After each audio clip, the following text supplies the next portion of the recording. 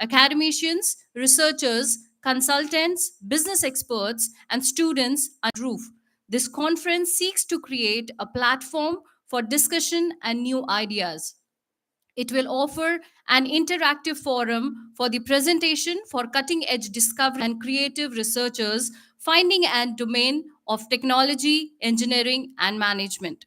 It's an honor for all of us to welcome our today's distinguished guest. The chief guest for today, Dr. T.R. Sharma, retired scientist, CERI, Pilani. Our guest of honor, Dr. S.K. Mahajan, retired scientist, CERI, Pilani. And the keynote speakers for today, Mr. Ashish Kumar, TCS Manager, and Mr. V. Edward Angelo Thomas, ICT Academic. I would also like to welcome our visionary management, Sri Atul Mangal, Chairman, MGI, Sri Ayush Mangal, Vice Chairman, MGI, and Ms. Prerna Mangal, Executive Director, MGI. I would also like to welcome Mr. Yogendra Kapoor, Secretary, MGI, Professor Harish Bhatia, HR Head, and Mr. Abhishek Sharma, Head, CRD.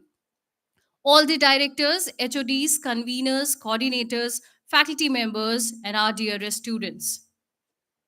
Today's international conference serves as a convergence point of numerous intellectual minds, fostering a space of collaborative learning and exchange of perspectives. We will now have our traditional auspicious lamp lighting ceremony as a tribute to Ma Saraswati, the goddess of knowledge. Mother, we pray your blessings with all humanity. Give us wisdom to make this world a better place, and may all the human beings live in harmony with nature and other forms of life. May the truth prevail, and may the darkness of ignorance be swept away by the dawn of self realization. And to do the honors, I request all the admirable dignitaries and distinguished guests to please join us for Saraswati Vandana and lighting of lamp.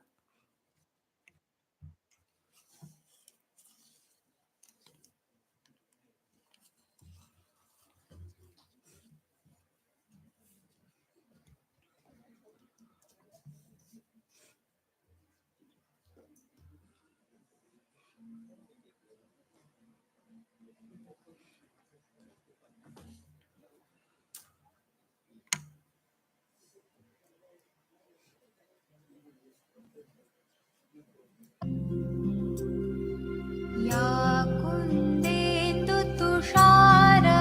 कुन्देन्दुतुषारहारधवला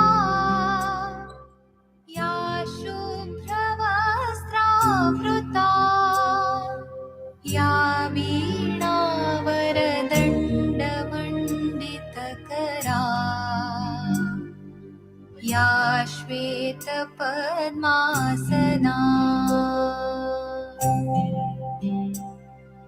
या ब्रह्माच्युतशङ्करप्रभृतिभिः देवैः सदा वन्दिता सा मां पातु Saraswati Bhagwati निःशेषजाड्यापहा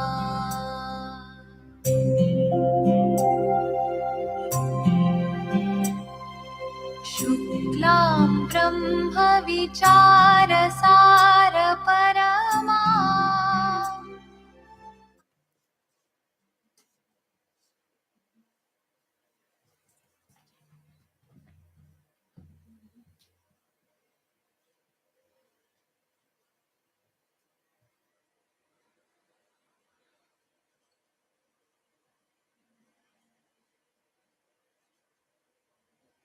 Thank you so much, everyone. Please be seated. And I request all the dignitaries to take their respective seats at the dais, please.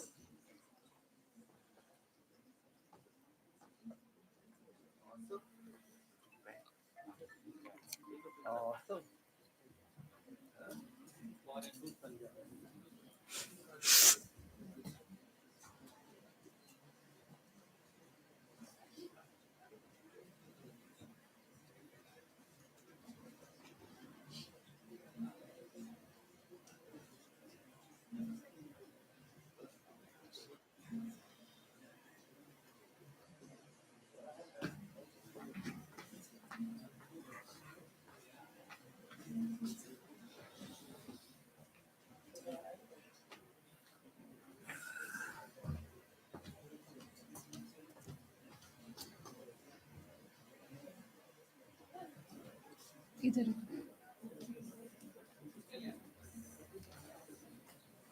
पे बेटा corner में इधर कॉर्नर पे रखो। मैंने इधर कॉर्नर में ना वो घुस जाएगा अपना।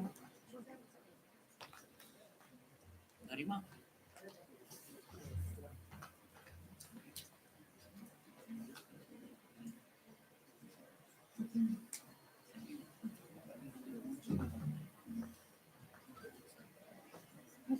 जल्दी करो।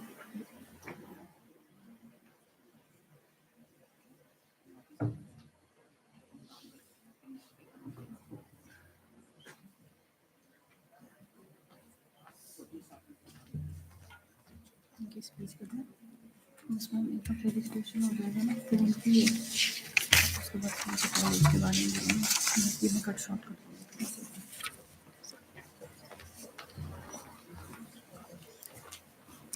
Now is the time we formally welcome our guest, and for that, I would like to request Dr. Chetan Khemraj, Director MIET, to present a Tulsi sapling to our chief guest, Dr. T.R. Sharma.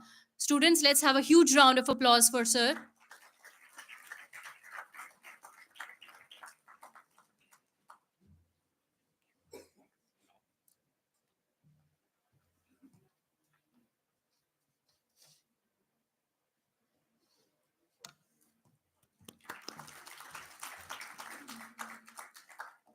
Thank you so much, sir. I would now request Mr. Yogendra Kapoor, Secretary MGI, to present a Tulsi sapling to the guest of honor, Dr. S.K. Mahajan.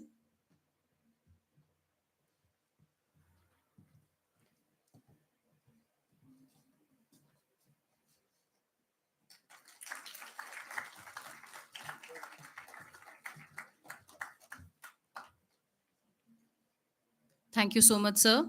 I extend my request to Professor Harish Bhatia, HR Head, to present a Tulsi sapling to Mr. Ashish Kumar.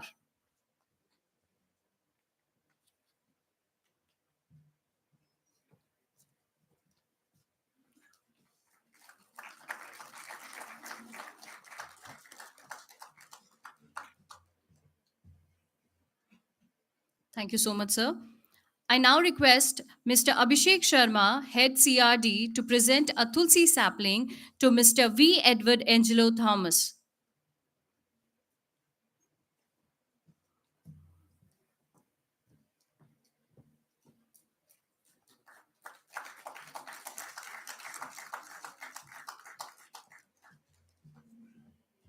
Thank you so much, sir.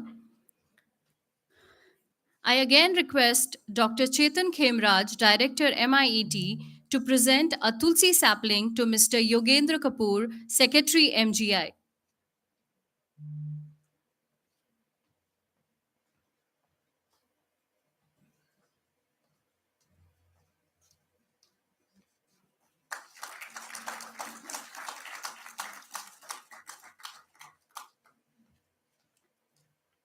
I request Dr. Sanjay Pachauri, HOD CSE MIET, to present a Tulsi sapling to Professor Harish Bhatia.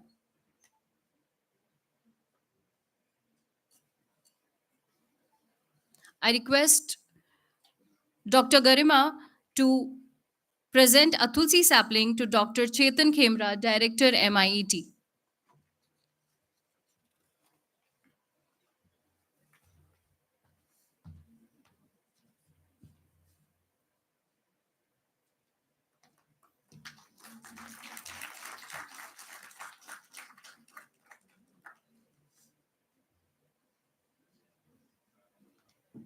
I request Dr. Sanjay Pachauri, sir, to present a Tulsi sapling to Dr. Chetan Khemraj.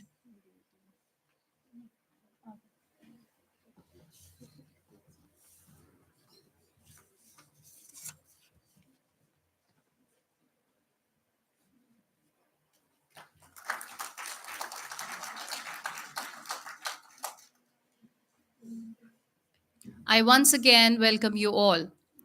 Moving ahead, let me introduce you to the organization. Mangalmay Institute of Management and Technology is one of the premier A-grade NAC accredited institution established in the year 2002 with a prime focus on innovation, excellence, and nurturing global leaders for sustainable future. This accreditation signifies our commitment to excellence in education and overall development, showcasing its dedication to providing top-notch education and fostering holistic growth among students. It serves as a validation for institutions' relentless pursuits of academic excellence and continuous improvement. We incorporate knowledge, industry experience, research, and international exposure to offer comprehensive educational program to the students. MIET has evolved as one of the best BTech colleges with global reputation that strives for high quality education. In the dynamic educational landscapes of MGI, Chairman Sri Atul Mangal stands at the beacon of the genuine leadership, epitomizing the unwavering commitment to creating a positive environment for both team and the students. With a wealth of experience, his guidance has been instrumental in shaping Institute's trajectory. Accompanying him is Vice Chairman Mr. Ayush Mangal, a self made individual and a dynamic leader, infusing the youthful vision into MGI. His inclusive leadership style aims to empower the students for real life success, fostering a generation of tech savvy and competent leaders. Executive Director of MGI, her visionary approach focuses on nurturing an institute that encourages creativity, forward thinking, and passion for learning and growth. Emphasizing innovative thinking and purposeful problem solving, Ms. Prerna Mangal's leadership eliminates the path of students contributing to the institute's holistic development. It is our great privilege and gratitude that we acknowledge the esteemed presence of Mr. Yogendra Kapoor, Secretary MGI. Sir has been integral part of MGI family since 2002, contributing significantly to the development and the growth of institution. The infrastructure that stands before us today is the testament of his unwavering dedication and tireless effort. Mr. Kapoor, holding degree in BCom, LLB, and MBA, brings a wealth of knowledge and expertise in his role. His multifaceted background is instrumental in shaping the institute landscape and fostering an environment conducive to academic excellence. We extend our heartfelt appreciation to Mr. Yogendra Kapoor for his invaluable contributions, which have played a pivotal role in shaping the success story of MGI. Let's have a huge round of applause for Mr. Yogendra Kapoor. We feel privileged to have the presence of Professor Harish Bhatia boost a distinguished career of more than 37 years, blending extensive experience in both industrial and academic realms. In addition to the engineering degree, he has pursued diverse qualification, including an MBA in economics from Punjab University, a PGDM, an MBA in HR from Chennai University, and LLB from Kurukesh University. Embarking on his professional journey at a young age of 17, Professor Bhatia joined Indian Air Force in the electronic engineering stream, where he served for 2 decades. Notably, he actively participated in Kargil War at Srinagar as a part of his fighter squadron, showcasing his dedication and service to the nation. Post his voluntary retirement in 2006, he joined Rhineck India Limited, an MNC, as a project head of cold room business in Northwest Territory.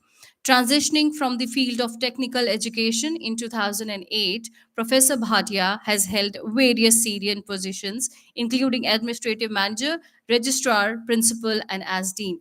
As qualified personality development trainer and career counseling, he is associated with All India Radio in the capacity of career counseling, actively engaging in the career counseling assignment across the country. His articles on career counseling recognizing his outstanding contribution, he was honored with the Dr. Maulana Kalam Azad Trophy for Excellence in Technical Education in 2015.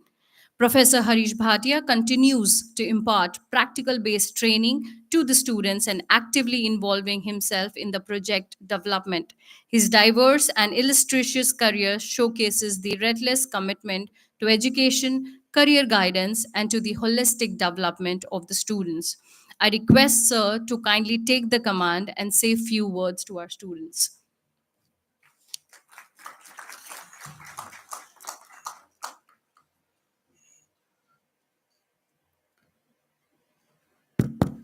Good morning everyone. Good morning everyone. आजकल जय श्री राम भी बहुत चल रहा है ना। Okay, सो थोड़ा जोश दिखाओ यार। Good morning. So I think I got 10 minutes. Yes, sir. मेरे ना बाद में और कमिटमेंट्स भी हैं, तो Yeah, yeah, मैं sure. और योगेंद्र सर निकल जाएंगे। Sure, sir, sure. ठीक है, सो हमें एक्सक्यूज कीजिएगा, मैं स्टार्ट करा के चला जाता हूँ। मैम ने मेरे बारे में बहुत कुछ बोला कि मैंने ये किया है। ऑफ कोर्स स्टूडेंट्स के साथ बहुत इन्वॉल्व रहा हूँ, आज भी अच्छा लगता है जब आपके बीच में आता हूँ। और पिछले 1 साल से टीचिंग से थोड़ा दूर हूँ, तो क्योंकि असाइनमेंट्स दूसरी मिल गई हैं, पर आज भी जब भी आप लोगों के बीच आता हूँ आई फील प्रिविलेज्ड।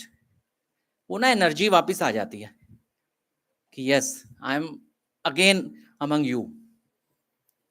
तो आज का जो टॉपिक है हमारा, रीसेंट ट्रेंड्स इन क्या इंजीनियरिंग मैनेजमेंट।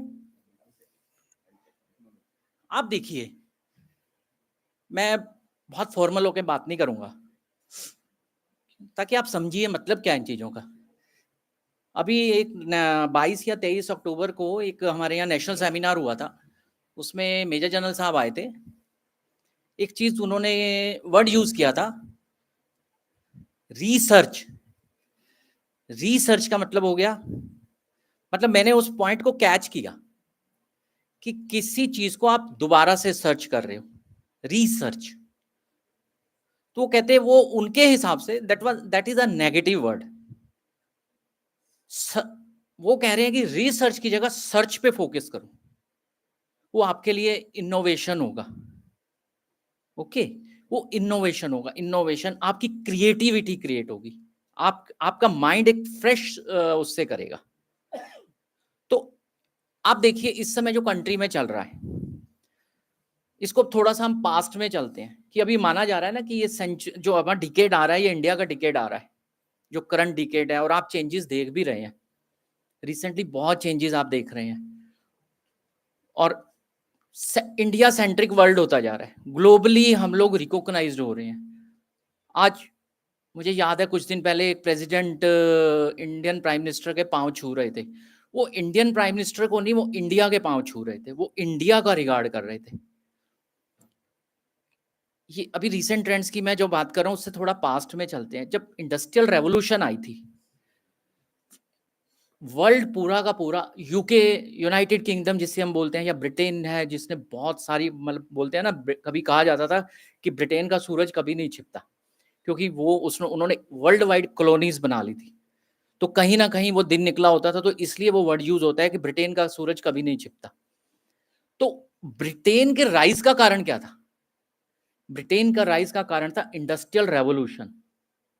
जो इंडस्ट्रियल रेवोल्यूशन आई थी, जब मशीन का आविष्कार फर्स्ट टाइम हुआ था, स्टीम इंजन्स आए थे, जो अब पहले हैंड वीविंग होती थी या हाथ से वो होते थे, वो मशीनों ने धीरे धीरे धीरे, तो उनको मैन पावर की जरूरत पड़ रही थी, क्योंकि प्रोडक्शन उन्हें करनी थी। मैन पावर कहाँ से आती? तो उन्होंने कॉलोनाइजेशन जैसे वर्ड यूज किया है कि कॉलोनीज बनानी शुरू की। तो उन्हें इजीएस्ट कंट्रीज कौन सी मिली? हमारे जैसे देश मिले जो पढ़े लिखे नहीं थे बहुत ज्यादा, अफ्रीकन कंट्रीज मिली। तो उन्होंने धीरे धीरे उसको कॉलोनी बनाया और यहाँ की मैन पावर को यूज किया, शिफ्ट किया, यहाँ के रॉ मटेरियल को यूज किया। दादा भाई नौरोजी की स्टडी पढ़ना कभी। दादा भाई नौरोजी ने एक चीज लिखी थी कि यदि आज वो ब्रेन ड्रेन थ्योरी के उसके उन्होंने लिखा कि वेल्थ ड्रेन उस समय जो इंडिया से हुआ था, आज वो 40 ट्रिलियन के इक्विवेलेंट होता, जो यहाँ से वेल्थ वहां पर। दादा भाई नौरोजी की बुक है, बहुत बड़े एक फ्रीडम फाइटर रहे हैं और ब्रिटेन में ही रहते थे। और मैं यदि गलत नहीं हो तो वो फर्स्ट पार्लियामेंटेरियन थे इंडिया से, वहां की संसद में। तो धीरे धीरे वो टाइम डाउन होता चला गया। देन कंप्यूटर्स आए, अमेरिका का टाइम आया। आज बड़ी बड़ी आईटी कंपनीज वर्ल्ड वाइड जितने भी आप नाम सुनो यूएस बेस्ड है, और हम भी बहुत कोशिश करते हैं कि हम वहां जाएं। तो अब हमारा टाइम आ रहा है। So you should feel proud. आज आप देखिए इंडियंस के ब्रेन की बात कर रहे हैं, नासा में हर 4th साइंटिस्ट इंडियन बैठा है, अमेरिका में हर 5th डॉक्टर इंडियन है। ओके, और ये जो टाइम है, आज आप आईटी सर्विसेज में वर्ल्ड के टॉप उसमें आ रहे हैं, पेटेंट वर्ल्ड में हम लोग 4th रैंक आ गए हैं। अब हम क्वांटिटी 5 से क्वालिटी 5 में जा रहे हैं। तो वो अब जो मैं बात कर रहा हूं, और ये चेंजेस आप देखेंगे, ये चेंज कब आया है, ये चेंज जो धीरे धीरे बढ़ रहा है। अभी कोविड आया था, सबने कह दिया था इंडिया खत्म होगा, यही माना जा रहा था कि कोविड मतलब इंडिया इस लेवल पे ही नहीं है कि वो अपने देश को बचा पाए। हम बचे, अच्छे से बचे हैं, अच्छे से बचे, और तो और 121 देशों को भी बचाया हमारी वैक्सीन ने। उसके बाद वर्ल्ड को लगा यस, वो वासुदेव कुटुंबकम कोई हमारे लिए वो नहीं है, वासुदेव कुटुंबकम जिसमें कहते हैं कि वर्ल्ड इज आर्स, हमारा, हम सब एक हैं, वो वासुदेव कुटुंबकम हमने उस कोविड वैक्सीन के थ्रू प्रूव करके दिखाया। उसके बाद वर्ल्ड की जो वो थी दृष्टिकोण, जिसे बोलते हैं पॉइंट ऑफ व्यू, वो बदला। वो कोविड, वो कहते हैं ना कि कोविड ने हमारे देश को, वर्ल्ड को जो दृष्टिकोण है वो बदला भारत के प्रति। ओके, तो वो भारत के प्रति जो नजरिया बदला है, आज भारत के बिना, आज यूक्रेन का प्रेसिडेंट भी इंडिया से बात करता है और रशियन प्रेसिडेंट भी बात करता है, अमेरिकन प्रेसिडेंट भी आपके प्राइम मिनिस्टर को कहता है कि यू आर माय हीरो, और Australian prime minister you are boss, Israel prime minister भी आपको ये कहता है। ओके, तो ये कहां से बदल रहा है, ये दिखा रहा है कि हमारे पोटेंशियल को अब हम यूज कर रहे हैं। और आपको मैं एडवाइस करूंगा कि पीछे मत रहना, पीछे मत रहना, ये आपका टाइम है। और इंडिया किस वजह से, कि बिकॉज वर्ल्ड की सबसे बड़ी यूथ पॉपुलेशन आपके पास है, we are the fastest growing economy. Youth power जो है उसके बेस पे हम वर्ल्ड में वो करेंगे, और आप सारे आईटी के बच्चे बैठे हो, ठीक है, तो आपकी वजह से ही आज, पहले जैसे मैं core engineer, electrical engineer, electronics मेरी बेस है, तो पहले वर्ल्ड कोर इंजीनियरिंग की तरफ था, मैकेनिकल इंजीनियरिंग के बगैर वो होता नहीं था। आज वर्ल्ड अराउंड यू, आईटी के बिना कुछ पॉसिबल ही नहीं है, यू आर द मैजिशियंस, ठीक है, मिनटों सेकंडों में काम कर देते थे, जो बैंकों में लाइन लगा करती थी, आज वो लाइनें खत्म कर दी आप लोगों ने, आपके मतलब प्रीडिसेसर्स ने, उन्होंने लाइनें खत्म कर दी हैं। आज मैकेनिकल इंजीनियरिंग में जो mechanical engineering, core mechanical engineering को रोबोटिक्स ने ले लिया, आज रोबोट्स काम कर रहे हैं, और उसके पीछे भी आप ही लोगों का दिमाग है। प्रोग्रामिंग, बिना प्रोग्रामिंग रोबोट भी कुछ नहीं है। तो वो पोटेंशियल आप लोगों के पास अगले 3 साल या 4 साल में जब भी आप पास आउट होने आने वाला है, तो अपनी स्किल को, यदि स्किल वो है, रीस्किल करो, और ज्यादा रीस्किल करो। आपको वर्ल्ड के साथ, यदि इंडिया की तरक्की में हिस्सा बनना चाहते हो, आप भी अपने आप को रिकॉग्नाइज करना चाहते हो, तो माइंडेड पीछे नहीं रहना है, यंग हो, एनर्जेटिक हो, इस समय सब कुछ कर सकते हो। 18 से 20 साल के बच्चे मेरे सामने बैठे हैं, क्या नहीं कर सकते यदि पॉजिटिवली अपने आप को चैनलाइज करो। किसी देश को अच्छा या बुरा उसका यूथ बनाता है, क्योंकि ये जितने स्टेज पे हम लोग बैठे हैं, ये अब नेक्स्ट लेवल जनरेशन को बैटन देके जा रहे हैं कि हमने कंट्रीब्यूट कर दिया, अब आपकी बारी है। सोसाइटी इसी तरह से मूव ऑन होती है। जवाहरलाल नेहरू जब इस देश को छोड़ के गए थे, तब कहा जाता था कि अब कंट्री इंडिया खत्म हो जाएगा, नहीं हो पाया ना, क्योंकि नेक्स्ट जनरेशन ने टेक ओवर कर लिया। उसके बाद इंदिरा गांधी आई, ठीक है, कि अब इंदिरा गांधी चली गई तो अब देश खत्म हो जाएगा, ऐसा नहीं होता है। We are keep on moving. और वर्ल्ड की सबसे बड़ी कोई सिविलाइजेशन आज जिंदा है तो इंडियन इंडस सिविलाइजेशन जिंदा है, जिसको हम रिप्रेजेंट कर रहे हैं। सारी सिविलाइजेशंस खत्म हो गई हैं, इंडस सिविलाइजेशन जिंदा है, क्योंकि हम कहीं ना कहीं, हम सबका कंट्रीब्यूशन है, हम जमीन से जुड़े हुए हैं। ये जो ऋषि मुनियों से चली आ रही है परंपरा, आज भी हम उसे कार्य कर रहे हैं। और ये वासुदेव कुटुंबकम कोई वर्ड इस जनरेशन का नहीं है, ये वो 10,000 साल पहले की उसका वर्ड है, ये कि संसार को हमने देना सीखा है बिना किसी झगड़े के। ओके, तो मैं और ज्यादा टाइम नहीं लेता। So my best of luck to all of you, to the organiser, कि ये सक्सेस हो, आप एक दिन में इतना कुछ सीखें कि वो आपके लिए लाइफ चेंजिंग मोमेंट बने। So thank you very much. जय Hind. Thank you so much, sir, for your valuable words. Moving ahead, I feel privileged to introduce Dr. Chetan Khemraj, sir, Director, MIET, an accomplished academician with 25 years of experience, currently serves as a director with a PhD in computer science and engineering, demonstrating a remarkable career. He has dedicated 12 years as a campus director, overseeing academic excellence and institutional growth. Dr. Khemraj's research contributions are evident through publications of 76 papers in reputable journals, including the Index Scopus, SCI, and IEE. His commitment to guiding students is reflected in his publication over 35. Dr. Khemraj research interests spanned from data network, wireless ad hoc networks, machine learning, analytics, underscoring his engagement with cutting edge technologies. His multifaceted experience and ongoing contribution position him as a leader in academia, shaping the next generation of professionals and contributing significantly to the field of computer science and engineering. I request Sir to kindly come forward and guide us through the theme of today's international conference. Over to you, sir.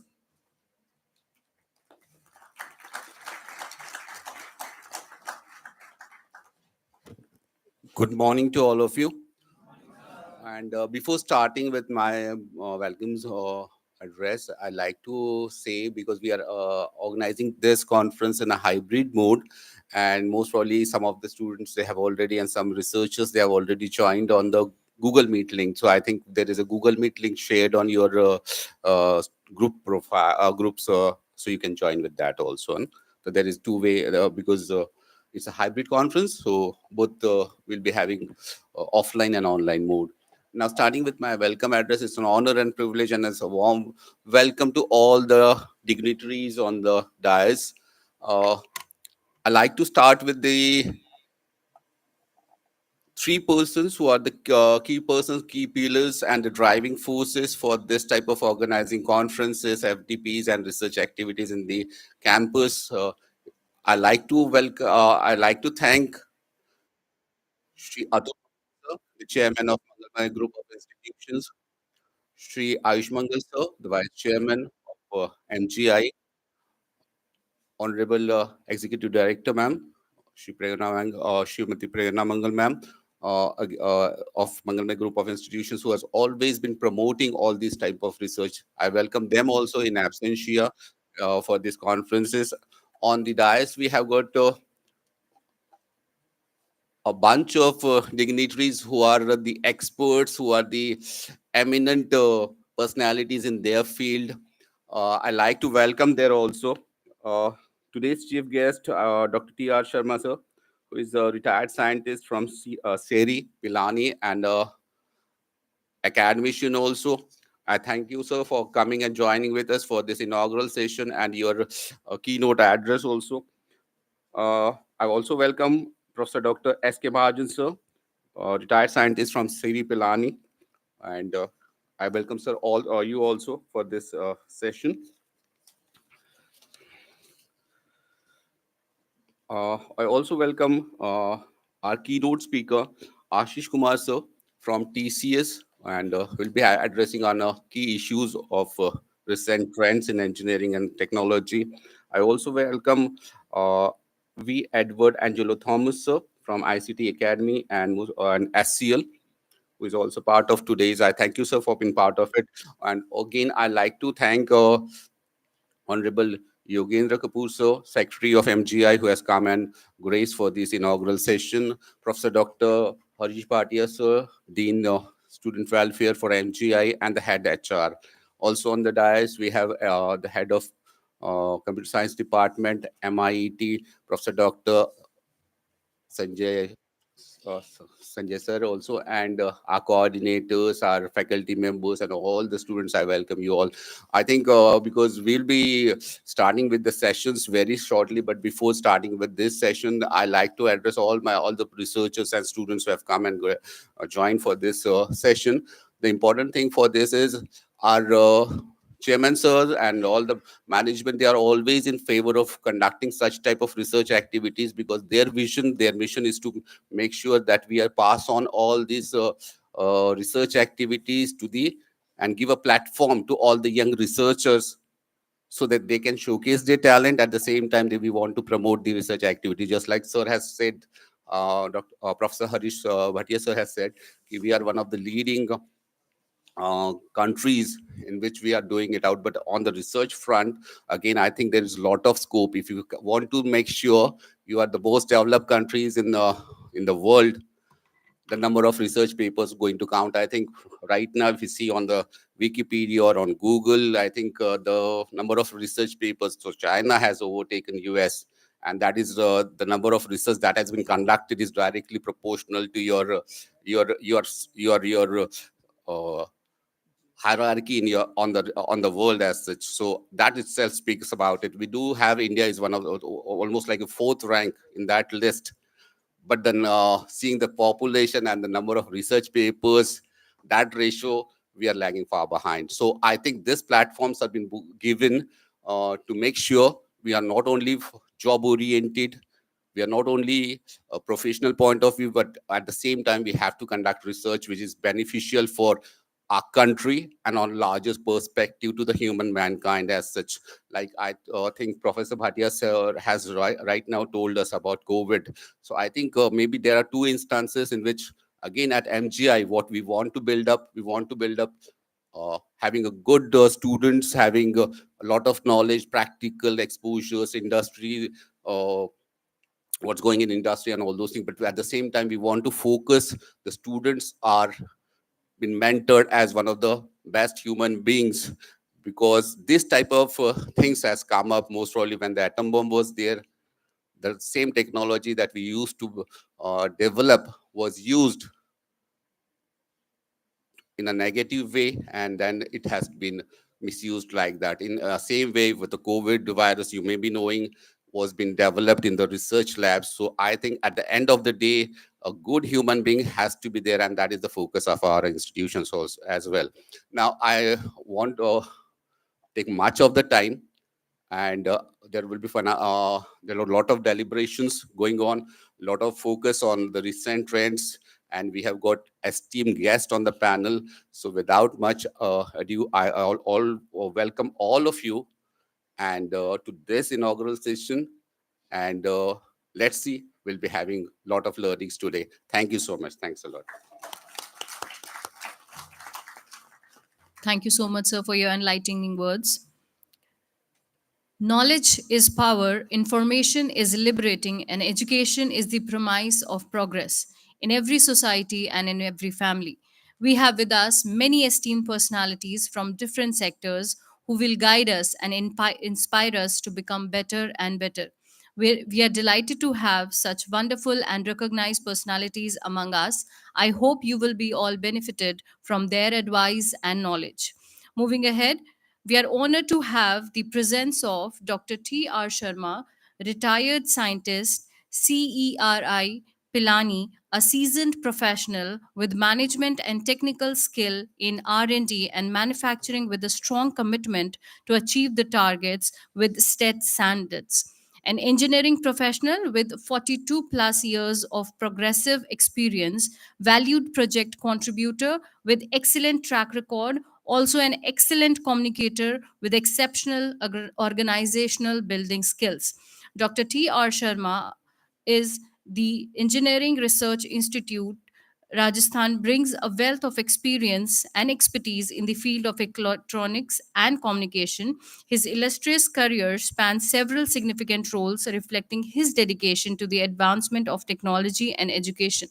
Dr. Sharma served as an IT consultant at Applied Electromagnetic in Noida from October 2022 to June 2023, contributing his skills to practical application of electromagnetic concepts. Prior to that, he held the position of chief trainer and associate professor at Bharatiya Skill Development University in Jaipur from 2017 to October 2022. where he played a pivotal role in shaping the skills of aspiring professionals. Notably, Dr. Sharma served as a principal of Birna Technical Training Institute in Pilani, demonstrating leadership as head of institute. His earlier roles include project engineering training officer at BK Birla Institute of Engineering and Technology and project manager at Stylistic Limited in Kolkata, where he managed projects from Indian Railways. Dr. Sharma's extensive tenure at SERI as a technical officer, E1 underscores his commitment to research and development. His educational background includes a master's degree in electronics and communication. Beyond his professional accomplishments, Dr. T.R. Sharma is a life member of the Indian Physics Association, further highlighting his involvement in professional societies. Additionally, he holds a patent for an electronic device designed for high speed and peer to peer data communication, a testament to his innovative contribution to the field. His collaborative work on the patent involves investors on Kaveri Chandra Murthy, Sukhpal Singh Saini, Rajbir Singh Shekhawat, and Dr. Sharma's multifaceted career reflects a deep commitment to advancing technology, fostering education, and contributing to the cutting edge research and innovation.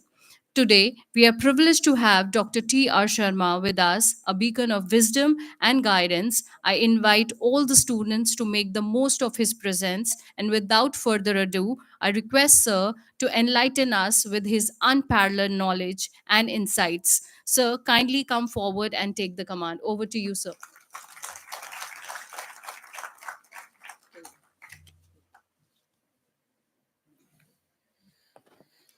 Yeah, good morning, students, and good morning to all the dignitaries present on the dais. I just start with this. I just want to elaborate the concept which is given by Professor Harish. Full name?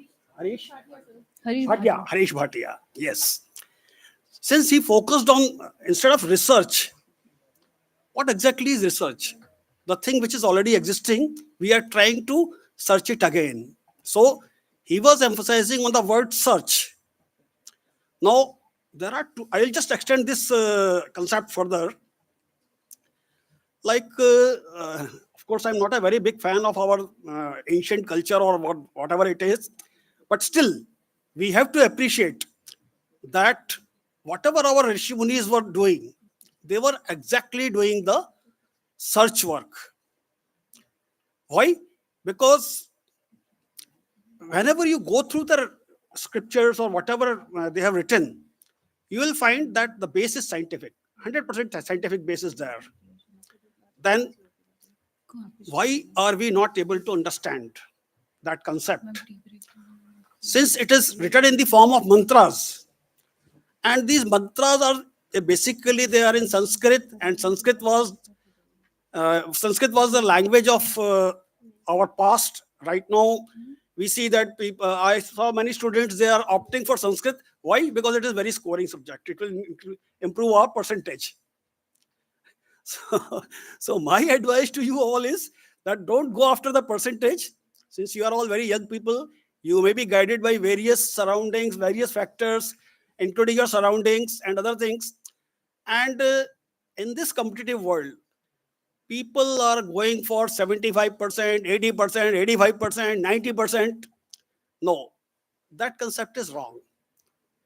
You see, your 90% degree may give you a visa to your professional world, but it is not a it is not a guarantee of your performance in the job market or whatever your profession is there. It's not a guarantee. So basically, what is the guarantee in that case? You should always focus on the fundamentals and knowledge. Apart from knowledge and fundamentals, next thing is that you have to focus on your practical skills, because practical skill is the one thing which will make you successful in your career. So in nutshell, I just want to focus on that thing. Now, again, extending that concept further, there are two words which are used simultaneously: research and development. Now, why research and development? Development means Basically, you are starting with a concept. You are trying to develop something. Maybe it's a piece of software, it's a piece of hardware, whatever it is. Then you are proving your concept. Like in my earlier days, when I opted for science as my subject, we had a very traditional definition of what is research, what is all this. So basically, you start with a hypothesis. Then once your hypothesis is there, then you try to prove it. Then after proving it, it becomes a sort of a rule or law, whatever you call it. So that was a very trivial definition. But now the things have changed drastically. Why I'm saying this thing? Because now the time has come that when I started my career, our project used to take 2 years, 3 years time, maybe 5 years time. So the pace of our progress was very slow in that case. Now the things have changed completely. Now whenever you start with a product, you have to, whatever concept is there in your mind, you do proof of concept, that is POC. Once POC is done, and the pace should be so fast that often when you are working on a project or any activity, there is one parameter known as time to market.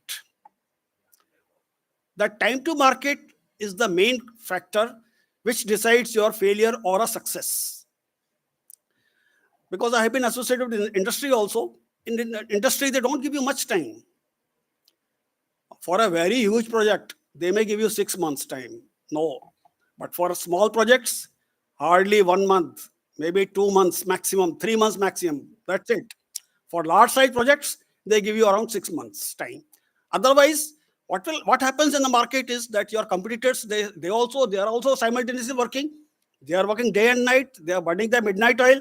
And before you come out in the market with a product, their product is ready. So that type of competition is there nowadays.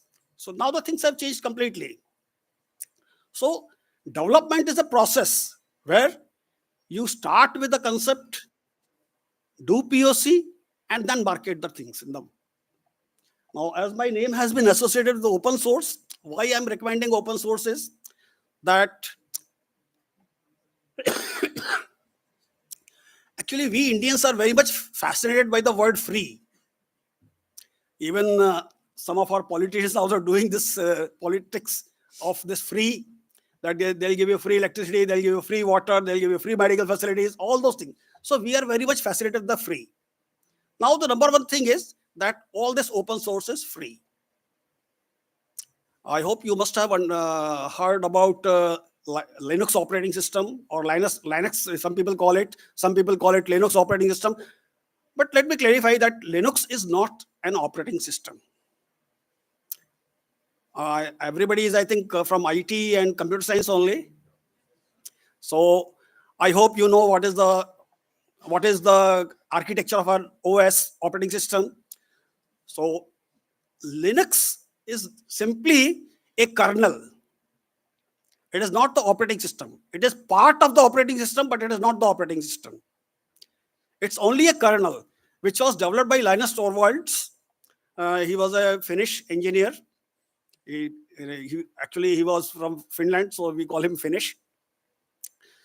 So he developed a kernel, and the story behind this is, I hope you must have all read about the story that he wanted to purchase a piece of hardware, and then after purchasing the hardware, he started with for the software. Then the vendors told him that you have to pay extra for the software.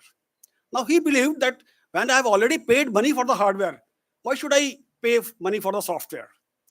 So he developed his own kernel based on some Unix type architecture. We call it POSIX compliant. Now he developed a POSIX compliant kernel, and then he made the he gave out the complete source code of that kernel to the entire world. He exposed it. He opened it in front of the world. Okay, this is my kernel. You start developing around this, whatever utilities you can. Now, during the period of time, it happened that now so many utilities are available.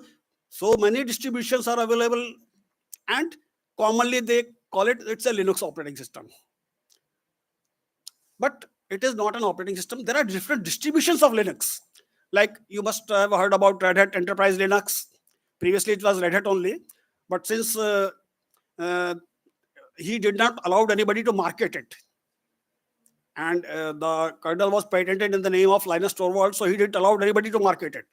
He said, okay, you want to use it, you use it for free and start developing. But whatever development you are doing using this kernel, it should remain free.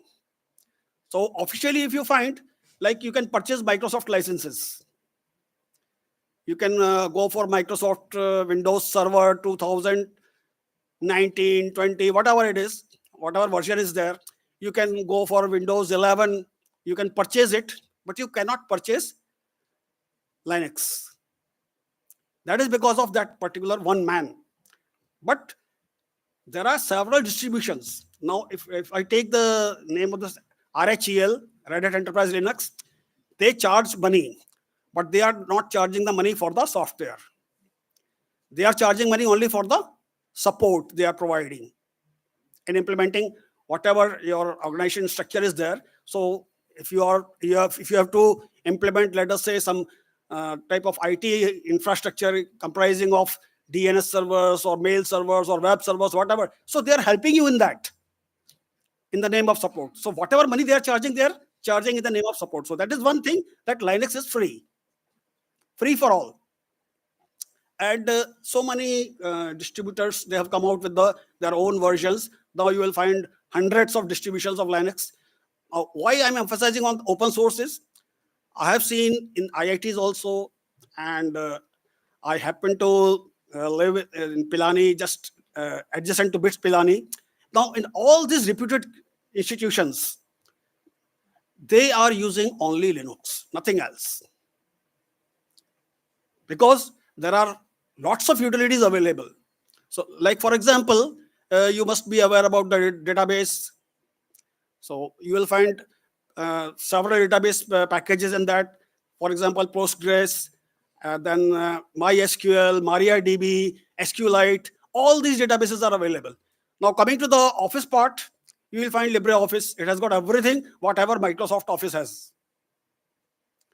Now, those who are designers, for them, like say, for example, since I'm an electronics engineer, PCB designing is a very crucial part. So you will find KiCad in that. So lots of utilities are available, and most of them are free. Why I'm calling most of them? Because some people are developing some packages for this Linux operating environment, and then they are marketing it. You will find several ERP packages for your enterprise resource planning purpose. So you name the things. For scientific, okay, let us come to the scientific part. You must be using all this MATLAB and other things. So exact equivalent is available in the Linux. Then those who are graphic developers, you will find Qt, TCLTK, all those utilities are existing in Linux. So whatever you do, activity. So that's the reason that I have been mentioned as an open source man, but exactly, no, I am not an open source man. The thing is that I know only that. I am very poor at Microsoft Windows and other things. So that is one thing. Now, coming back to again, now if you try to pursue your career in the field of search or research or development, whatever you call it, then you need to have a very strong hold on Linux, because nowadays you will find all the layer 2 switches, layer 3 switches, set-top boxes, routers, whatever embedded devices you will find, most of them are Linux based. So that is one reason you should use Linux, apart from being free. Initially, yes, we were fascinated with the word free, but of course, certain things are not very free in this. You have to pay some amount of money, but it is worth paying. Then second part is security. Now, in the past year, ransomware was very much popular. and most of the server got hacked with that ransomware. But in most part of the world, only Linux servers were spared with that ransomware because it provides you a very good security in that. So if you try to harden your system, then it is very, very difficult for the hackers to go through it. So security is one of the reasons. Other factors are also there. I'll take not take much time from yours. But this thing is that if you try to work around that particular Linux or whatever, any POSIX compliant software you get, like real-time embedded Linux or RT Linux or whatever it is, please put your hands on it. Now the entire world is looking towards India as another manpower pool or human resource pool. Since, you see, we had a problem we had a population problem. We have got a huge population. We are second in the world, this and that. And this is basically hampering our progress, all other things. But the major advantage is that average age of India is very, very young.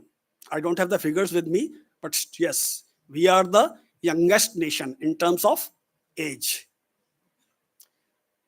Japan, highly developed country, but most of them are very old. And as rightly said by one of my previous speakers, that now we are handing over the baton to you. Whatever we have done it. But now it's your duty to come up and develop the nation. Japan, even China also, most of this one-child policy, China, now they are repenting. Why? Majority of the population is now aged population. So India is one of the young nation, but unfortunately, during past few years, the emphasis on development activities was stopped.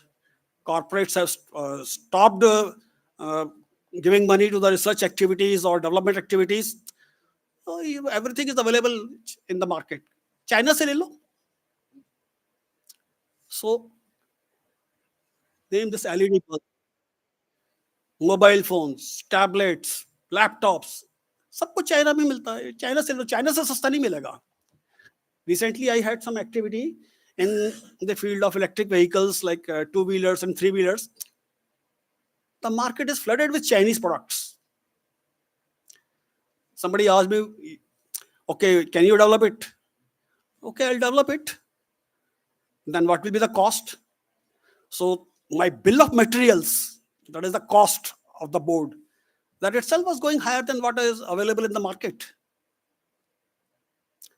So basically, the long-term impact has been on our country that we have lost our development capabilities, and instead of becoming scientists and engineers, we have become only traders.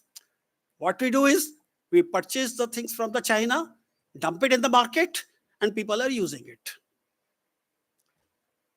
But recently, I have come to know that a few companies have shown interest in putting up their semiconductor industries in India, and we will be part of that. So that gives me an immense pleasure that, okay, now we have understood this fact that we don't want to become traders. We want to become leaders and not the traders in the scientific field. So that has been the message conveyed by our Honorable Prime Minister, that we don't want to become traders. Because trading में तो कोई दिमाग लगता नहीं है. अरे 100 रुपए की चीज खरीदो, 125 रुपए में बेच दो. That's it. But if you want to develop on your own, you have to put some efforts into it. So without putting any efforts, you won't gain anything. Neither the nation will gain anything, nor you will gain anything. So my dear students, the last request to you all is that you please become sincere in your studies. Try to pay more attention to the fundamentals rather than cramming up the things. No, that cramming will fetch you marks, but it won't help you in your professional world.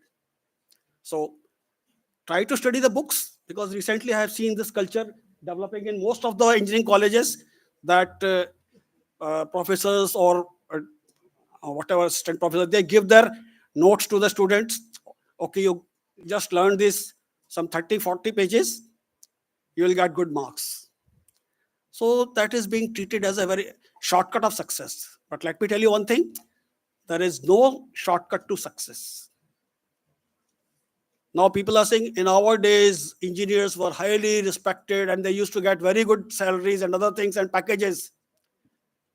Why? Because they were studying from the books. They used to grasp the fundamentals. Their physics was strong, their mathematics was strong. So that is one of the reasons. So in the end, just please remember these words, and I wish you all the best for your future. Thank you.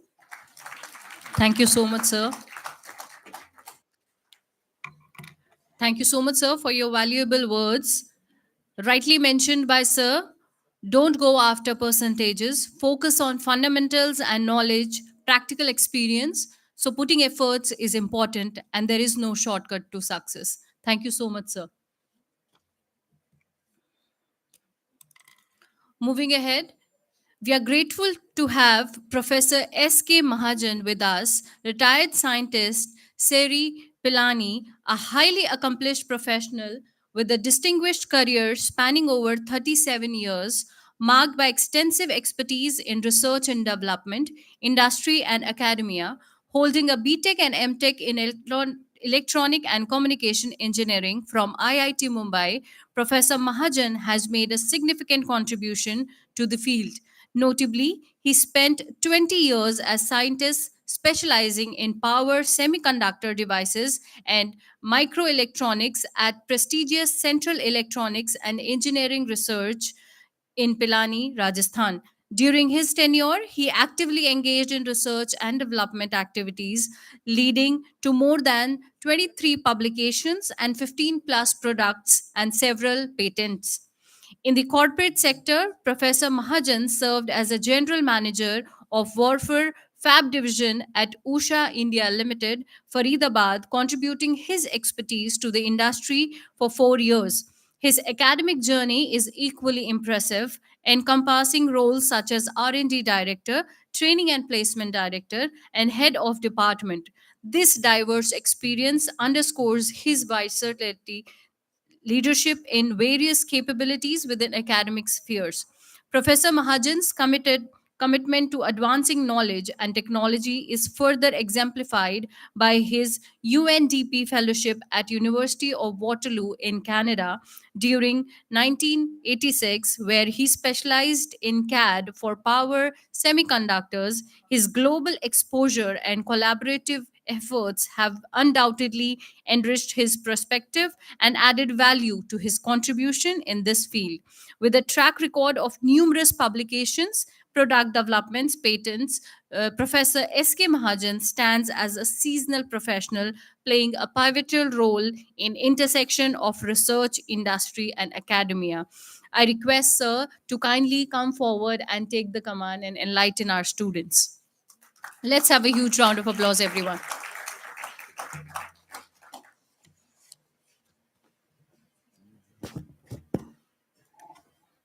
So, my dear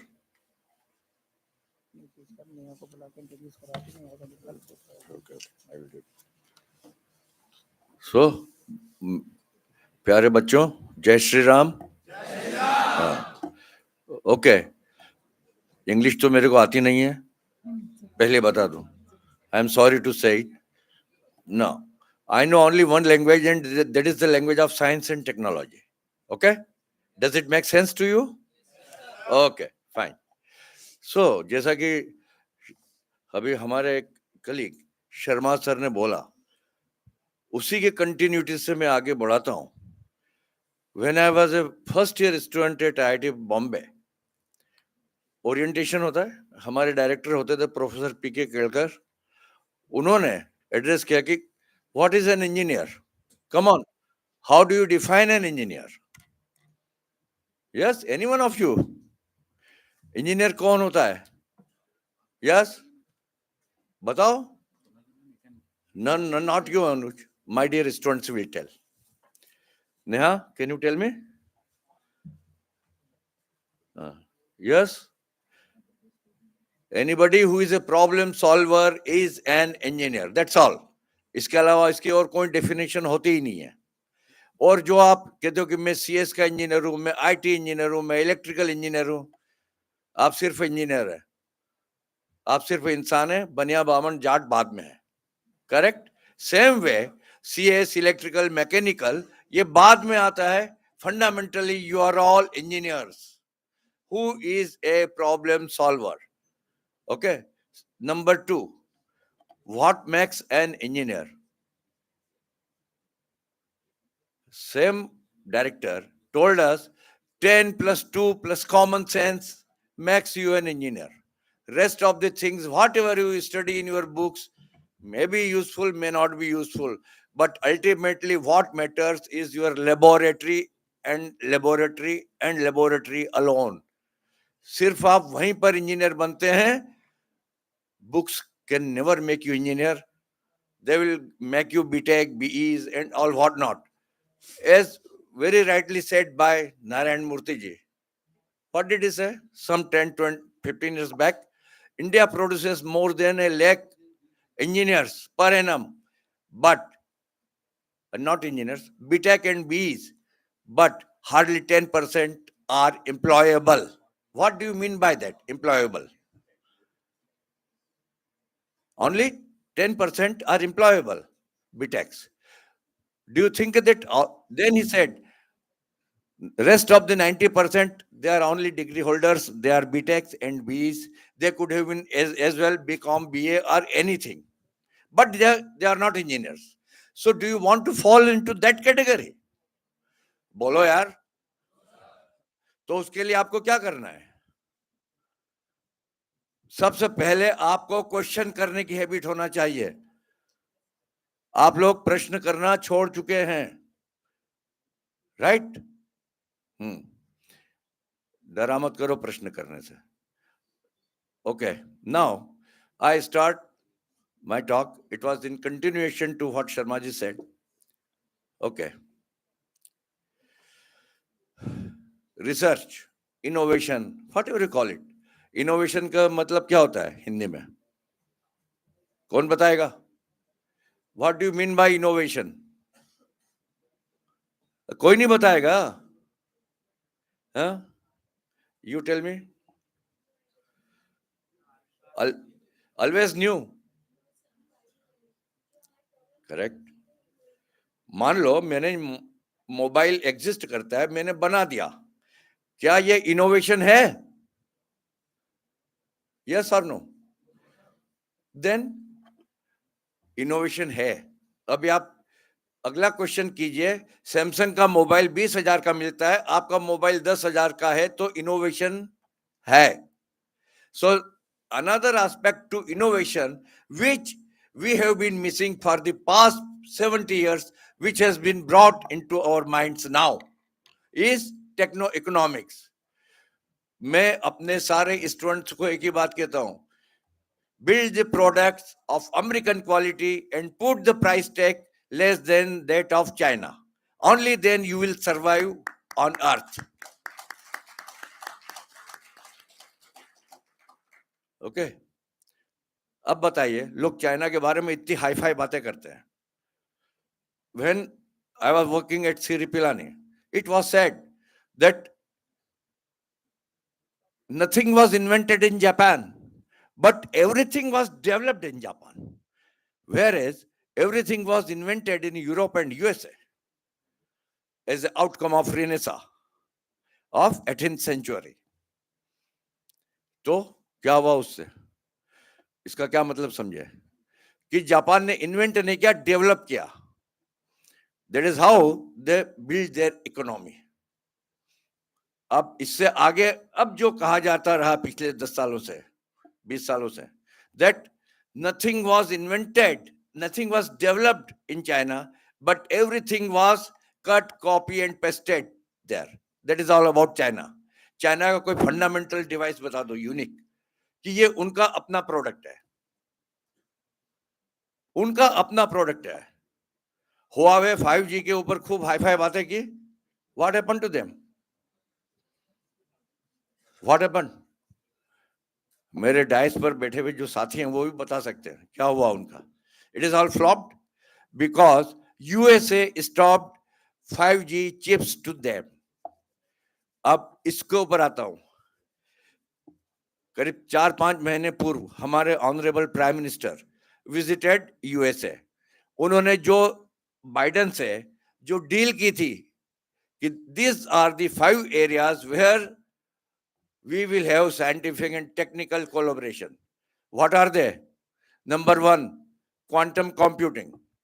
कितने लोगों ने सुना है quantum computing? Quantum computing. Number 2, AI. Number 3, semiconductors.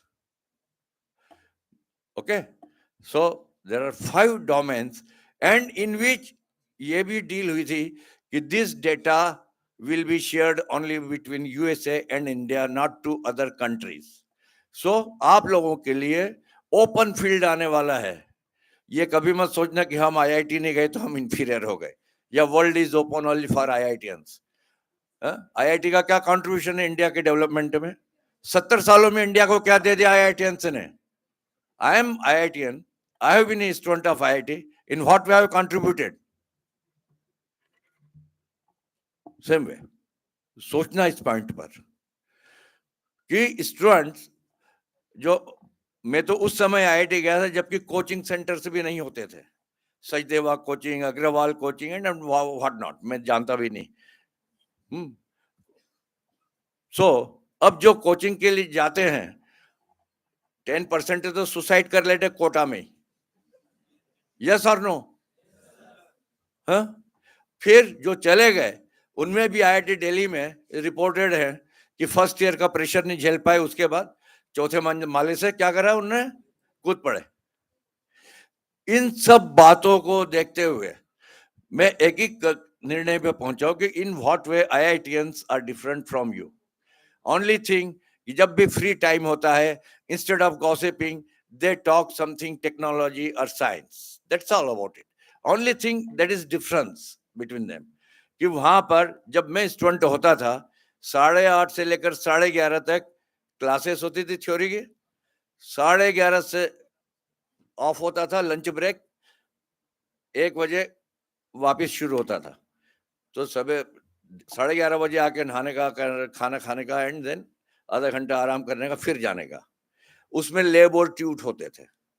You know उस समय 1960s में, late 60s, tweet और lab के मार्क्स क्लासरूम से ज्यादा होते थे. इससे आप क्या इंटरप्रिटेशन क्या आया आपको, जो कि अब न्यू एजुकेशन पॉलिसी में वही चीज अब आ रही है.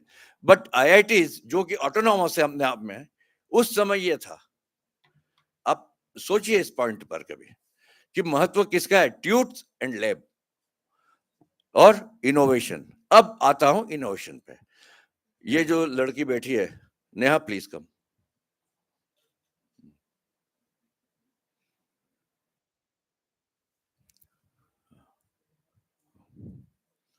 यहाँ खड़े हो जाओ. She has been a student at IMT, BTech 3rd year, CS AI. अब इसने मेरे साथ काम करना शुरू किया when she was in 2nd year, and she started working on smart agriculture systems, in which crop selection would be done using AI. अब AI के लिए उसको हार्डवेयर की जरूरत है या नहीं है?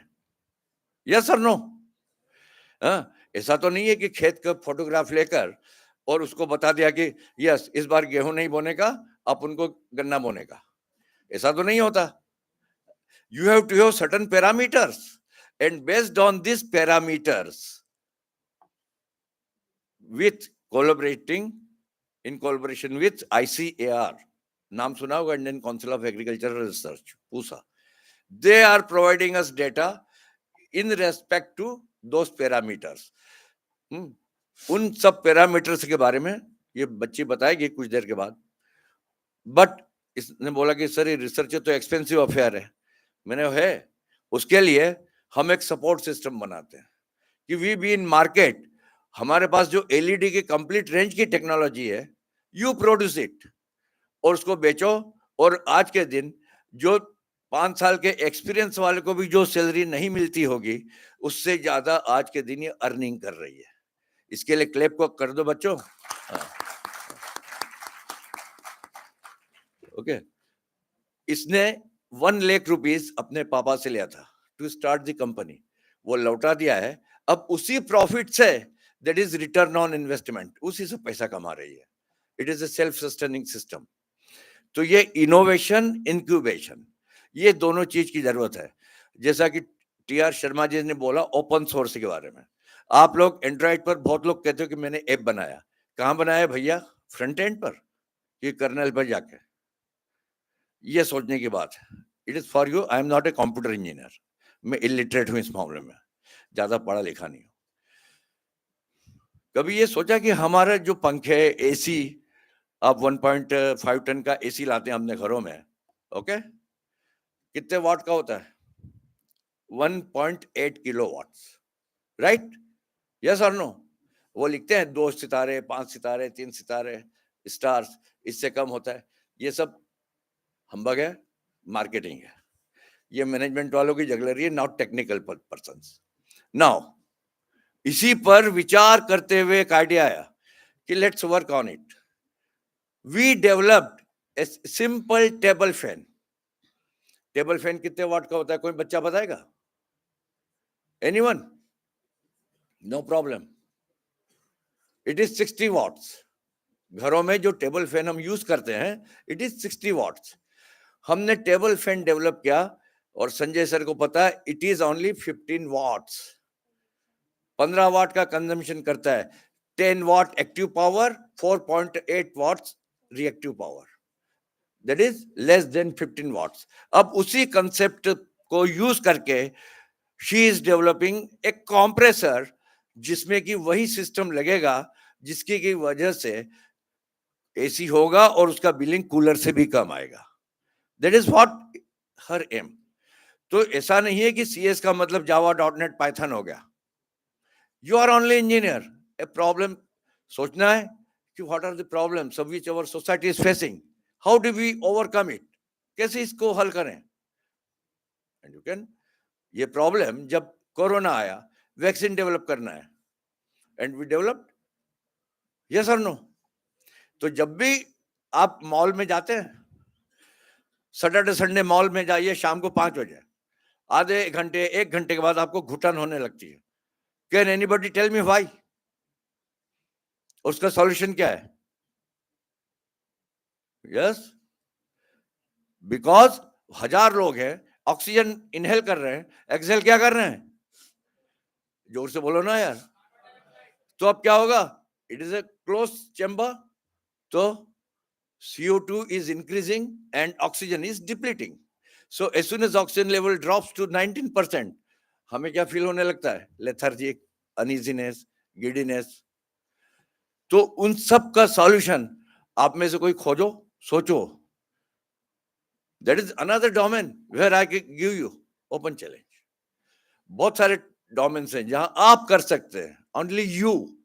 और जब एडमिशन लेने आए थे आप अपने पापा के साथ, पापा ने पूछा होगा, हाँ, डायरेक्टर सर से या एडमिशन सेल से, कि आपका प्लेसमेंट रिकॉर्ड कैसा है? यस और नो?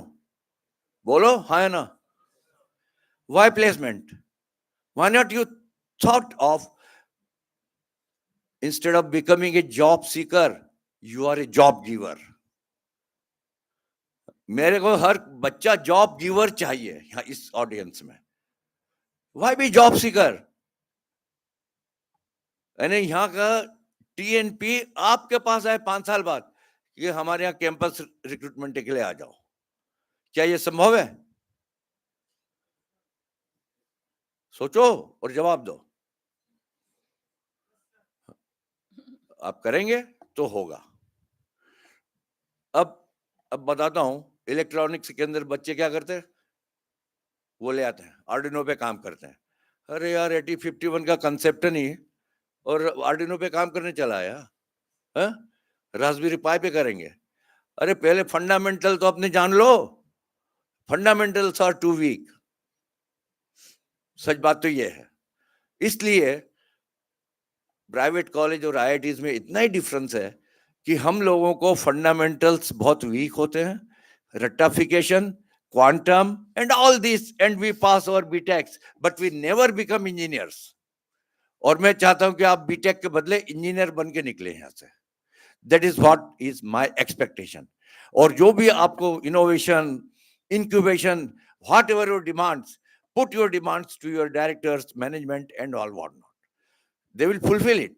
आपको यूजफुल टू सोसाइटी बनना है by way of your technical skills. Yes, एक टाइम था 50 साल पहले, R&D सीरी पिलानी में हम लोग बोला करते थे रोना और धोना। शर्मा जी, एम आई रॉन्ग? कहाँ गए, चले गए? R&D, रोना धोना, that was the general perception, right? आज R&D का मतलब कुछ और हो गया है। एंड 2004 से 2014 तक का time, that is known as a decade missed. I am not going into the political discussion of it. It was a decade missed. बस अब वो अवसर कभी ना आए कि हम कोई डिकेड मिस करें, irrespective of which government comes on the top. हमें कोई मतलब नहीं उससे। We are technocrats, we are scientists. उसी हिसाब से हमें काम करना है।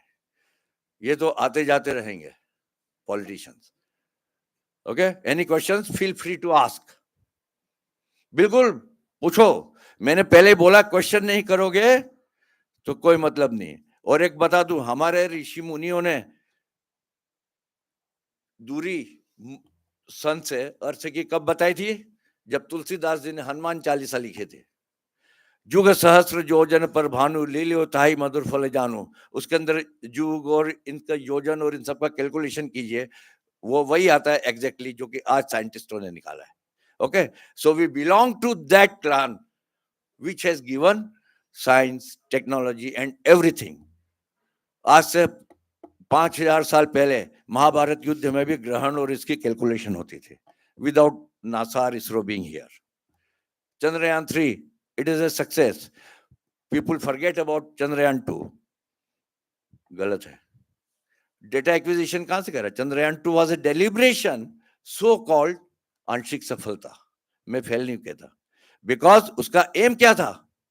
एआई में क्या लगता है सबसे ज्यादा? Data acquisition. और चंद्रयान 3 के अंदर जो सेंसर, एक्चुएटर्स और एआई, इन सब का यूज किया गया। It was 4 pico seconds. कितने का था रिस्पांस टाइम? 4 pico seconds. और चंद्रयान 2 के अंदर it was 4 to 10 micro seconds. This are the finer details which you are suppose to know as computer engineers.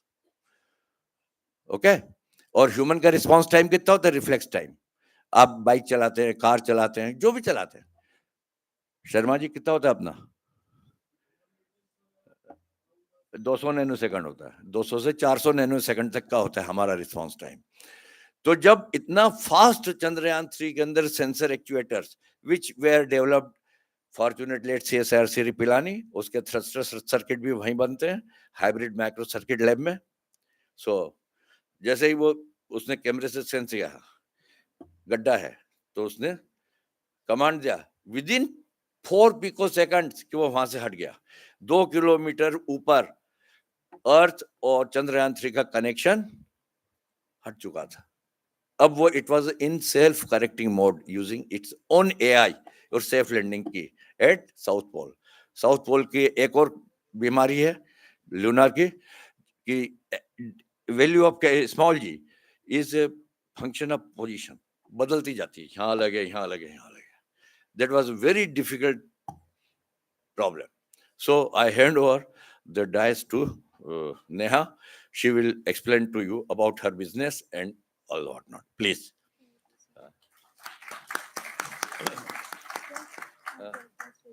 मैं यहीं हूँ, don't be shaking.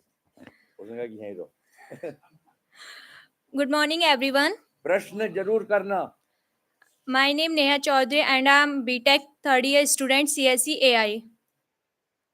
And my business name is Shora Industry Private Limited. मेरी business ज़्यादा बड़ी तो नहीं है, but अभी स्टार्ट किया है. But backup is good, not a excellent, but good, okay okay है.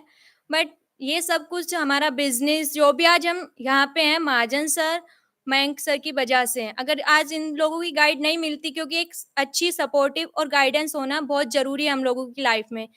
केवल एक मैं भी अभी थर्ड ईयर स्टूडेंट हूँ, मेरे भी कल सेमेस्टर था, तो अभी हमारे सेमेस्टर ही चल रहे हैं. तो हमारा प्लान है सेमेस्टर खत्म होते ही हम अपना जीपीयू सिस्टम लॉन्च कर देंगे. What is GPU system? चुप, वो बताएंगे ना, वो भी सीएस सर के मैं भी student है. यही पूछूं question. What is GPU system?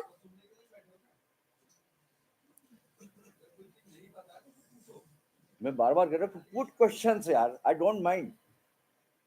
Anyone?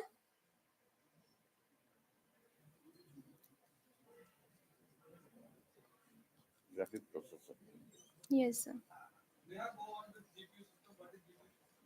Graphic processing units. यहाँ पे थर्ड ईयर सीएसई स्टूडेंट्स कितने हैं? सभी सीएस के हैं. Okay okay sir. Second, yes sir. Okay. तो आप लोग केवल यहाँ पे डिग्री या फिर डिग्री के लिए और जॉब के लिए हो यहाँ पे सब लोग? बताइए. यार वो कभी तुम्हारी अपनी कलीग है किसी और कॉलेज. मैं भी आप ही की तरह एक स्टूडेंट हूँ, थर्ड ईयर स्टूडेंट.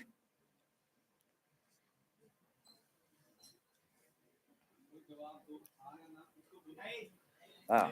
फिर क्या है मैं आप लोगों को लाइफ में? Please tell me.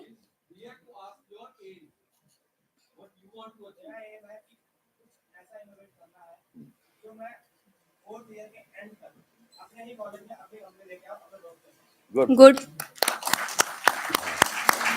That is what we want to listen from you guys यार. एनीवन? जॉब के लिए बहुत है, जॉब नहीं चाहिए. जॉब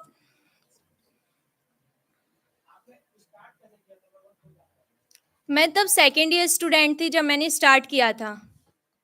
पहले मैं नॉर्मली प्रोजेक्ट लेके गई थी सर के पास कि सर मुझे इसमें गाइडेंस आप गाइड करिए, स्मार्ट एग्रीकल्चर सिस्टम के इसमें हम क्या क्या प्रोसेस करें जिससे कि हम फार्मर्स को हेल्प कर सकें.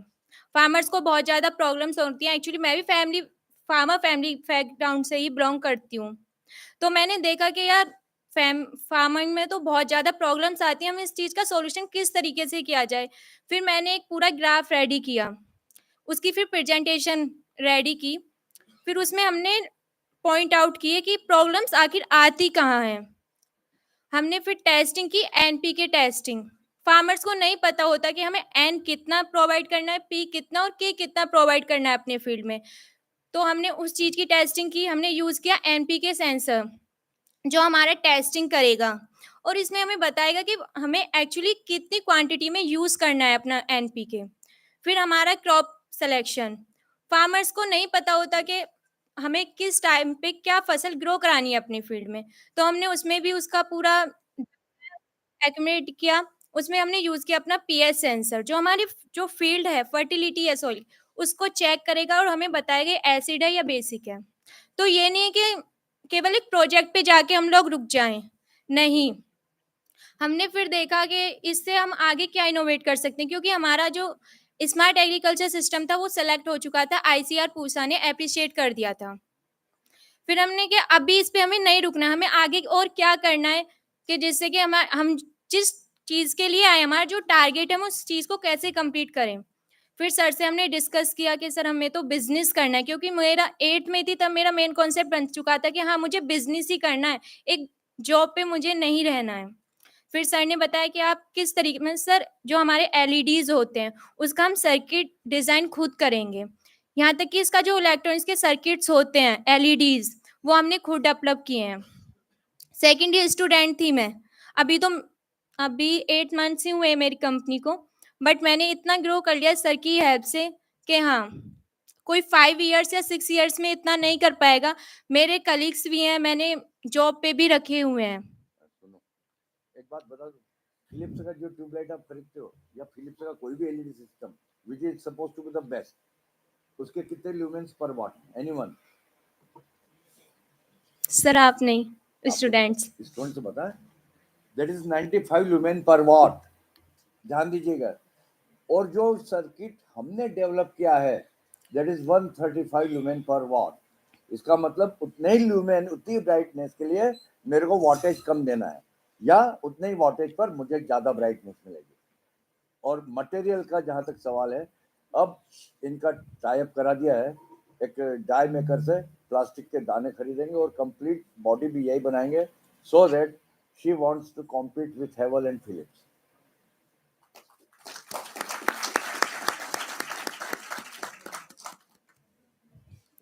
ओके सर, बोलो thank you. Thank you so much. चलो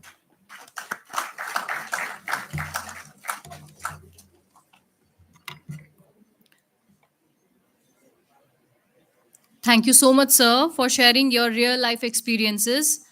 And very important point, engineers are the problem solvers. And very important, ask questions, talk something related to technology, and become a job giver. And let's have a huge round of applause for an inspiration, a young girl named Neha. She's actually truly an inspiration. Thank you so much.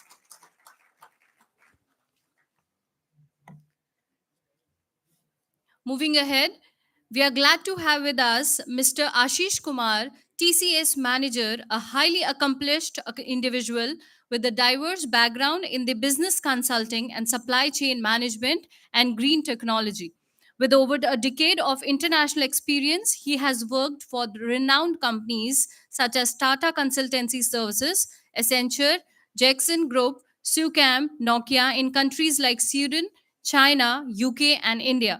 His expertise extend to mentoring, and he is certified Next Gen Mentor at TCS, and also a mentor of change for Atal Innovation Mission, an initiative by Niti Aayog, the think tank of Government of India. Mr. Ashish has been invited as a guest speaker and event judge by over 100 colleges across India, including prestigious institutions like IIMs, IITs, and DU. He enjoys mentoring on various topics, including career building, excelling corporate expectations, and sustainable development, brand building, and industry specific supply chain. Mr. has received numerous accolades for his outstanding contribution. He was the first and the only Indian to be awarded the prestigious Paul Fletcher Award 2014 by the Institution of Engineering and Technology in London. He has also been honored with a Karamveer Chakra Award, 40 High Impact Manager Award. That calls for a huge round of applause, everyone. And a Promising Indian Award, Noble Citizen Award, and several other awards for his initiative in youth empowerment and corporate social responsibility (CSR). Additionally, he has been recognized with the awards such as Green Globe Award, Green India Award, Energy Contributed Award, and Young India Changemaker Award for his initiatives in green advocacy and public campaigns. Let's have a huge round of applause for Sir. Today, we are privileged to invite you to the stage. Your insights and wisdoms are eagerly awaited, sir. Over to you, sir.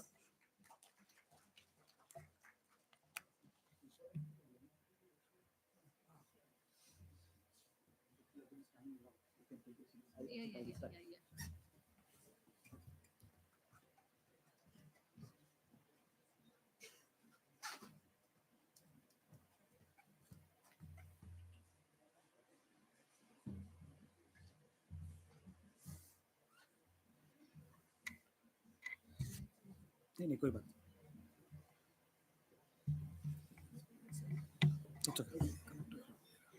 यहीं से बोल दें पूरा point नहीं, अगर आप दे सकते हैं तो दे सकते हैं, वरना उसकी जरूरत नहीं है। नहीं नहीं चलेगा। I think I can speak from here. नहीं नहीं यहाँ से बोलो। Good morning, everyone. So, how many of you are from first year? Hey, wonderful. Second year? Okay. How many are hitting placements in 2025? I think you all are all BTech students. So 26 is when some of you would be interfering, right? Okay. So distinguished guest, I think they have left, but I should start acknowledging them first. And Mangalmay has been one of the most favorable institutions for me in the last few years. I've been visiting them frequently for various purpose. You know, so Atulji has been very favorable in onboarding me as a corporate mentor to the institution as well. So I wish to see him before I leave. And my dear students, so the topic what I was called here today for is the recent trends in the areas of engineering technologies and management, right? So so what we'll be broadly talking about is we'll be covering all these aspects because I happen to be coined as the keynote speaker for this session. I have to make sure that I cover all these aspects before I leave. And I've also been confined with a time period of 30 minutes. So allow me to present myself. So the session outline would be more of covering the transition of the industrial, how it is revolving and how it has revolutionized from what it was earlier and how what it is in today's scenarios. Are you comfortable in English or do you want me to mix with English and Hindi? मुझे मालूम था greater Noida में अक्सर लोग बोलते हैं हिंदी में बोली मैं हिंदी में भी बोलता हूँ so while we transition we'll also see where I can mix with your words. So a recap of industrial revolution, and we'll also be covering about what is industry 5.0, which you saw as the outline of the entire focus, the scope of sustainability in this scenario, and what are the skill sets needed for you as you move ahead in the career. I want to give you something which you can prepare before you leave this hall. So at the end of the session what you'll have is you'll also have 7 pointers which you can must have or you should must have in your profile, so while you enter for opportunities in corporate. I also endorse the previous speaker who was talking about entrepreneurial journey, but whatever skill sets I'm talking about, जो भी skill sets की मैं बातें कर रहा हूँ वो आप एंटरप्रेन्योर बनो या हायर एजुकेशन के लिए जाओ या आप प्रोफेसर्स बनो या कुछ भी बनो, वो स्किल सेट्स उसकी जरूरत उतनी ही पड़ेगी. No, I'm also a part of IIT Bombay, इसलिए उन्होंने काफी धो डाला. So I don't want to brush that out. Those are reputed institutions and we should respect that. Okay. So let me begin with giving you an overview of what previous speaker was also talking about, the industrial revolution. So 1800 happens to be the beginning of industrial revolution. जो आप industry 1, 2, 3, 4 सुनते हो, that is industrial revolution. What you would have studied in your as a part of your curriculum. आपने शायद history में पढ़ा होगा, right? James Watt, industrial revolution. कुछ याद आया? नहीं आया तो वापस याद कर लो. I'll take you through that. Then industrial revolution 2.0, it was talking about Edison, याद है? Thomas Alva Edison याद है? हाँ. Faraday याद है? Engineering student हो ना? ये law याद है? ये याद है? बहुत difficult था, कभी ऐसे कर लेते थे, कभी ऐसे कर लेते थे, left and right करके, so it was difficult to sir ये वाला पूछा था, ये वाला पूछा था, एग्जाम में क्या लिख के आए? ऐसे बना रहे हैं, अपनी तरफ दिखा रहे हैं, वो श्योर नहीं है किधर जा रहा है. Then comes industrial revolution 3. I think most of you would be born around this era, right? You are BTech students, right? Most of you would be around this era. So you are fortunate to be born in an era, or unfortunate at the same time, because the transition speed of this era was drastic. What you would see in industrial revolution 1 and 2, 100 years. But what you would see in industrial revolution 3 and 4 is just a matter of 10 years, right? Then again 4 and 5, again 10 years, right? Compete or vanish. That is the era now, right? So you have to be on the toes to understand what and how the industry is transitioning, how the world is transitioning. Either you again exist in academia or in industry or into your business.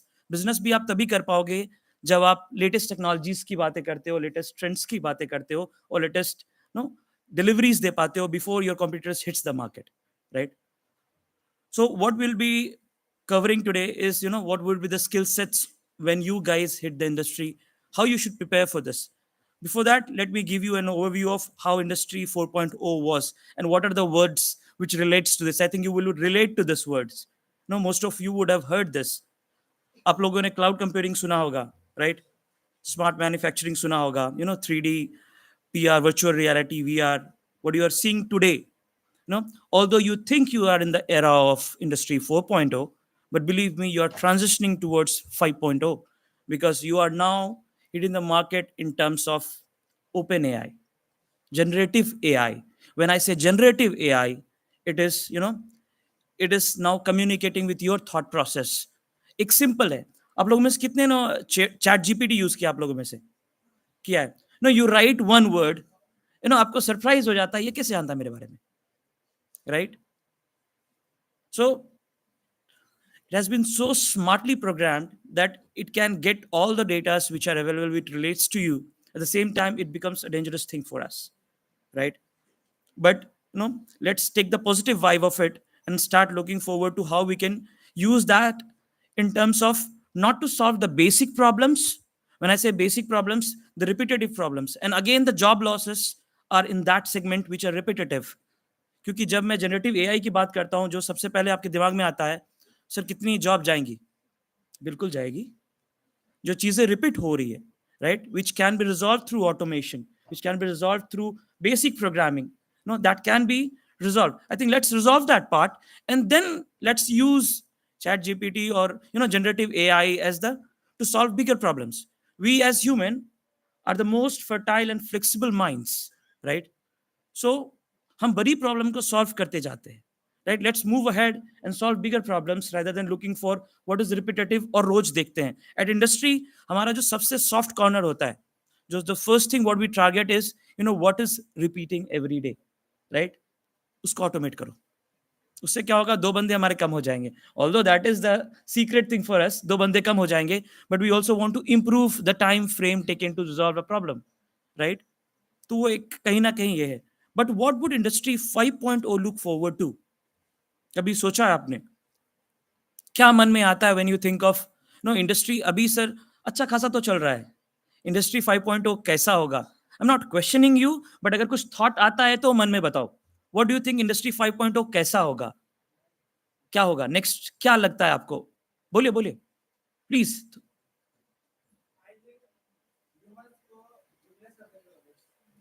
इनका कहना human को replace कर देंगे robot. How many of you think he can go right or he is right in his points? कितने को लगता है ये ऐसा हो सकता है? लग रहा है? कुछ को लग भी रहा है और कुछ को नहीं. मुझे लगा आप क्वेश्चन आप बताने के लिए हाथ उठा रहे हैं, बट आप तो अपने बाल सवार रहे थे. Okay okay. Anyone else has something else to talk about? आपको क्या लगता है कि क्या हो सकता है? What could be the next? हाँ बोलिए ना.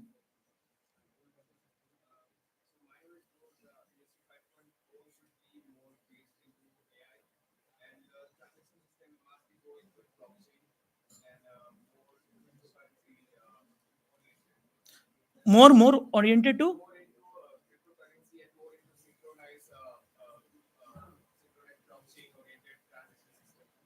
okay. मुझे बहुत ही दुखित से सूचित करना पड़ रहा है, विथ आई हैव टू से विथ इंडस्ट्री 5.0 कहीं ना कहीं ज्यादा टेक्नोलॉजी से हमें ह्यूमन सेंट्रिसिटी के ओर खींचने के ऊपर है. It's more imbibe towards making you more human, and human robot से कभी रिप्लेस नहीं होगा.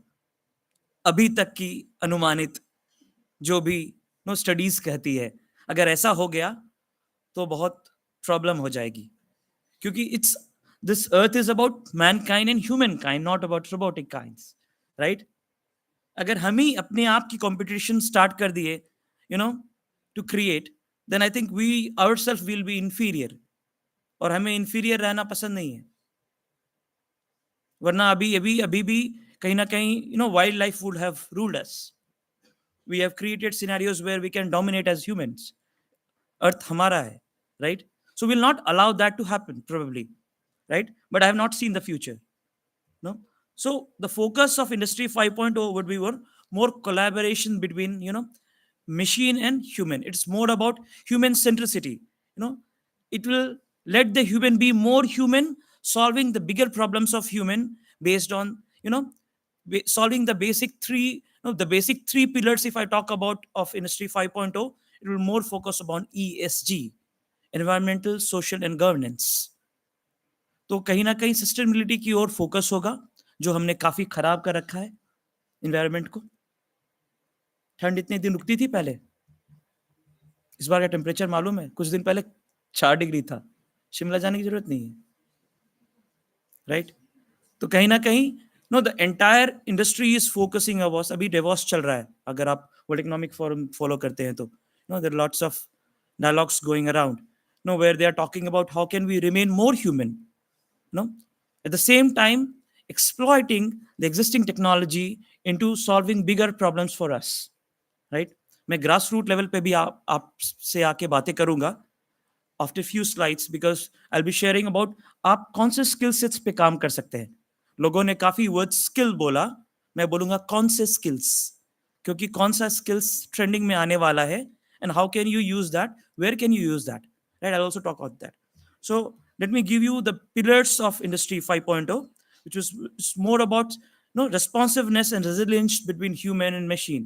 It will be also talking about people centricity and also about sustainability, right? तो ये focus होगा Industry 5.0 का कहीं ना कहीं. Like you said, one of the friends said that robots would be replacing us, but it's not that way. It's more of how they can coexist. And when you talk about replacing, that's a big term, but coexistence would be the more appropriate term, I would say. And exploiting them for our purpose. When you think of robot, don't think of something like iRobot or SEMO or something aisa kuch nahi. Anything you automate or use for your purpose, that becomes automation, and then if you utilize that as a machine which can help you to solve a problem, that becomes robot. ठीक है? हिंदी में बोलूं, कुछ भी चीज जो आप काम को आसान करने के लिए इस्तेमाल करते हो, कोई भी स्टेप को रिड्यूस करने के लिए इस्तेमाल करते हो, by utilising a small process और अ कोड, दैट बिकम्स, वो उसको ऑटोमेशन कहते हैं. उसी ऑटोमेशन को अगर मैंने किसी मशीन में फिट कर दिया और उसको हमने अपने काम के लिए इस्तेमाल कर लिया और उसमें हमारी इंटरफेरेंस की जरूरत नहीं है, तो वो रोबोट बन गया. आसान है, मतलब समझ में आना चाहिए, right? So Industry 5.0 will also bring bigger benefits to market space, where it can be it will become more like a sustainable and green supply chain. कोई भी एक प्रोडक्ट स्टार्ट होता है, मैन्युफैक्चरिंग रॉ मटेरियल बैकएंड से start होती है, how can we extract that without damaging the existing environment. कहीं ना कहीं उस थॉट प्रोसेस से स्टार्ट होता है. पहले हम जब बिड करने जाते थे मार्केट में, कोई भी प्रोजेक्ट किसी से लेने जाते थे मार्केट में, when we used to talk to the clients, उनसे ऐसे बातें करते थे, आप ये कर लेंगे तो इतना आपका पैसा बच जाएगा. आज मार्केट थोड़ा बदल गया है. नाउ वी आर सेइंग, आप अगर इस प्रोसेस को करेंगे, will be able to solve और have this much, reduce this carbon footprint, and हमारा कार्बन क्रेडिट इतना बढ़ जाएगा, ऐसे करके. सो thought process, the way we are thinking now is moving towards how can we move more sustainable, right? Sustainable development की ओर कैसे हम आगे बढ़े, So Industry 5.0, it will be more of psychology, which will be controlling technology, not the technology dominating or replacing us, right? So that would be the more focus, and it's a proven fact, right? So if you talk about the scope of sustainable strategies in Industry 5.0, it will be more of circular economy. Circular economy is, जहां से start किया वहीं पे चीजों को खत्म भी कर देना. बेसिक टर्म में अगर मैं बताऊं, अगर किसी चीज को आपने कहीं से भी, if you have digged out something, कहीं से आपने कुछ निकाला है, if you have digged out something, you have mined out something, how can you make sure that things reaches back to that place again, and that existence is not damaged, right? तो basic भाषा में circular economy वही है. और उस दौरान जब आप उसको वापस पहुंचाते हो, आप रेवेन्यू भी जनरेट कर रहे हो ईच पॉइंट पे. समझ में आया? कहीं ना कहीं ये बर्स्ट टर्म है, ये सब जो फैंसी वर्ड्स है ना, ये निकल रही है, but you should understand what is the basic meaning. मतलब समझ में आना चाहिए. किताबी डेफिनेशन तो कोई भी पढ़ा लेगा आपको, ठीक है. Understand what is existing, no. So it is all about, how we are adaptive to the nature, and it is helping us to be more healthier and exist in existence with what nature is looking for. Let them also leave, you also live with them, ठीक है. Leave जाने वाला leave नहीं, LIV leave, जिंदा वाला, right. So having said all this, मेरा focus आप लोगों को देख के ये हो रहा है, let's talk about what would be the skill sets which you should start preparing for, right. आप लोग भी कहीं ना कहीं इस thought process से यहाँ बैठे हैं, यहाँ से जाने से पहले कुछ ऐसा मिल जाए, we will start preparing on certification, कौन सा करना है, कौन से skill sets पे काम करना है, right. So let's talk about the top skill sets of 2025 as per the World Economic Forum, right. These are the top skill sets. आप फोटो ले सकते हो, कोई हार्म नहीं है, कोई रिस्ट्रिक्शन नहीं है.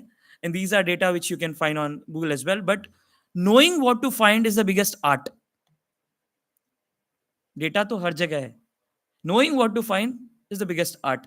कहाँ से लेना है वो भी जानना बहुत इंपॉर्टेंट है, और क्या लेना है, कितने क्वांटिटी में लेना है, वही तो मैनेजमेंट है, right.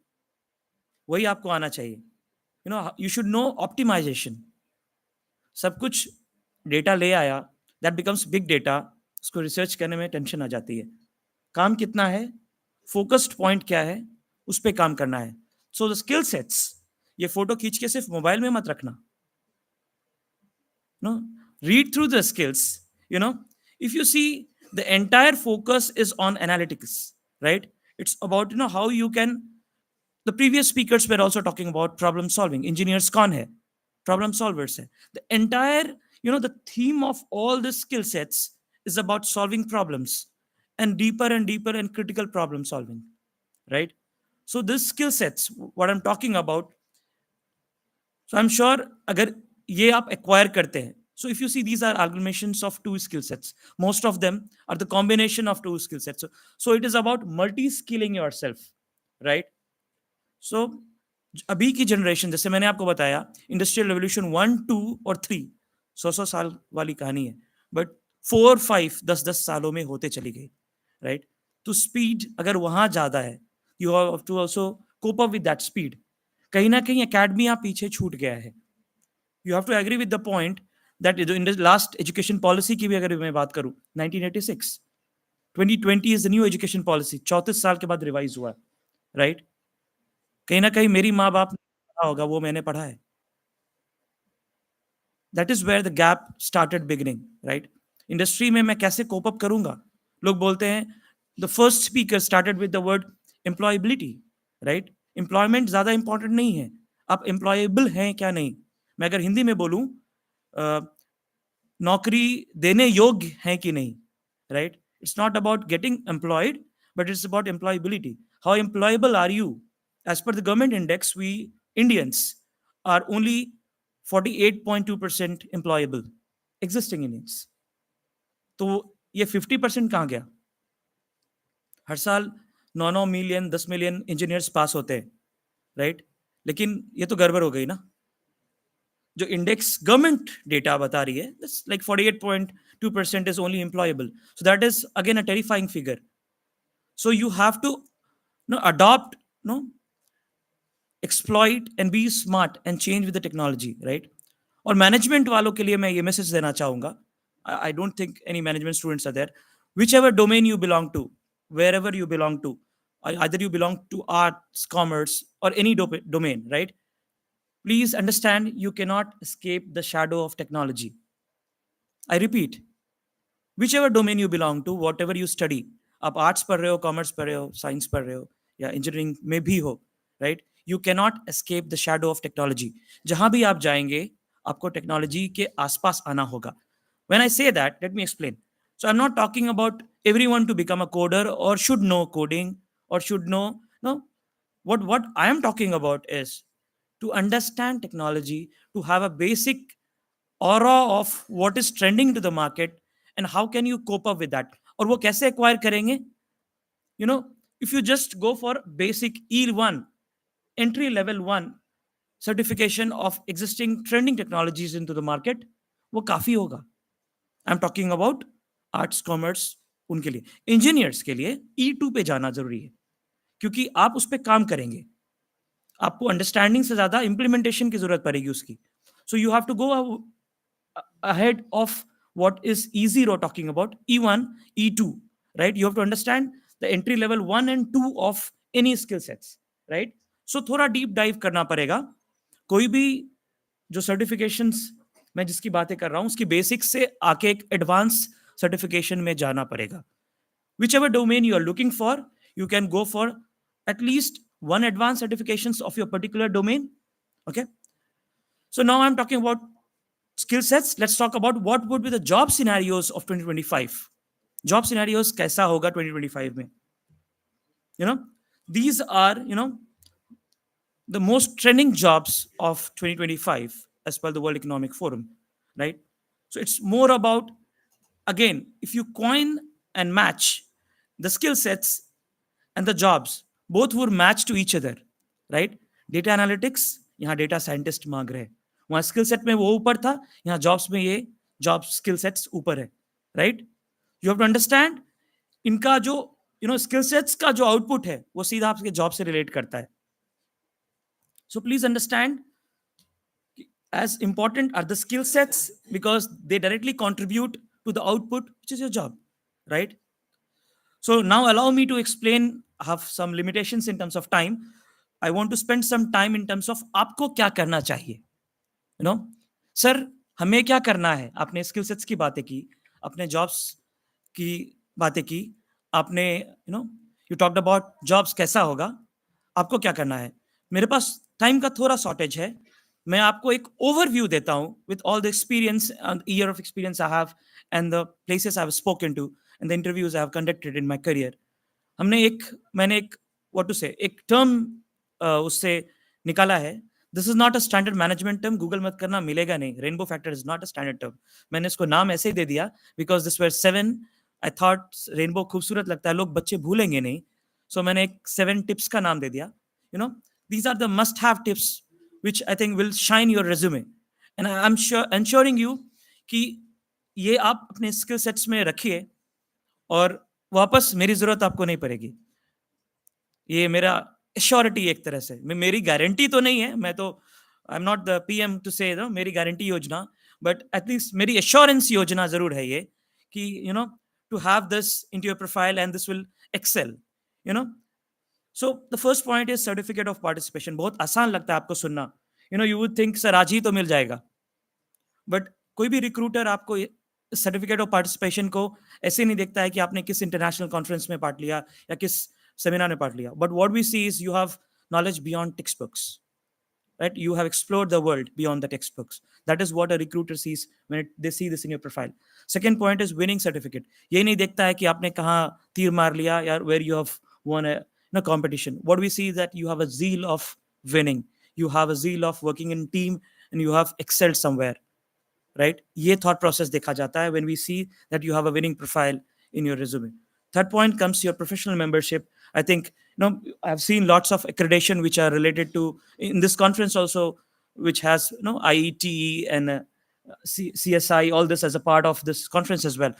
So how many of you are, no, a part of any of the professional societies like IEEE, IET, IETE, or, you know, CSI or anything? If not, it's high time you probe your director, sir, and ask him to enroll you there. What that will help you is, you know, that will help you to understand what is the trending technology into the market.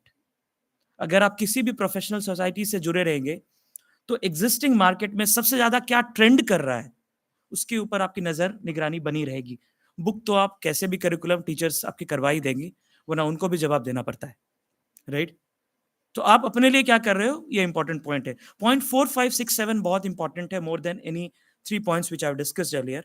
So point 4 is certification. अगर आप point 4 की बात करूं, you would confuse with point 1. Sir आपने बोला तो certificate of participation. Certification is something, do you want to elaborate? Anyone want to try what is certificate versus certification? Certificate क्या है और सर्टिफिकेशन क्या है? कोई बोलना चाहता है? Not testing anyone. किसी को बोलना है तो you can put your views. I am not testing anyone. So certificate is, yes बोलो. कोई नहीं आपको जज कर रहा है। अगर आप ये सोच रहे हो बगल वाला क्या सोचेगा, ये भी आप ही सोच रहे होगे, तो वो क्या सोचेगा? अब बोलो ना, खुल के बोलो। No one is judging you here, we are here to learn. I have also learn from my seniors, you are learning from me, and tomorrow you will sit here, I will be that side, like our seniors were on the other side of the dais, right? ऐसा मौका चाहते हैं कि आप लोगों में से कोई उधर आए और हमें बोले, सर 10 साल पहले आपको यही सुना था, आज मैं यहाँ हूँ और आप भी हैं।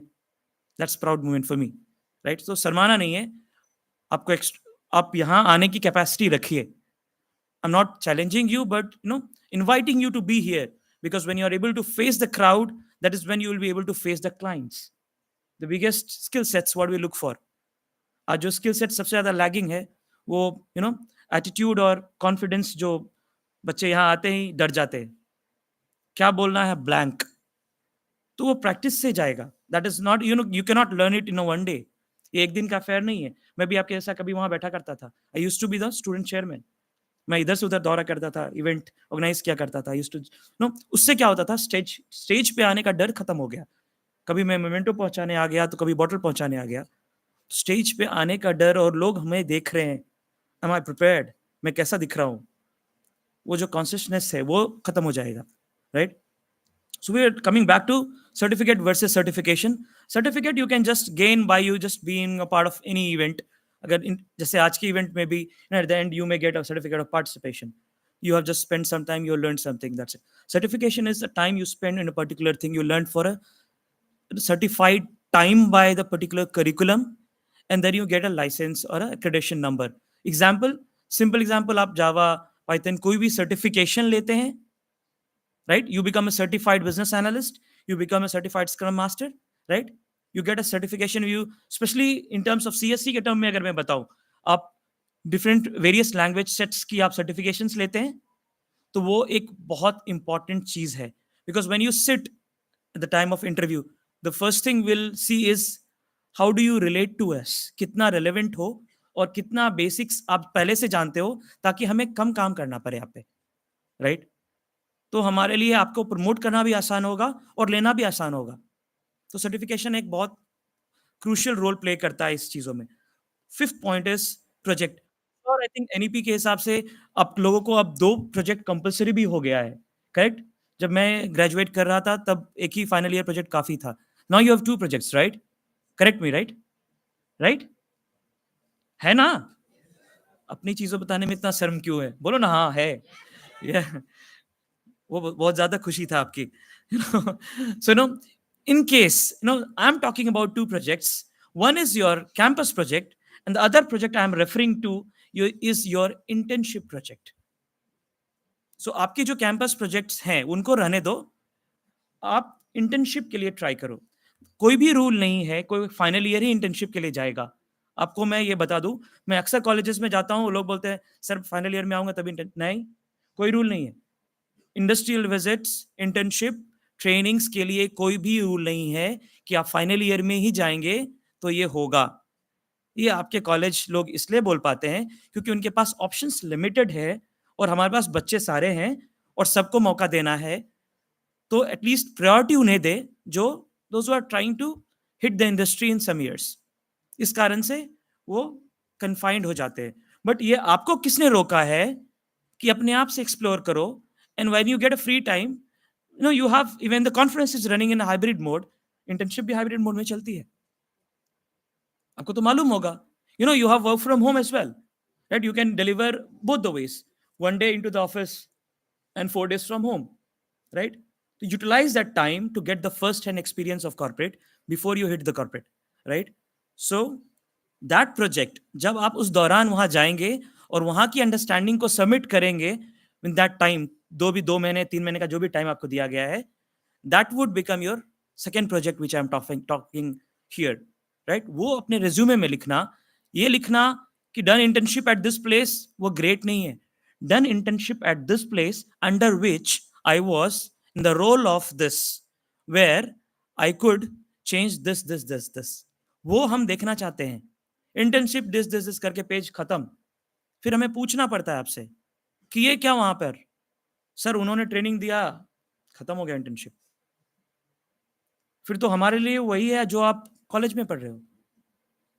आपने क्या दिया उतने दिनों में उन्हें, जो भी आता था, नो एटलीस्ट कुछ तो आता होगा, राइट? उतने दिनों में आपने क्या डिफरेंस क्रिएट कर दिया, वो छोटा सा डिफरेंस लिख दो उसमें, वो इंपॉर्टेंट होगा. What is your contribution in that duration of 2 months or 3 months, whatever durations you have, right? That is important. Then comes a sixth point again after this project, which is internship and industrial visit. Internship to aap log, I think most of you know how important it is. Let me talk about industrial visit. लोगों sir ने बताया था, you know, understand the basics, understand the projects. When you see things, you understand things.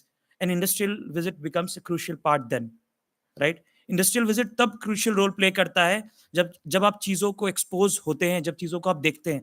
एक factory setup में कितने departments होते हैं, वहां पे कैसे चीजों को रखा जाता है, right? That becomes one of the crucial parts. That is why this becomes a important part. आप ये मत सोचना सर मैं तो सीएससी से हूं, हमें क्या देखना हायर के फैक्ट्री में या एचसीएल के फैक्ट्री में. आज एक प्रोजेक्ट के अंदर आई थिंक मेरे बाद जो स्पीकर आएंगे आपको वो बताएंगे कि एक प्रोजेक्ट जब हम डिजाइन करते हैं उसमें हर एक डिपार्टमेंट के हर एक क्लास के लोग होते हैं. एक प्रोजेक्ट में हमें एक फाइनेंस वाला चाहिए, एचआर वाला चाहिए, एक मैकेनिकल वाला चाहिए, एक आर्ट्स वाला चाहिए, कॉमर्स वाला चाहिए और 3-4 इंजीनियर्स भी चाहिए. तो ये इंपॉर्टेंट हो जाता है. तो इंडस्ट्रियल एक्सपोजर इसलिए बहुत इंपॉर्टेंट है. And that is why I told earlier as well that despite of any department you belong to, you can not escape the shadow of technology. इसको समझने के लिए सबसे आसान तरीका है इंडस्ट्रियल विजिट के लिए जाओ. तो मैं आपके हेड यहाँ पर है, Abhishek, he gets another target. Try to pull as many people to the industrial, arena. At least show them. I'll also help you. यही मैं आपको हेल्प कर सकता हूँ. यार एटलीस्ट गेट 5 or 10 जितना भी मौका मिल सके. Not everyone would allow 100s or 200s at a time, but 5, 10, 15 जो भी इंटरेस्टेड है, सबको इंटरेस्ट होगा भी नहीं, होना भी नहीं चाहिए, क्योंकि कुछ को मतलब है, कुछ को तो डिग्री मिल जाए वही काफी है सर. कुछ के मन में चल रहा है ये, आपको पता नहीं, राइट?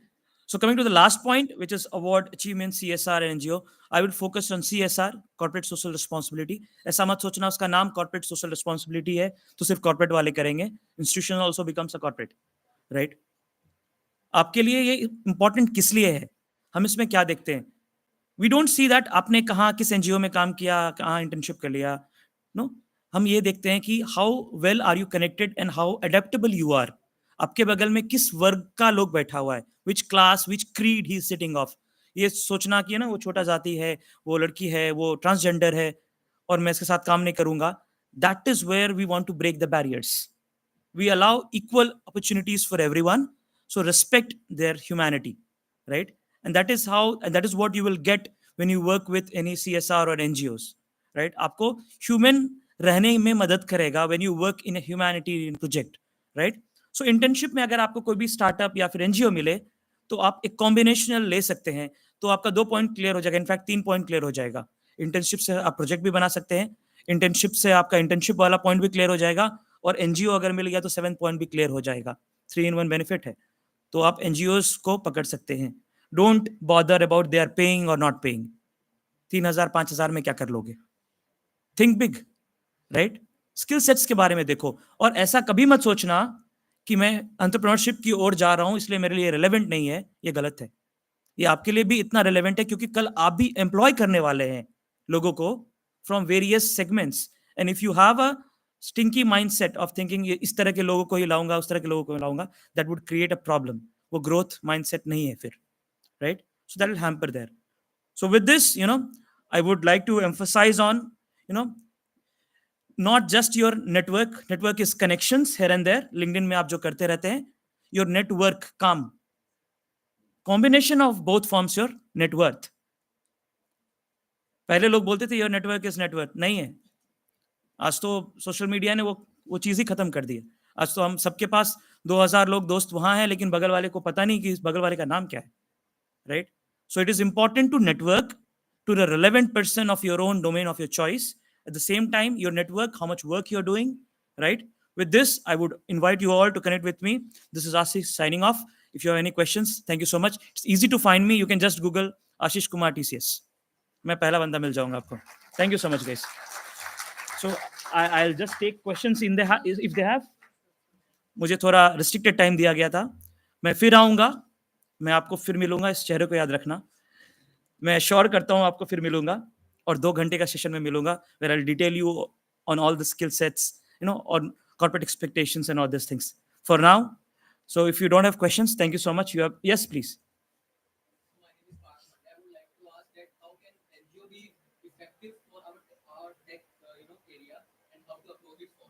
एक सिंपल क्वेश्चन, एक एनजीओ एक सेटअप है, कॉर्पोरेट है, उसमें क्या क्या चाहिए? आपने यस बोल के आंसर दे दिया. नहीं नहीं, एक एनजीओ एक सेटअप है, एक ऑर्गेनाइजेशन है. Okay.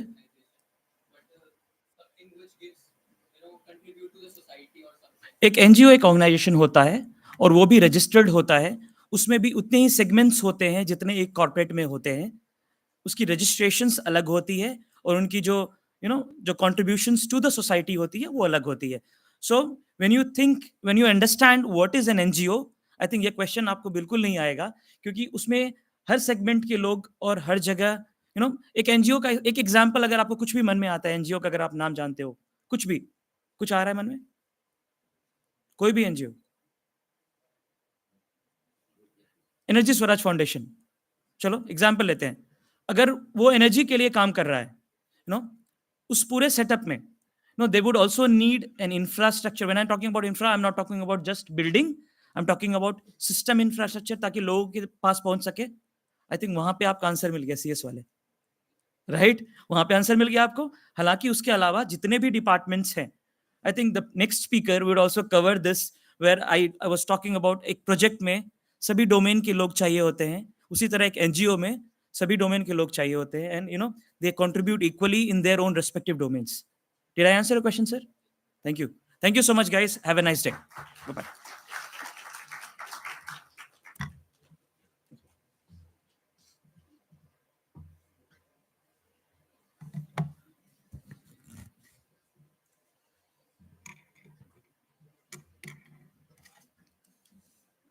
Thank you so much, sir, for sharing your valuable knowledge on Industry 5.0.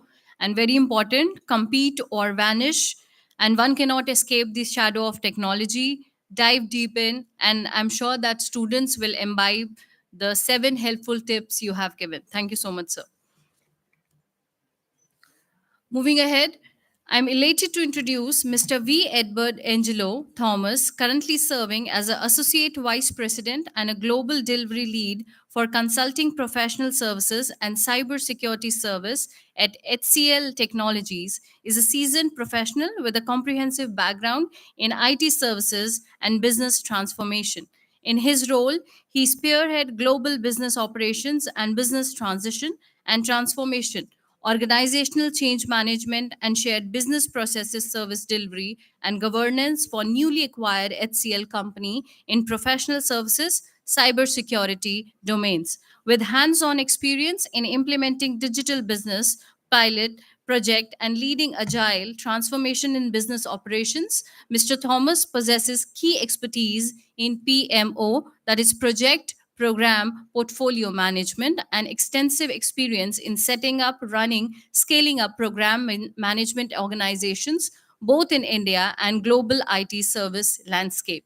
His multifaceted career includes setting up and running business unit level PMOs, shared business operations services, and handling P&L responsibilities. Mr. Thomas is adept in service delivery management, overseeing steady state IT and business operations in global service delivery models across various industry segments. Furthermore, he has demonstrated proficiency in transitioning and transforming operating and business models, particularly in acquisition, context, and encompassing product, IT infrastructure, software, and security professional services. His leadership extend to managing acquired company business transition and transformation, as well as steady business operations, certified in digital business transformation management, agile, SCRUM mastery, expertise blockchain professionalism, and TOGF business architecture. Mr. Thomas is committed to continuous learning and approaches his journey with curiosity and desire to uplift others. His dedication to staying abreast of evolving technologies and methodologies contribute to excitement and dynamism of his professional journey. I request sir to come forward and kindly take the command and to share your valuable insights that will undoubtedly resonate with all present here. Over to you, sir.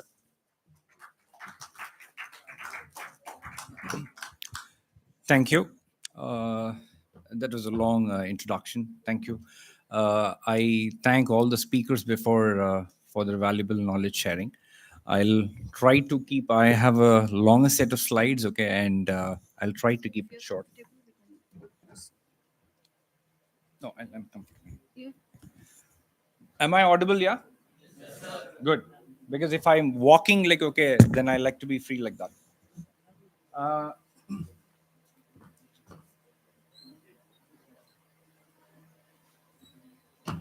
Stone, fire,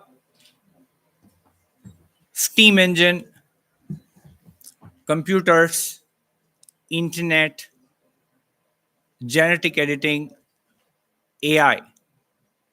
What is the connecting message across all these which I've told? I'll repeat: fire, stone, steam engine, roads, computers, genetic editing, internet, AI. Is there a connecting message any of you want to think of?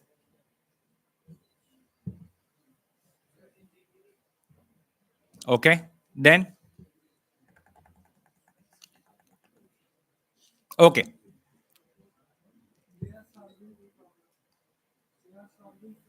Good. Anything else? Good. So the connecting message as solving problems, engineering, beyond that, it is about all of these were technologies at over a period of time, right? And technology was a tool, and it, what I meant to say is, okay, it has evolved over a period of time. And we as humans always use them as tools to make our lives easier. While I will touch upon some of the recent trends in the IT products, software, and the services industry, and subsequently I'll touch upon the areas of artificial intelligence subsequently, right? What I want to communicate is technology is a tool. A tool in the hands of a fool, okay, is still a tool. So it's about how you use it and how you're going to use it for making your life better. So the person who used fire used it to learn cooking, right? And use other steam engines, ensure you are able to transport. Roads, were able to connect and form a network. Computers, increase computing capacity, right? So it made your physical manual work go away a little bit. Internet connected folks. So all of these technologies are connected by saying that, okay, that it's just a tool, and even artificial intelligence is a tool, right? So don't fear artificial intelligence. Think like this, okay, your life will become easier. What you do today will become easier because of artificial intelligence, right? Like Sharma sir and Mahajan sir, like, okay, we're talking about when we were talking in the morning, some of the basics of technology and business doesn't change. Irrespective of it is 40, 50, 60 years, it doesn't change. And that's what we're going to talk about. I'll signal so that you can change the slide, because I don't have the connection here. Right? So I talk about some of the trends which has been happening in the IT products and services industry. And I'll start off with some of the basics, and then subsequently especially in the area of artificial intelligence, what's happening, and what is going to be the future of jobs, work, and what's next, okay, for you guys, like, okay, into engineering and management. Though I've been in, I'm a chemical engineer. Uh,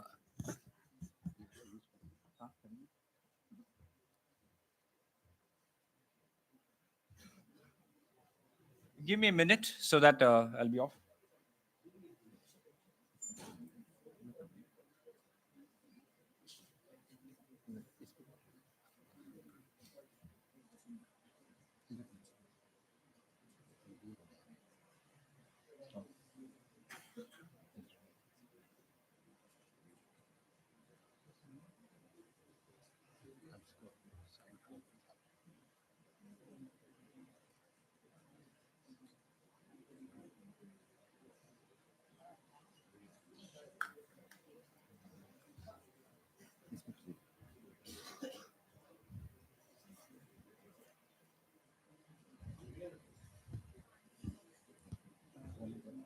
Hello.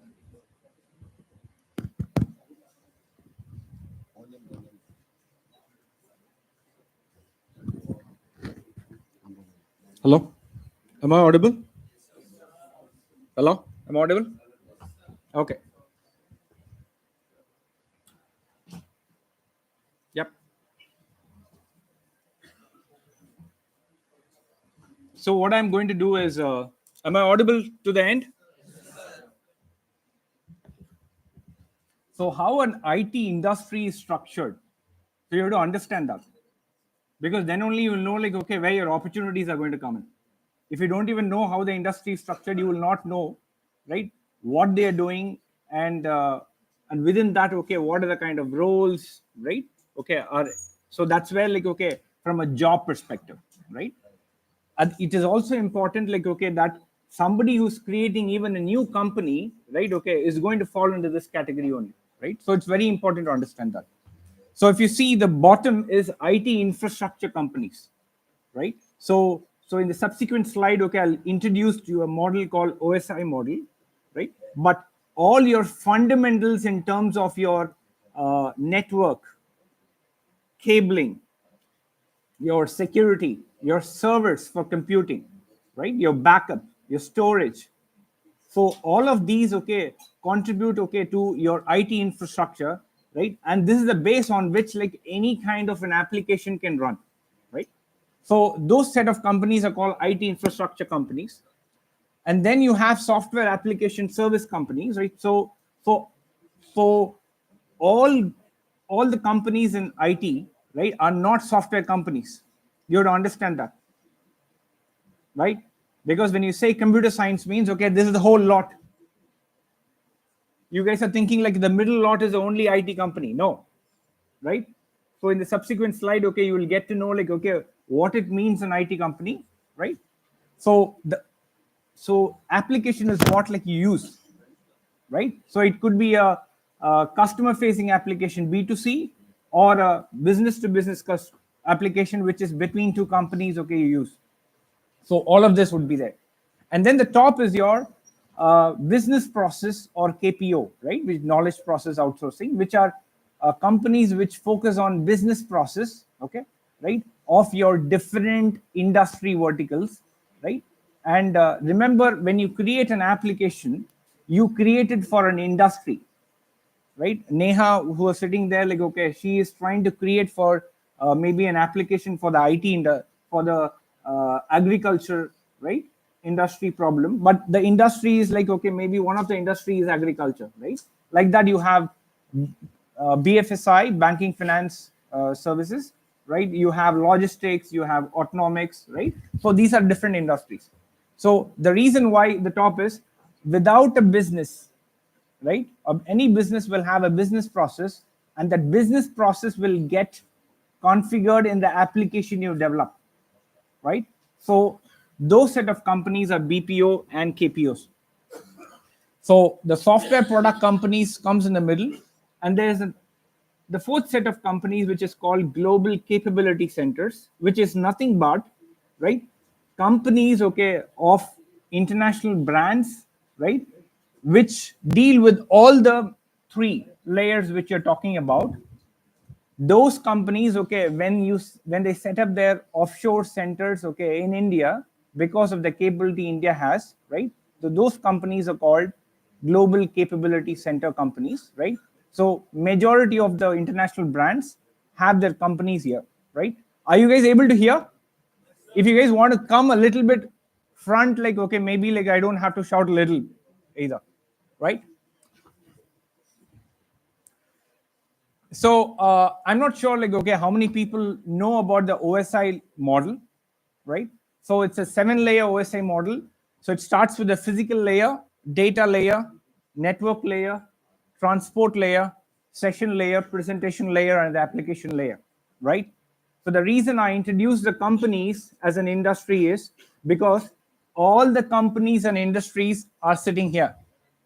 So whatever I said as IT infrastructure companies, they work, right? So you call data center, disaster recovery, cabling, networks, security, server, storage, backup, because all of this is required. So have you seen a LAN room in this building? You have a LAN room, local area network room. Otherwise, I'll try to be more English, less Hindi, right? Because I'm not from here, right? But thoda, right? I'm not very good in Hindi, but I will try to mix a Hindi wherever possible. So you will have a LAN in your building, right? So which is nothing but your part of your network, you can say, right? So your computers and applications will not run if you don't have this, right? So every IT companies will have either of this, right? So this is where, like, okay, it is linked. Then the top 3 layers, okay, are the software companies, your databases, your CRMs, your ERPs, your custom applications, any application, bespoke applications, whatever you have, right? All of them, like, okay, fall under that. So what do you mean as a computer science student? Okay, you must be thinking like, okay, I'll be going to a software company, right? But computer science is all. So if you have any kind of an understanding that you just belong there, no, right? And each of these areas which I mentioned out, okay, are a subject in itself. And there are companies, right, okay, which create, right, hardware and software for each of these areas, right? So without your hardware and the combination of hardware, right, your software cannot exist, right? And that's fundamental. It will not change. And then your business process. Why the business process? If you're running a business, each business will have its own business process, right? If you're running a bank, right, when you go to a bank, you will ask like, okay, how will I open an account? You will say like, okay, how can I get a retail loan? Retail loan is a process. Account opening is a process. But that process, right, is being configured on an application, right? That application is a software, right? So this is the fundamentals of any kind of an IT industry. Why? Because an IT industry will have the infrastructure, you will have the application, and you will have the business process, right? And you will have companies, right, doing either the product or the service or both in all of these. This is a concept I want you to keep in mind, right? In line with the slides which I told you. Why? Because you will be able to relate with what's happening in the industry. Center is the data, edges, hub and spoke model. So before, if you go to the early 90s, at that point of time, your LAN and network, right? Okay, basic networking was getting formed. And towards your late 90s, okay, people started getting into firewalls, right? Okay, into basic security, right? So basically what was happening is, okay, you suppose like, okay, if this institute has say 10 such smaller institutes, and this is a central institute, right? So each institute will have their own basic networking, then you secure them by security, right? And then you have small applications, right? You will have some central applications. So they will be there at both the places, and you will have data going in between both of them through the applications, right? So that is how, like, okay, the entire concept of any IT, right, is being configured. So So keep this in mind. Why? Because the entire industry, every company, right? Okay. If you logically, if you see like, okay, they will, as they grow from one center to multiple locations, right? They will need the three stacks: IT infrastructure, application, business process in each of these places, right? There's another way to see, right? Whatever you see in an IT company, uh, you will, the verticals talk about, you can have a B2B company, you can have a B2C company. B2B is business to business and business to consumer, right? And you can have horizontal technology solutions in all the 7 areas which I talked about, and you can have vertical solutions based on each industry, right? आपको banking industry लेंगे, within that, like, okay, you can have your business process, you can have your software, you can have your IT infrastructure, right? You need all the three to work, right? So this just to give an idea that each area will have hardware and software, right, to make it work together. I'm still touching only tip of the iceberg because these are all subjects in it together, right? And I don't have that much time to touch. So this is how, like, okay, when you view an industry, an IT industry, this is how you have to view. So that whenever you join a company into an area, into a role, it will be fitting any of this here. When you have this big picture, you will know, like, okay, what role you play where.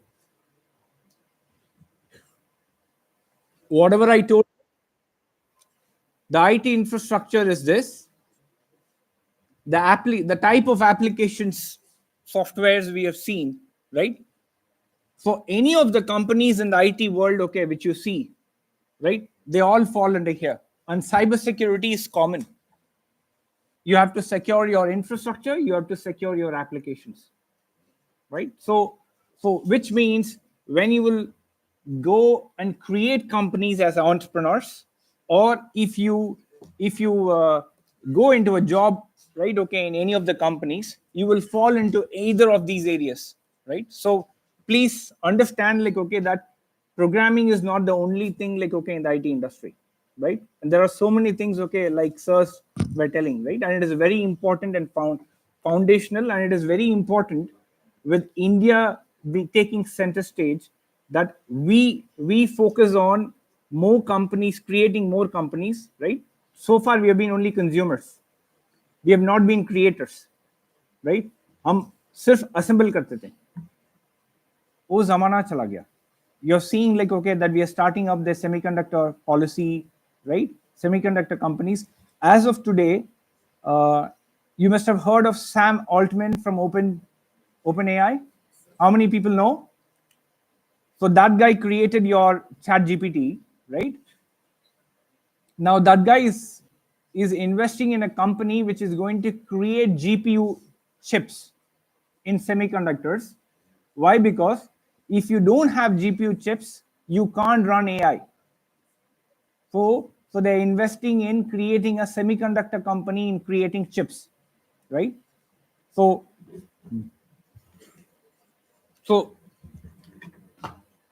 just in networking, which is a part of IT infrastructure, right? These are the latest technology, right, okay, which is happening, right, okay, as of now. In terms of security, you have network automation, you have to connect to the edge, right? 5G, 6G, right? Slicing, network DR, AI, ML and networks, software defined network. Every hardware, some portion of your functionality is becoming a software, right?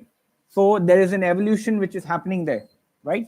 Network programming, quantum networks, IoT networking, cloud networking, and blockchain networks. This is just network, okay? This is all in cybersecurity, because remember, what is cybersecurity? When you have a house, you have a lock for your house. Why you put the lock? You can keep it open. You keep a lock because somebody can get in. So when you have an IT infrastructure, what is the most important asset in an IT environment? Can somebody give a try? What is the most important asset, right? Good. So if you have to secure your data, you have to secure everything. So that's the reason whenever every technology comes in, okay, you will have cybersecurity of the technology coming in, right? So is it a good field? Damn good field, because you will be always on demand, because the supply is always less, right? So we can have maybe like, okay, double click sessions later, right? I'm just giving you a tipsy view of like, okay, what's there, right? Storage, right? So where your data will get stored, data storage. These are the trends, okay, which are impacting in terms of data till your AI based data centers, right? So what I mean to say is like, okay, AI is based on, like sir was telling, is based on data. Data nahi hai, AI nahi hai. Open AI का chat GPT, right, पूरा internet का data में चलता है, but how long, right? So OpenAI is making a partnership with TikTok, Snapchat, Facebook to get their social media ka data. Why? Because then only like, okay, they can create, okay, whatever they can create, what text, image, videos, decisions, insights, right? So basically AI is going to make your life easier, right? So the latest Davos talk in World Economic Forum, right, okay, which is about to finish, there are only 3 things, okay, they talked about mostly: AI, sustainability, which Ashish talked about some time back, right? And like, okay, how we ensure like, okay, in all of these advancement, like, okay, we are able to keep people at the center of this transformation, right? So like Ashish said, he was asking the question of what will happen? It will get replaced. See, since the time fire, stone, steam engine came in, did we get replaced? So your past history has a very clear answer to your future, right? The answer is artificial intelligence. Is the word is artificial. It is based on the human brain, right? So if you take a step back and see like, okay, what it means to be human. Are you a body which has a spirit, or are you a spirit which took a body? Just taking a spiritual side of it, right? So if you try to understand what is a mind, right, can somebody say like, okay, under the skeleton we have the brain, right? But where's the mind? Everybody talks about the mind. Has everyone talked about like, okay, where's the mind and where's the human mind? Everybody. So what artificial intelligence is trying to follow is to do what the human brain does, which is still physical, right? But I don't think, in my view, we are not just physical beings, okay? We are a 1 trillion cells of energy, right? And there is whole lot, okay, which we don't understand, okay, but which we are. So when you go into subconsciousness, consciousness, and superconsciousness, and when you will understand at the energy level, right? And when you connect meditations, okay, a lot of things, okay, which we humans do, right, which the machines can't do, because what you call as OpenAI ka ChatGPT is a machine, right, which works on a data which is fed by a human, right? So what you teach, only it will output. If you teach bad, it will output bad. If you teach good, right, it will output good. So first of all, like, okay, if there is a fear artificial intelligence will take away the jobs, right? As of today, no, right? But the prediction is 60 to 70% of the jobs will be disrupted, not be replaced. So what you need to take is, you will be augmented by, right, an AI. That means you will have a phone, right? Okay, today you'll have a co-pilot, right, which will make your job easier. If you make the job easier, then you will have free time. Then the question to you is, okay, what is that, okay, you can do better with that free time, right? Somebody wastes it, somebody enjoys it, or somebody goes and looks at, okay, what high value work I can do, what problem I can solve, right? So this is a time, like if you ask me, like okay, because हमारा time में like okay, अच्छा job मिलेगा, अच्छा salary मिलेगा, settle हो जाएंगे, settle होने के बाद, okay, what I want as money, I got it. Beyond that, I don't have a purpose. If I don't have a purpose, right, then the money will not be with me, right? Okay, I'll enjoy, I'll spend the money, right? So with India's time coming in, right, with the younger population, and we are focusing on policies, right? So we need more entrepreneurs in India, right? And entrepreneurs mean, like Sir said, right, problem solvers. So we need more engineers to be problem solvers. इसके लिए like okay, every industry में ढूंढो क्या क्या problem है, right? Which is there in the society. Figure out what is the TAM, total addressable market, right? See, I'm a management guy. I'm not touching management by purpose, right? Because you're engineering students majorly, right? Otherwise, I'll have a separate session for the management guys, right? So figure out like okay, what problems, right, which we call in the industry terms use cases. How many use cases? Take agriculture industry. How many problems, okay, which are there, right? Okay, which you can solve with all of these technologies to put together, right? Can you solve that for India? India is a 1.45 billion people, right? So सभी लोग क्यों India में invest करने के लिए आ रहे हैं? This is a market for selling, right? Okay, because it's a big consumer market and is a market for the biggest workforce, right? Europe is aging, US is aging, China is aging, Japan is aging, okay? APAC, and within APAC, like okay, India has the highest population, youngest population, right, and a working population. क्या कमी है? The people who have the employability, right, okay, is less. So hence you are not able to go and create, right? Because like so आप कौन बोल रहा है like okay, सिर्फ like okay, whatever is being taught in the college, you have to only study that. For me, my actual learning started after I finished my MBA. After I finished my engineering in MBA, my actual learning started, and it continues, right? The only thing is like okay, you have to understand that every business will require all kinds of people, right? So if you guys okay only focus on one thing, the rest of areas okay, who will do, right? So you will have to focus holistically. If I take a business, say banking business, software, I need a designer, right, to think about okay how the software design will look like.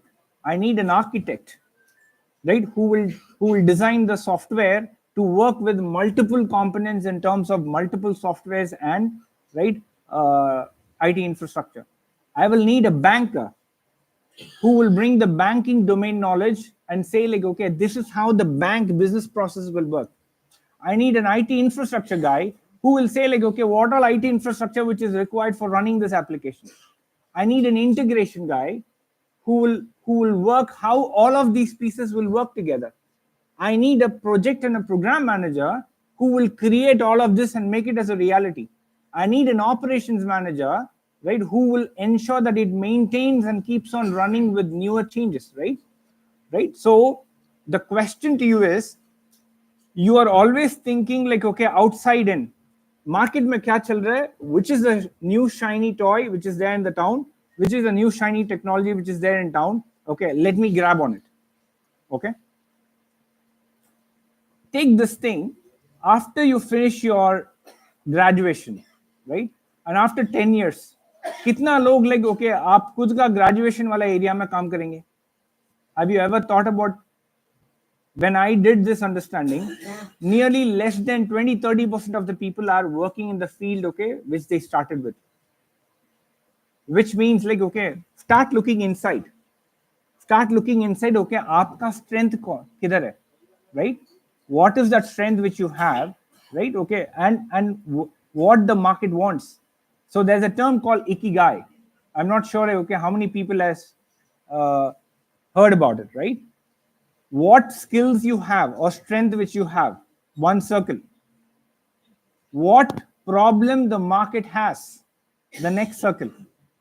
Okay, and when you mix all of this, what the market was willing to pay. So if what skill which you have, it can solve a market problem, and for that, like, okay, the market is willing to pay, right? You can either be having a job in that place, or you can be a entrepreneur and a creator in that place.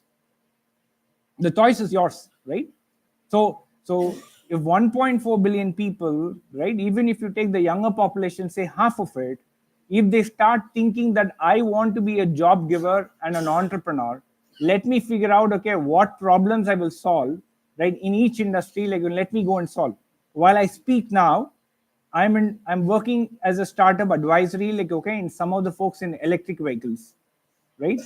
So electric vehicles, okay, is changing the industry in terms of, because of climate change, sustainability, right? And also into recycling, right? So those guys are like, okay, just 4-year engineering pass outs. They decided, okay, that they will pick the problem, right? And they wanted to go and solve it. And they're solving it. What they what they don't understand or take advisories, like in terms of the management aspects of this, which I'm helping them out with. But what I'm saying is, okay, I'm seeing a lot of entrepreneurs are coming in, so nothing stops you, right? Because if you get comfortable now, the next 10 years till your 20s has to go in learning, in building the foundation basics. Pull up your sleeves, okay, dirty your hands. If you don't dirty your hands, right, okay, in the first 10-15 years, right, then you will become too comfortable. Comfortable people cannot innovate, cannot solve problem, right? Rocket क्यों like ऊपर जाता है? Because it has its ass on fire, right? So start getting uncomfortable. If you don't get uncomfortable, right, like sir was telling, ask questions. Alvin Toffler says the leader of the 21st century is not the guy who has answers. The leader of the 21st century is the guy, like, okay, who asks bloody questions, right? You have to ask, like, okay, if you want to understand the stuff, understand who, what, when, where, how, right? If your teacher is saying this, okay, ask the 4 why technique. Ask why, he will give an answer. Ask why, he will give an answer. The third why, right, they will stop. If they're very intelligent, knowledgeable, they'll be able to continue till your 5th why. And in that process, your teacher also will become knowledgeable, you will also become knowledgeable. So I'm a chemical engineer, right? I'm able to sustain in the IT industry because of only these 2 things. Try to figure out how things work, right? 3 questions. How the universe works. 2nd, how the world works. 3rd, right, how this piece works. If you understand these 3 and keep curiosity at the core, right, no one can beat you. But if you lose curiosity now, and no one can save you. Why? Because I'm seeing like people who are like 5 years into the work, right, they're going towards comfort. They don't want to go and like, okay, dirty your hand.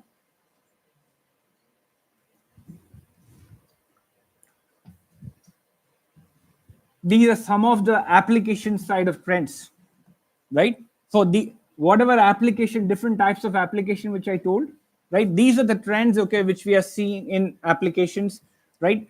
Data center, right? DR, monitoring applications management, right? You have different cloud related apps, right? You have DevOps, you have AI infrastructure apps, right? You have virtualization, containerization apps. But remember, all of these apps, okay, without your hardware, nothing works. Without your foundation, nothing works. That is your IT infrastructure. Like sir said, like, okay, dono is important. If you focus only on one thing, right?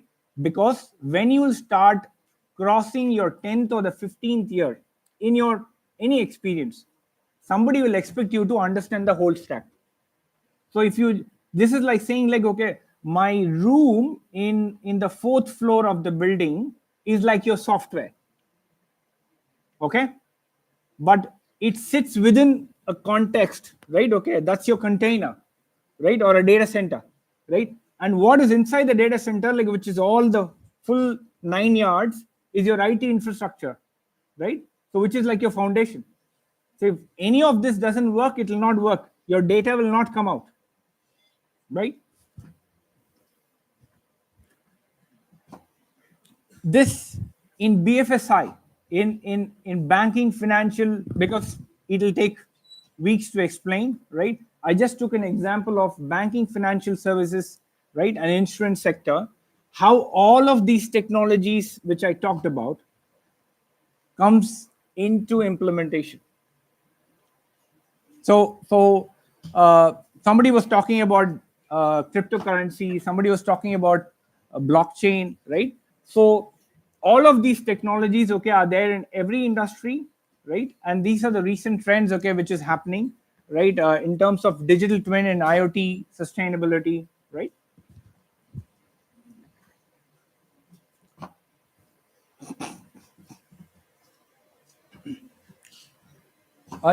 How many of people have heard this term digital transformation? Anybody can give a maybe a definition of it?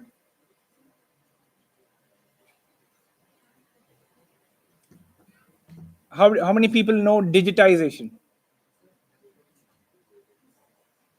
Okay, so digitization is converting manual records to digital, right? You scan your hard copy to your paper, right? Okay, into a PDF is a digitization.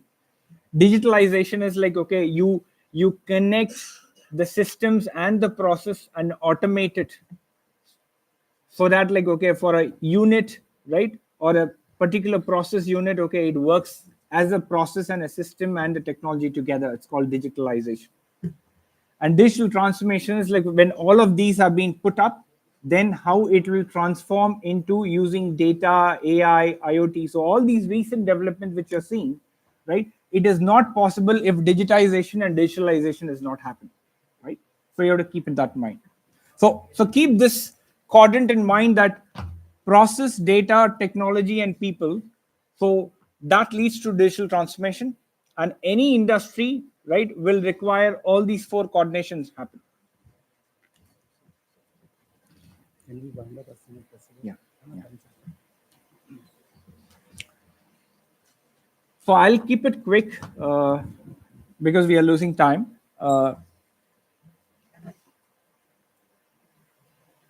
As I mentioned, that all these technologies which is happening and which has been gaining importance in the IT industry, right? In terms of development, in terms of areas where you have to study, right? Roles are there for all of these areas, right? So it is not just programming which is required, but keep in mind, if you're not confident when you're facing the board, when you're facing the recruiter, right, or if you're not able to put your ideas together, right, you will not be able to go forward in terms of whether it is an entrepreneurship or whether it is a job, right? So with whatever has happened till now, which we are seeing, like, okay, the future is good for the IT industry, because this industry is going to be helping all other industry sectors, right?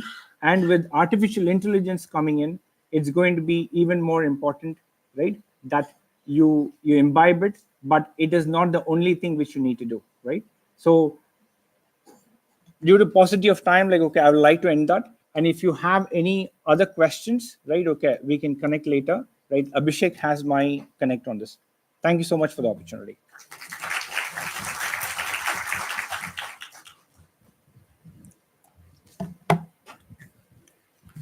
Thank you so much, sir, for your valuable knowledge on IT service basics.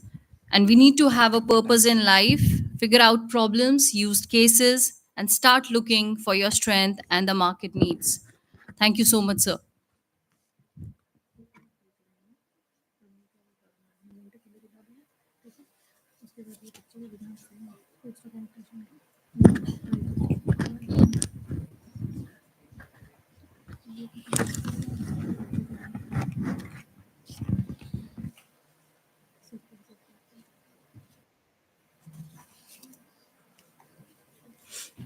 price distribution to first price है फिर क्या बोलना margin से ठीक है first price margin से था second price जो है आपको जो है सोने से हो जाएगा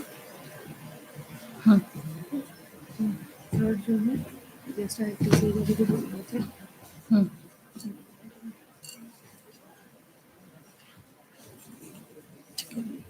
अभी जो है मैंने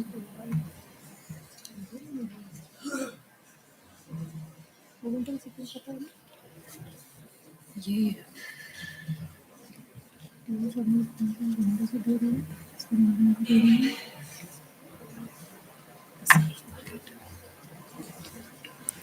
Now, moving up onwards, I would request Mr. Yogendra Kapoor to present a memento to Dr. D. R. Sharma, retired scientist, Serir Pilani. I request Sir to please kindly come up on the stage.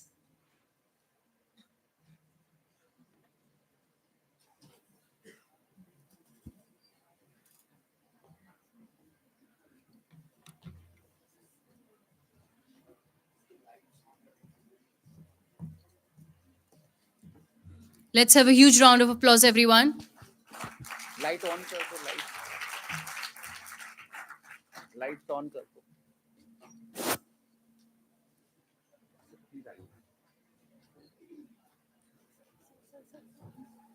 Thank you so much, sir.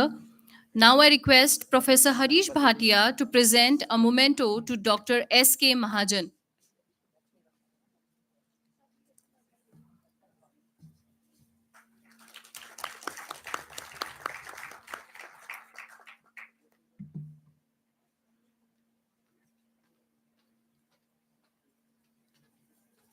Thank you so much, sir. I now request Dr. Chetan Khemraj to present a memento to Mr. V. Edward Angelo Thomas.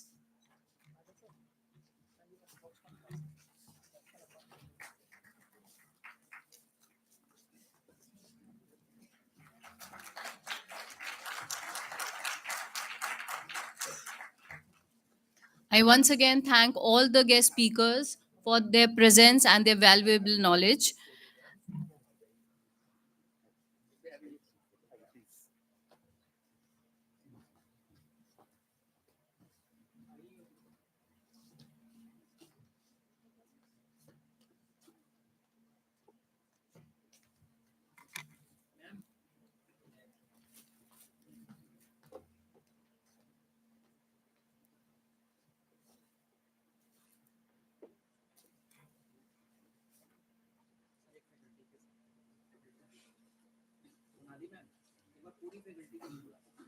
I request all the faculty members to please come up on the stage for a group photograph.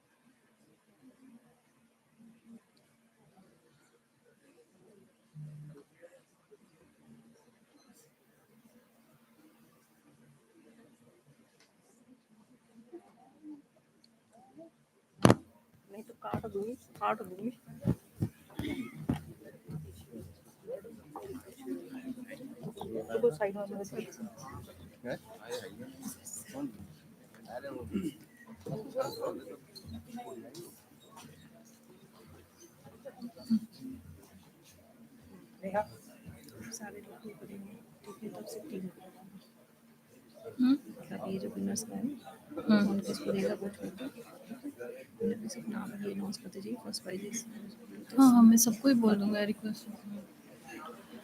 Now we are going to announce the result of poster presentation competition, and the winner who scored the rank 1 is Aditya Mishra, Jia Kumari, Satya Prakash Srivastav.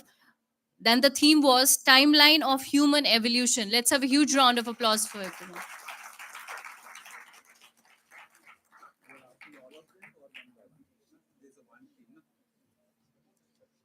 I request all the dignitaries to please.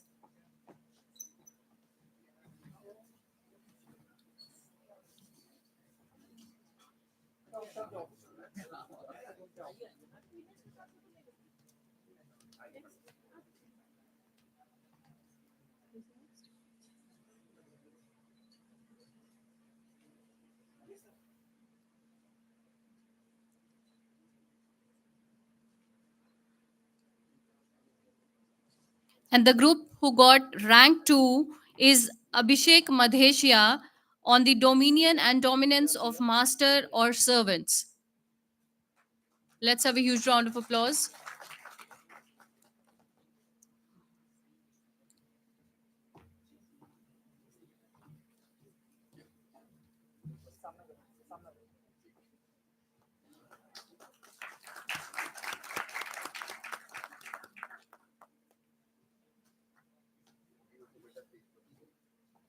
And who got rank 3 is Sakshi, Sia Innovative Gadgets for Safety of Girl Child Against Crime.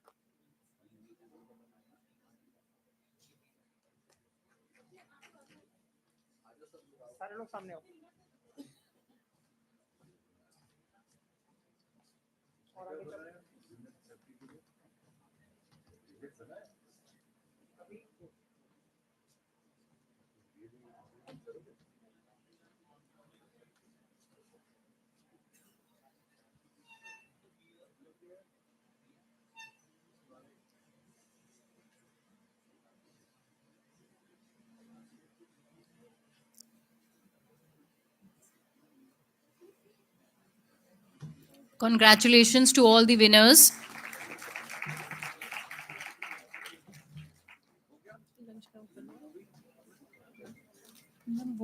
Ma'am, national anthem or vote of thanks?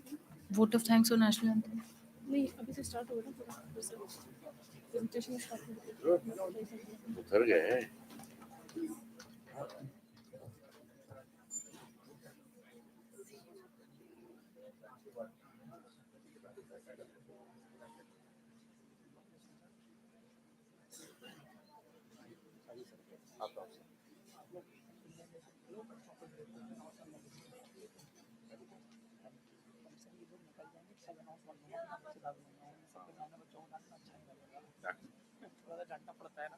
ठीक है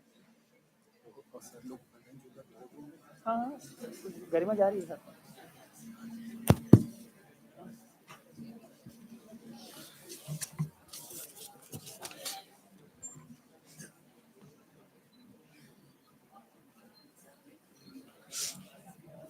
students kindly take your seats first बेटा आप लोग अभी बैठ जाइए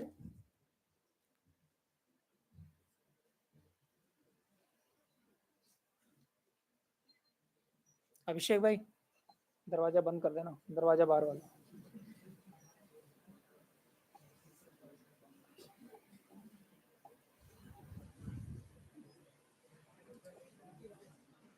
yes now all the dignitaries are not over here जो बात अब हम लोग कर रहे हैं दैट इज पर्सनल अब उन लोगों को सुनाई नहीं देगा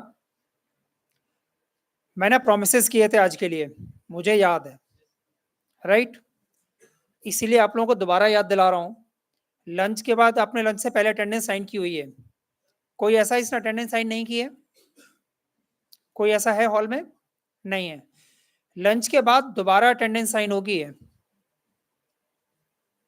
इसलिए ये वाली गलती ना हो जाए कि आप लोग निकल लें यहां से प्रॉमिस पूरे दिन का है तो पूरे दिन रहना पड़ेगा right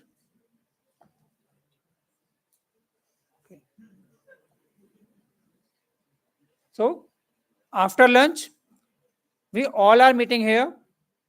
It's now it's 1:38, 1:40, approximately 2:10. We are going to meet again over here. The same time, same place. 2:10. Not same time, that is 2:10. Right? बेटा थोड़ा जल्दी करके आएंगे, टाइम कम है आजकल. Right? Move fast.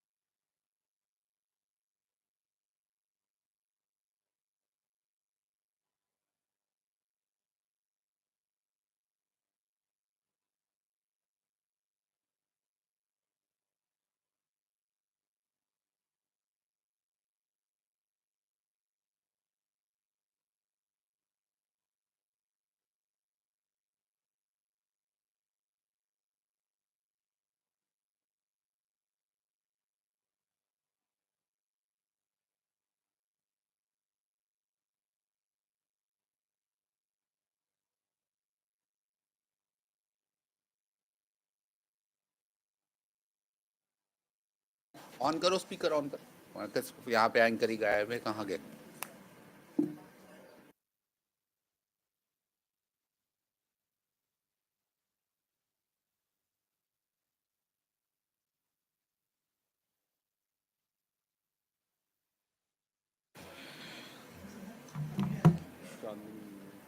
Hello.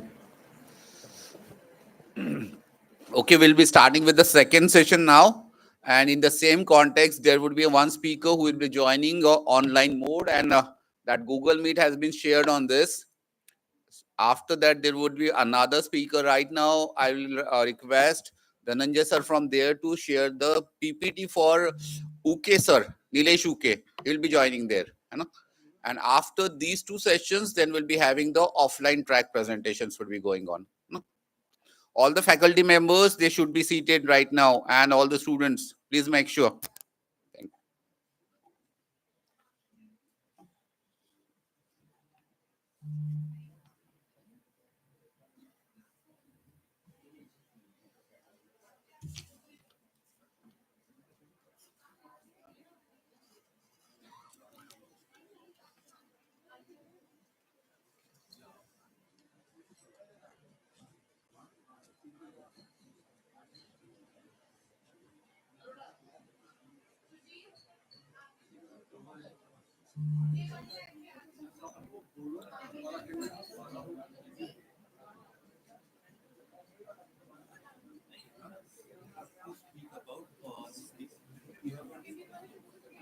I'll let you know if there's some more speaker.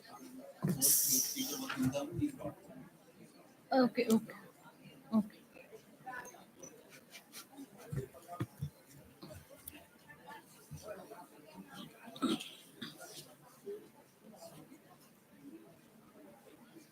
So shall we start? I request all the students to please kindly be seated.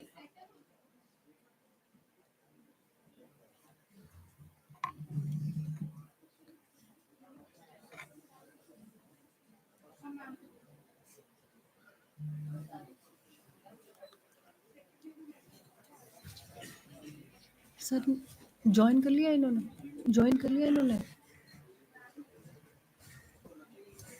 नहीं किया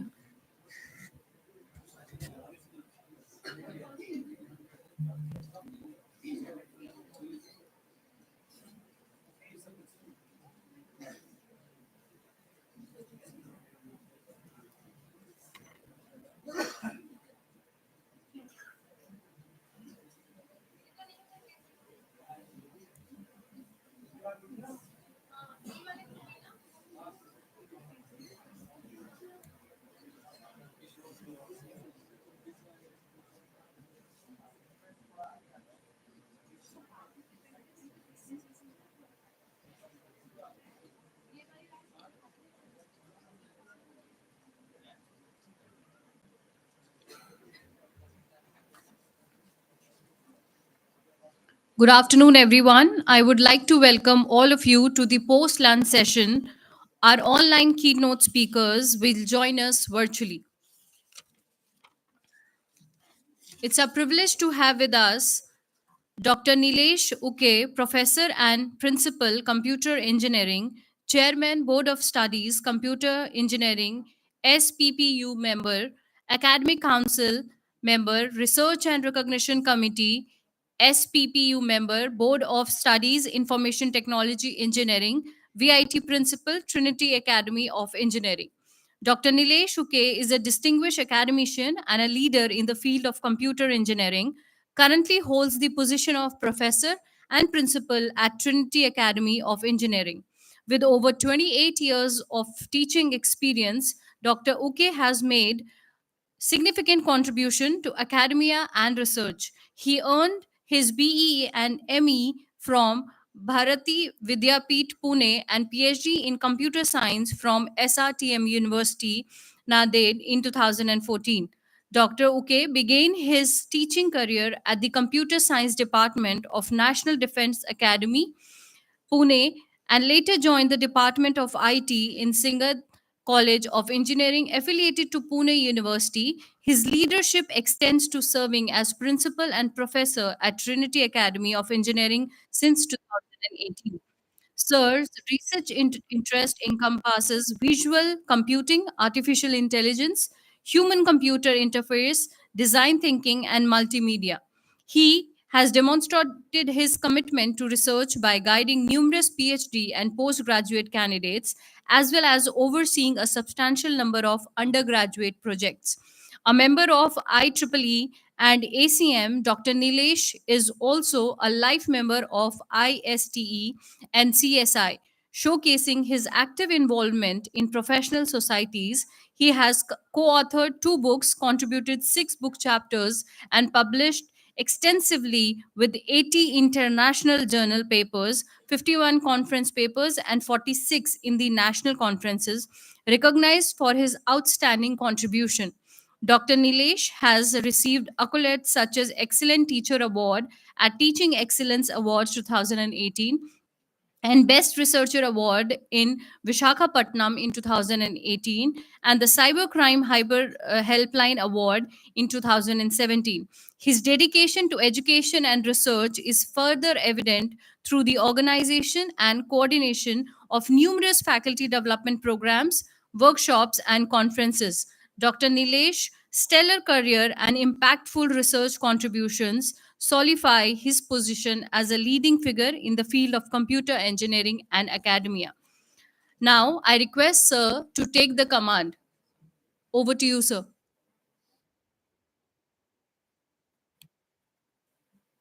Sir is going to join us virtually.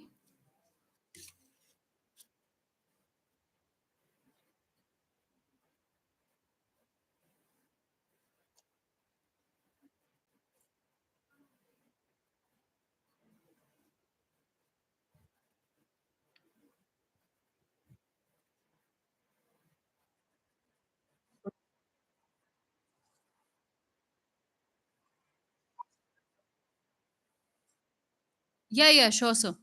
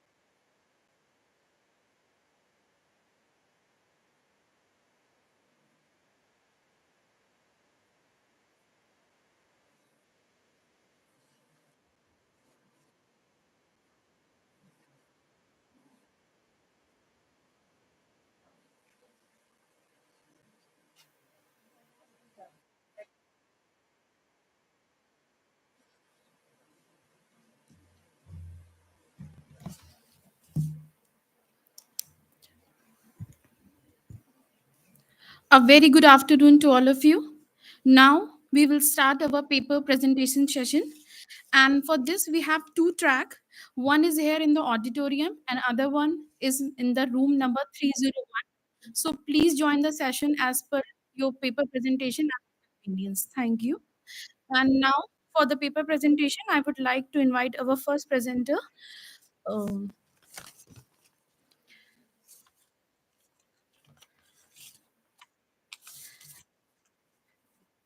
Divesh Mathur and Hridayatam Ray.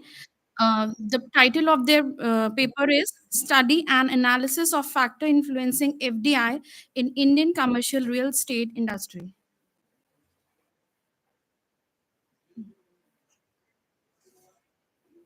Can we start the PPT?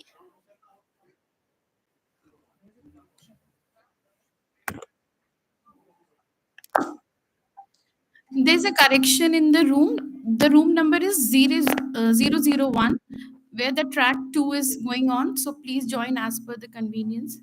Ground floor. Check, check, check.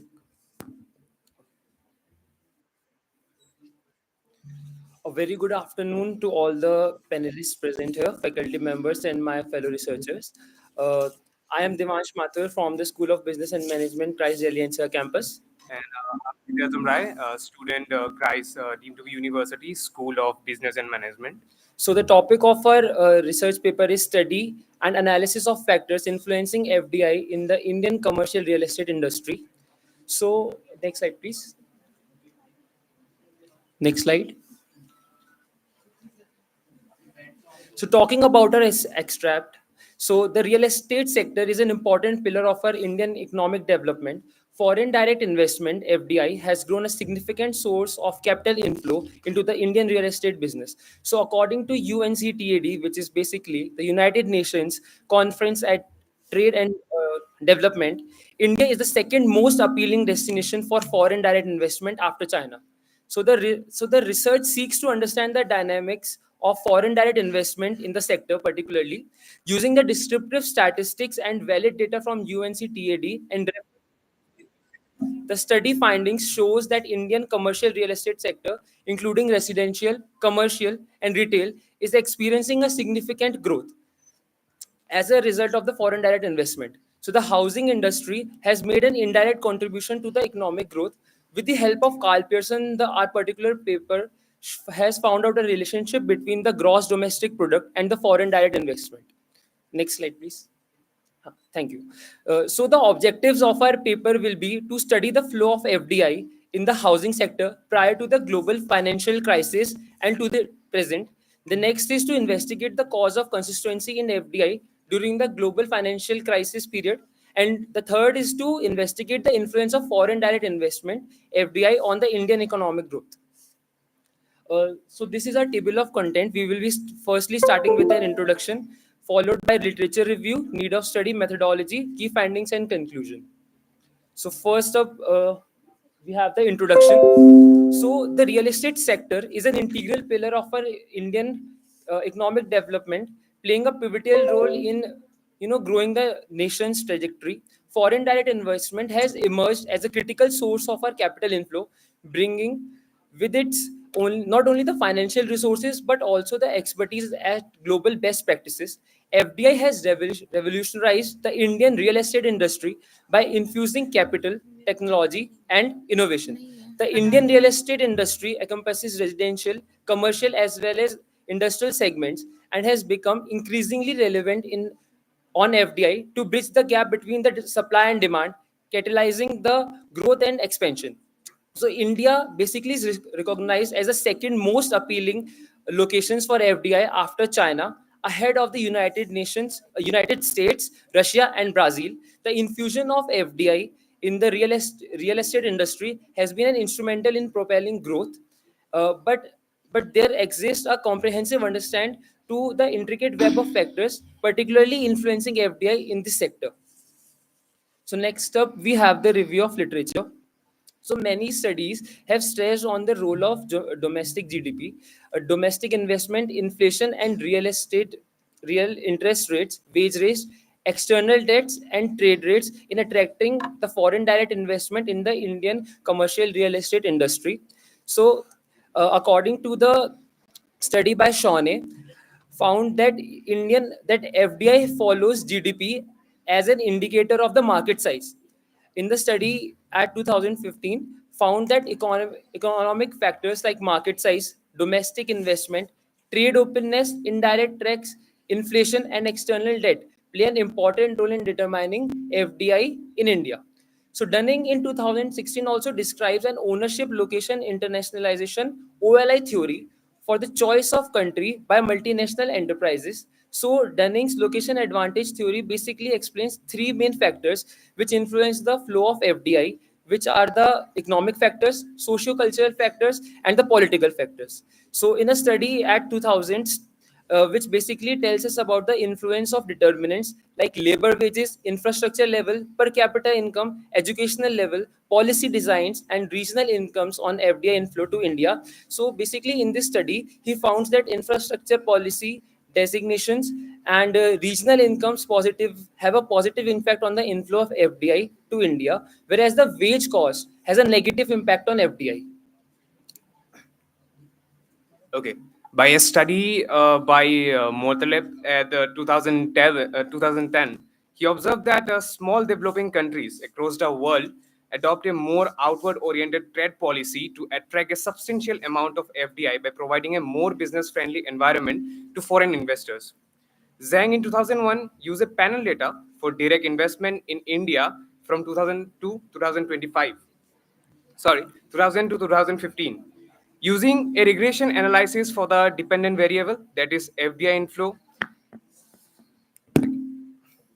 and the independent variable, namely GDP, exchange rate, interest rate, human capital, technological factor, and openness of the economy, it discarded the relevance of the model that in the Indian context, as the Indian liberalization of FDI inflow and outflow has a long way to go. In Zhang 2001 also founded the foreign direct investment from India were encouraged by the liberalized trade policy, cheap labor, and political stability in India.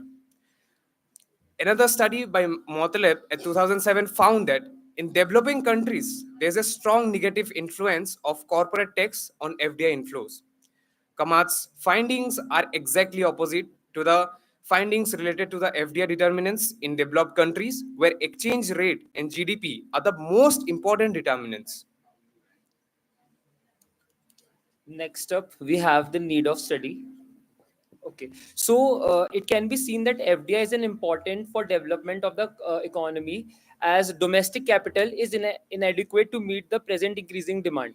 So foreign capital is essential, at least in the period when the capital market is still developing, like in the case of India, which also bridges an additional benefits such as technical knowledge and expertise. So the study basically attempts to analyze the factors pulling foreign direct investment in commercial real estate sector in India. So next up, we have the research methodology.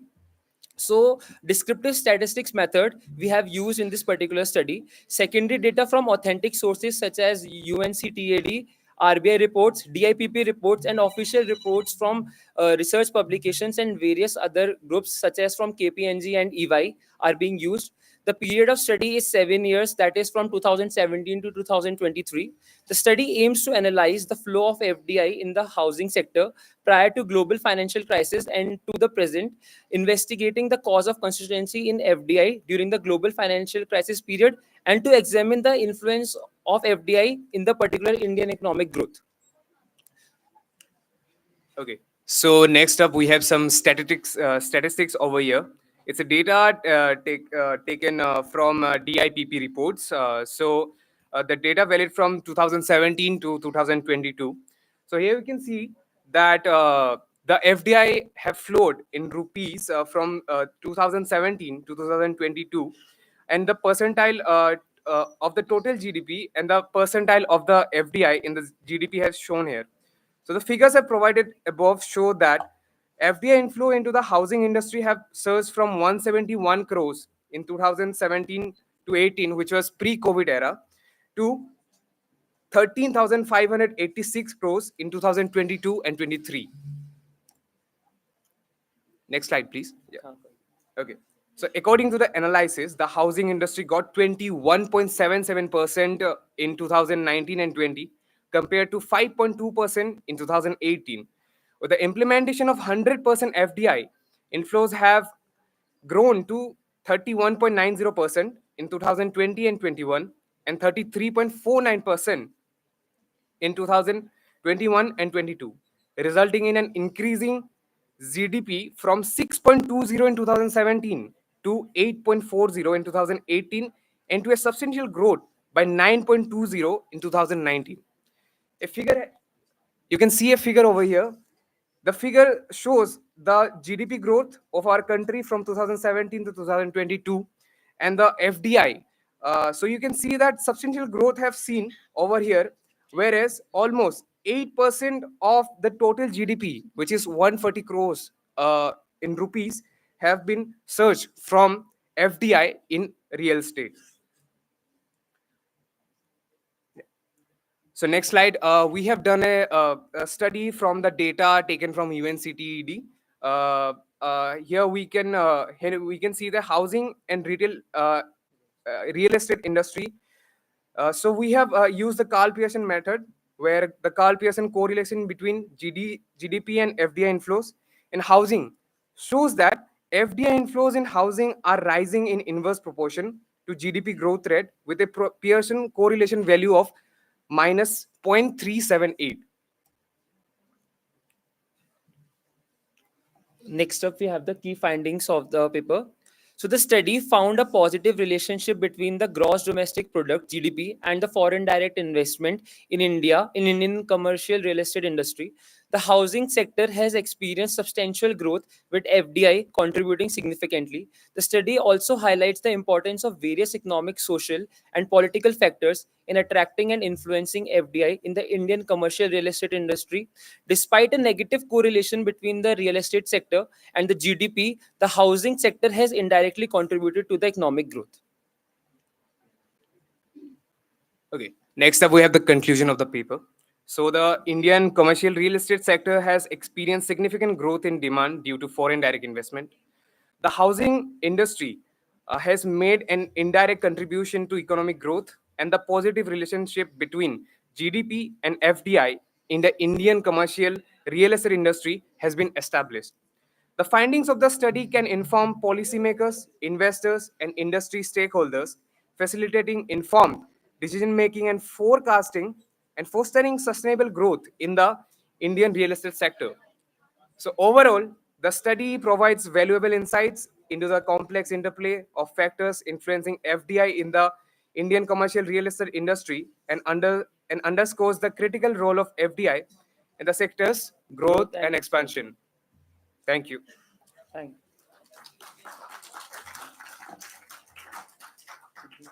Any questions from the audience? Any questions? No questions? Thank you, ma'am. Thank you so much. Thank you, everyone. Audience, please be seated. Students at the back, please be seated. Now I'm going to announce the name of those who are going to give their presentation in the auditorium. Anurag Agarwal, Devesh Shukla, Prateek Singh, Bhaskar Bhatt. These are the name of the presenter who was going to give their presentation in the auditorium. Now, I would like to invite our next presenter, Anurag Agarwal, sir. The topic of his paper is Redefining Intelligence in Higher Education, a Paradigm Shift from IQ to EQ. May we have the PPT, please?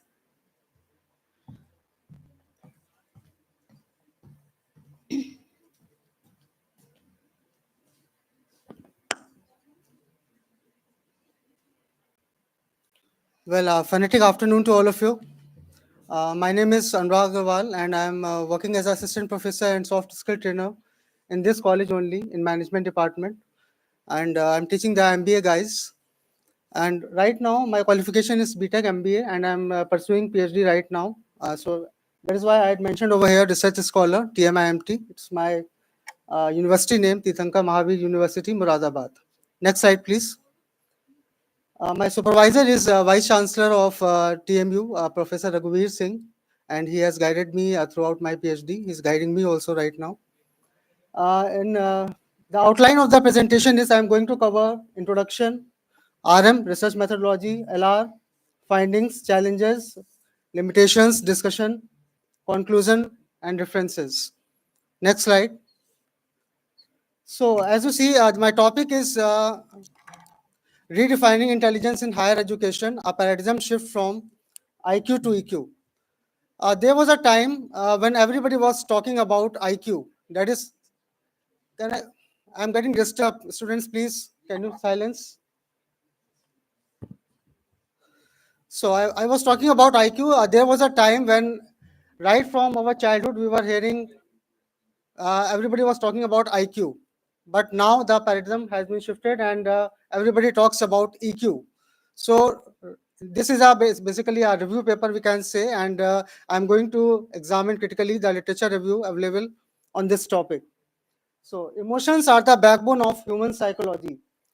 EQ is basically, we can say, a psychological concept, and it was developed by two researchers, as mentioned, John Mayer and Peter Solvay in 1890s, and it made popular by Daniel Goleman in 1995, and he is regarded as the father of EQ or EI. One must not be confused between EI and EQ. Both the terms are used, synonymously or interchangeably. However, we can say, if we go in depth, we can say that IQ measures your intelligence. Similarly, EQ measures your emotional intelligence. So, our current Prime Minister, Mr. Narendra Modi, is also focusing on this EQ a lot, like Make in India, and he has given a very good example, which I would like to share with all the audience members.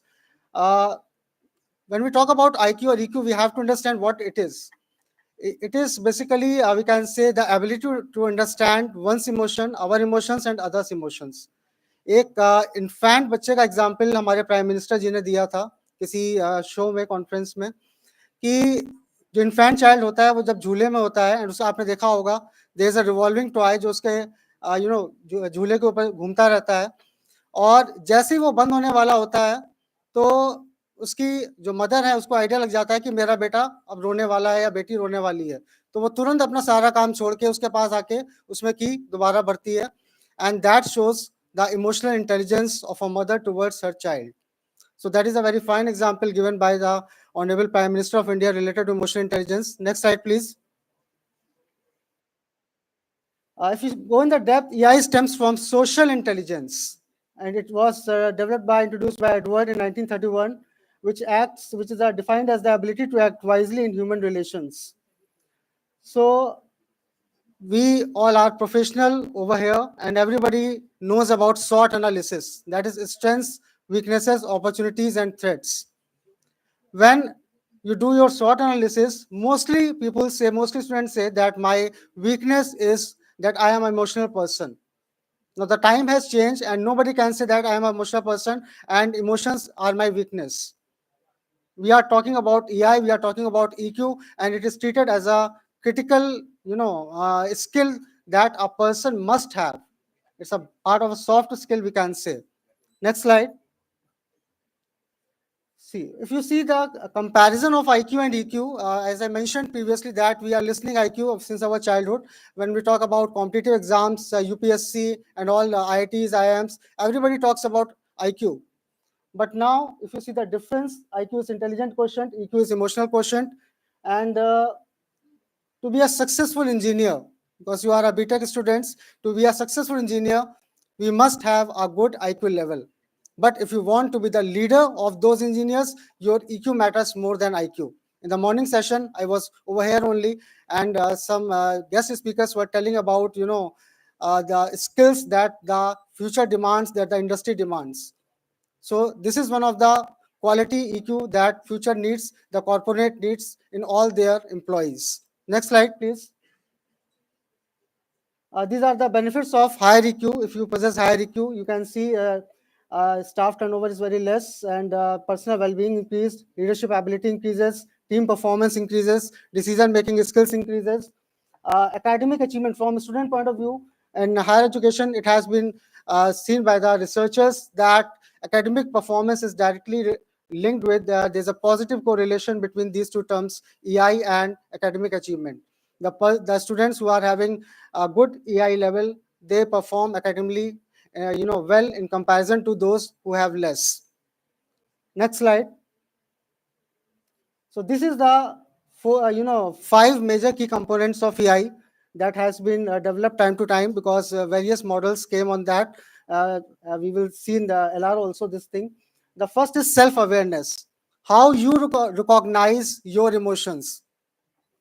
Second, self-regulation or self-control, self-management, कि आप अपने आप को कैसे control कर रहे हो. You are in a meeting and boss ने आपको कुछ बोल दिया और आप वहां पे बस्ट हो गए. So how you are managing that situation, that is about the second. Third is motivation. It's a psychological force that we feel inside. We should be self-motivated. And next is empathy. It's a very good, concern that when we talk about sympathy, everybody knows what is sympathy. It's sahanubhuti or hamdardi, we can say, but empathy got introduced later after sympathy. Empathy is samanubhuti. That is, to put yourself into someone else's shoes is called empathy.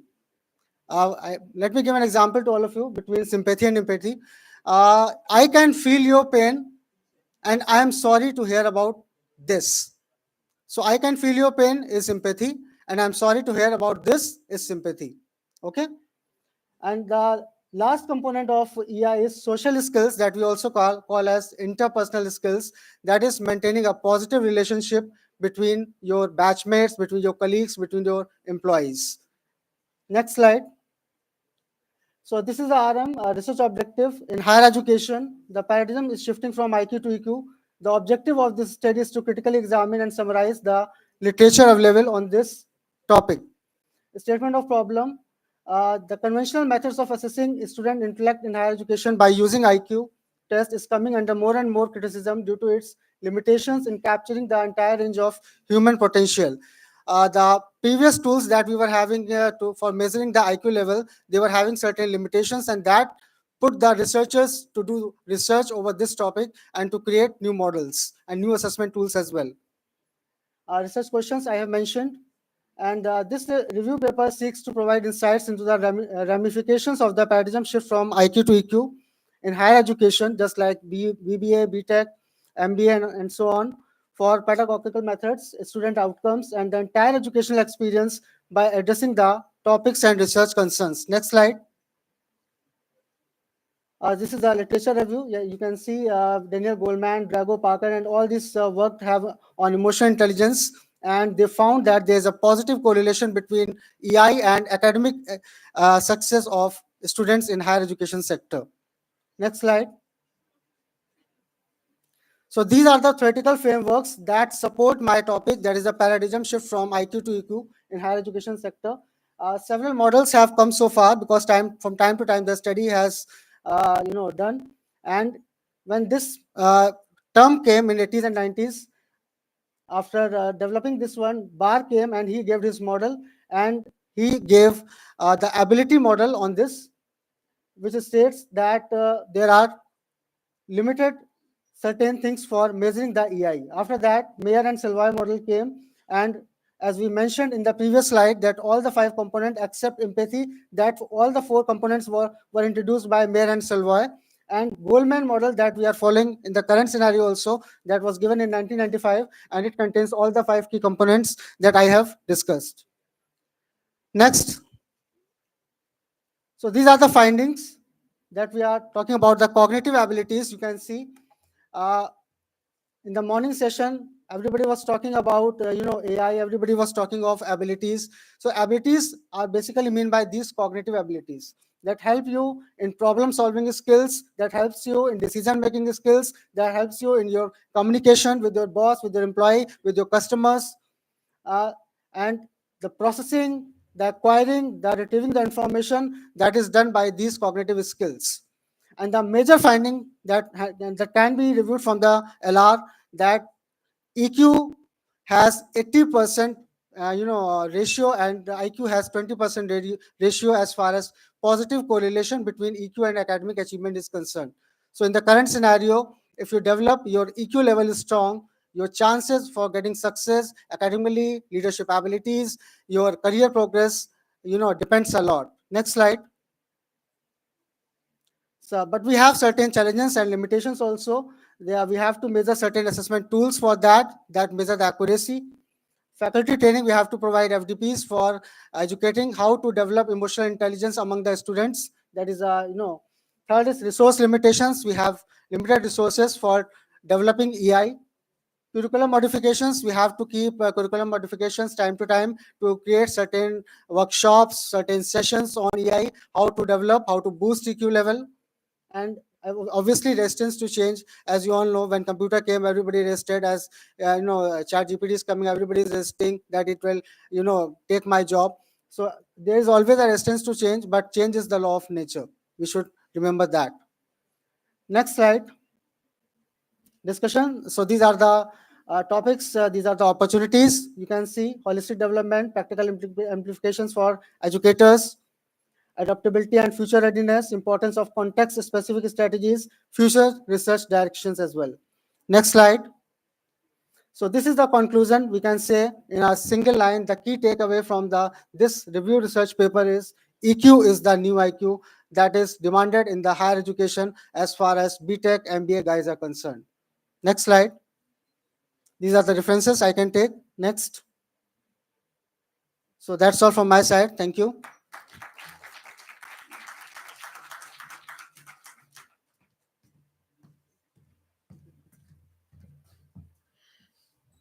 Thank you so much, sir.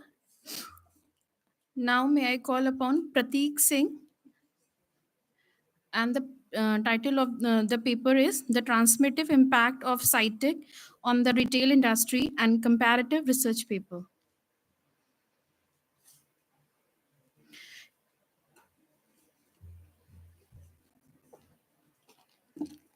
Can we have the PPT?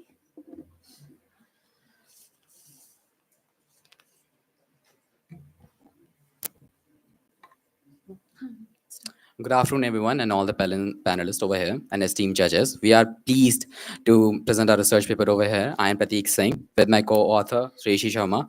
Both of us are from IMS Ghaziabad University Courses campus, and we are currently pursuing Bachelor's of Business Administration. So moving forward with the introduction part, the title of our research paper is The Transformative Impact of Physiotech on the Retail Industry. So first of all, before beginning with the introduction part, I would like to introduce you all to what Physiotech basically is. Physiotech is the technology that many brand uses these days. It's basically the combination of several artificial intelligences and technologies. So if I have to give you an example of what basically Physiotech is, then we have to look forward to the technology that Lenskart use. Lenskart is one of the best example that you can use to explain what Physiotech is. So when you are on the site of Lenskart and you are opting any frame, or if you are looking for any sunglasses or any goggles that you're willing to buy, so basically you can put those goggles on your face. You can see those goggles in your camera. So the goggle that you are putting on your face through the use of your camera, and you can see that goggle on your face. That's basically what Physiotech is. If I have to give another example, we can use Nykaa. Basically, let's suppose if you are willing to buy any lipstick or any makeup product, then you can use that makeup product virtually in the augmented reality. And the makeup product that you can see on your face is basically the Physiotech. That's the technology that is called Physiotech. So moving forward with the formal part of the introduction. So our research paper is around the evolving concept of integration technologies into the retail. One of the approaches in management to grow and stay in the market relevantly, while utilizing the cutting edge technology such as augmented reality, as I already discussed, and the artificial intelligence. Physiotech creates the personalized and immersive journey, fostering the brand loyalty beyond the traditional retail market. Next slide, please. Yeah. So moving forward with the literature review. So first of all, in the study of 2020, a lot of authors have put their emphasis on the comprehensive study of Physiotech and how it bridges the gap between the digital and the physical retail market. And beyond that, in the previous study, a lot of authors have put their emphasis on the personality and they have explained how it is important and why Physiotech is important in the retail industry by using the IoT technologies. In the study of 2021, they understood that why Physitek is important in the retail industry, as it can shape the consumer behavior. It can provide you a better comprehensive experience and shopping experience. So I would like to give the mic to my co-author for the further explanation.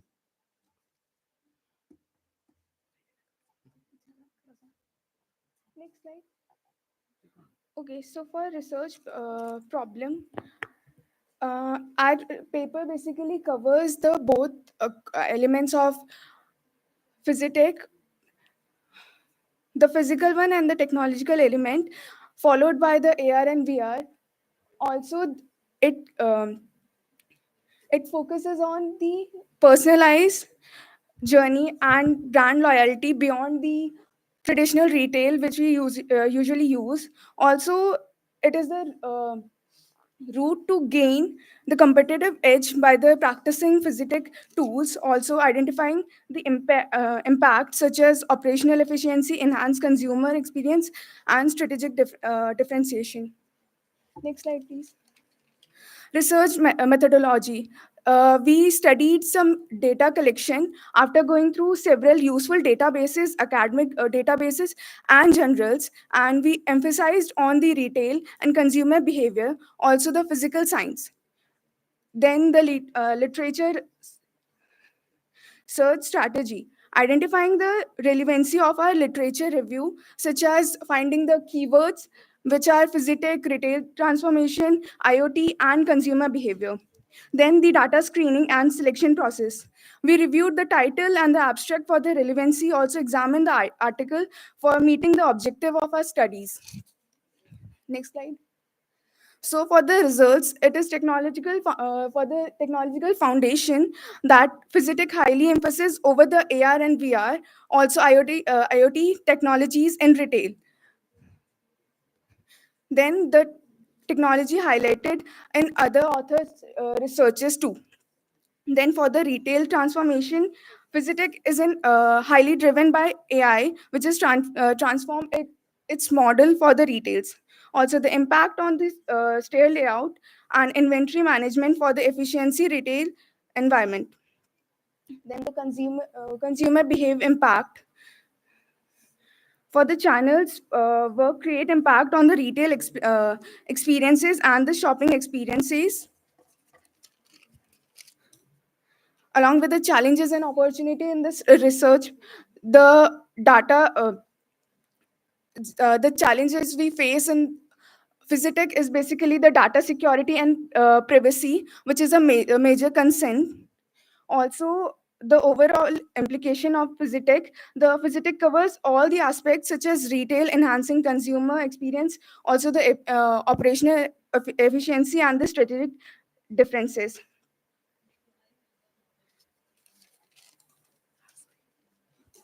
Now, moving forward, the conclusion part.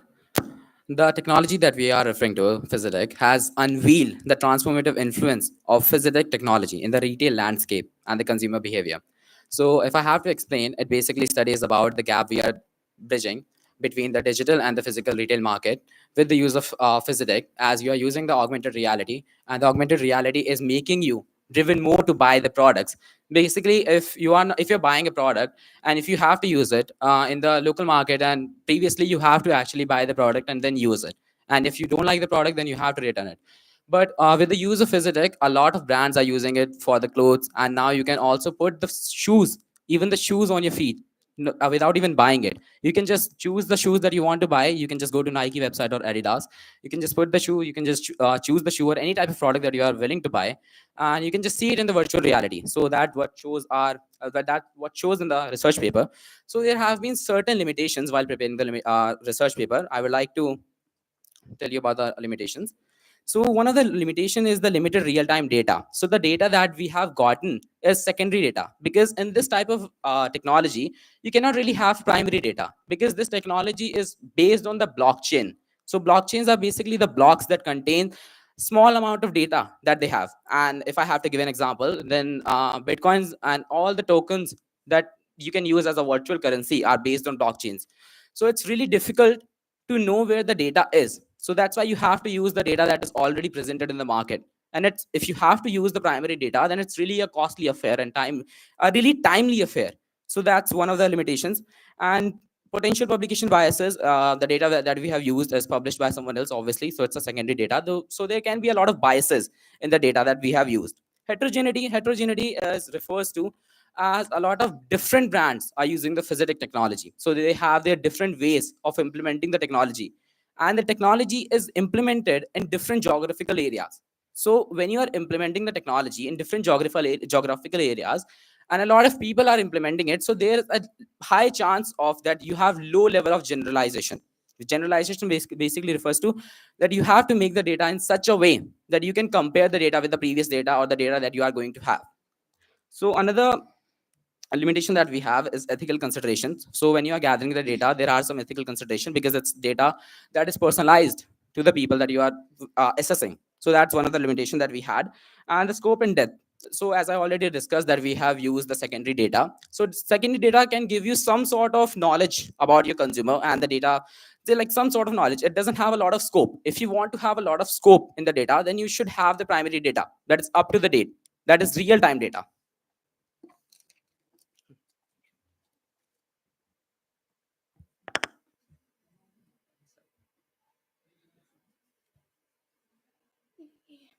For the future scope, longitudinal studies for evolving trends. So whatever trends can come up to future basis, like the adaptability of that Physiotech, also the consumer behavior that depends on it, along with that potential shift in that trend.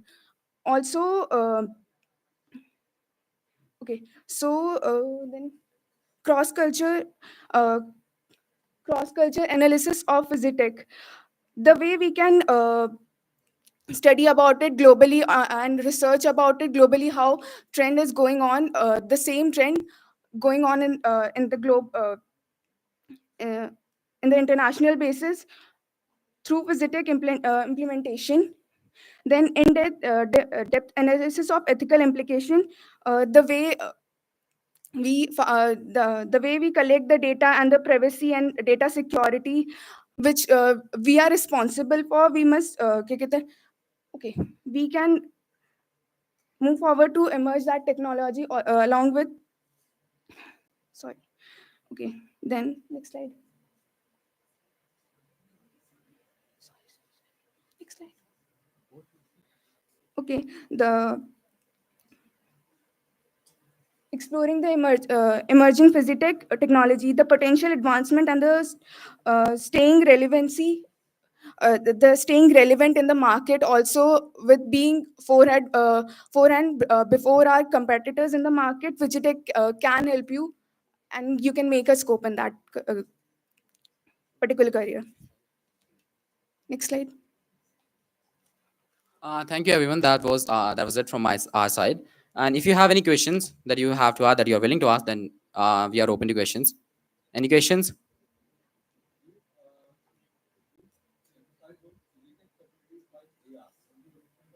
So AR is basically the augmented reality that is created by the programs. AR, so there can be a lot of tools. It basically depends on how you customize the AR. Basically, let's suppose if this is an auditorium, I can also create this auditorium in an augmented reality, and it depends on the tools that I want to create. Let's suppose if I'm willing to destruction, if there's a tool for destruction and the scope of construction, then I can just basically destruct this whole auditorium. So basically, it depends on how you're customizing the AR. So it basically depends on how you are building your program, how you're writing your program. Yeah, you have to use languages. Anyone else? Any other question? Okay. Thank you, everyone.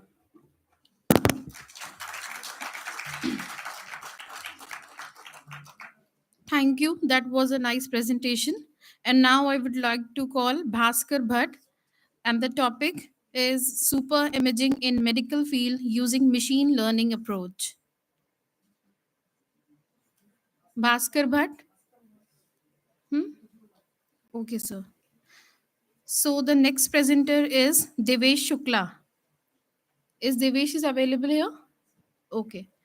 So Devesh's title is Navigating the Future Workforce, a Paradigm Shift to Skill-Based Human Resource Management.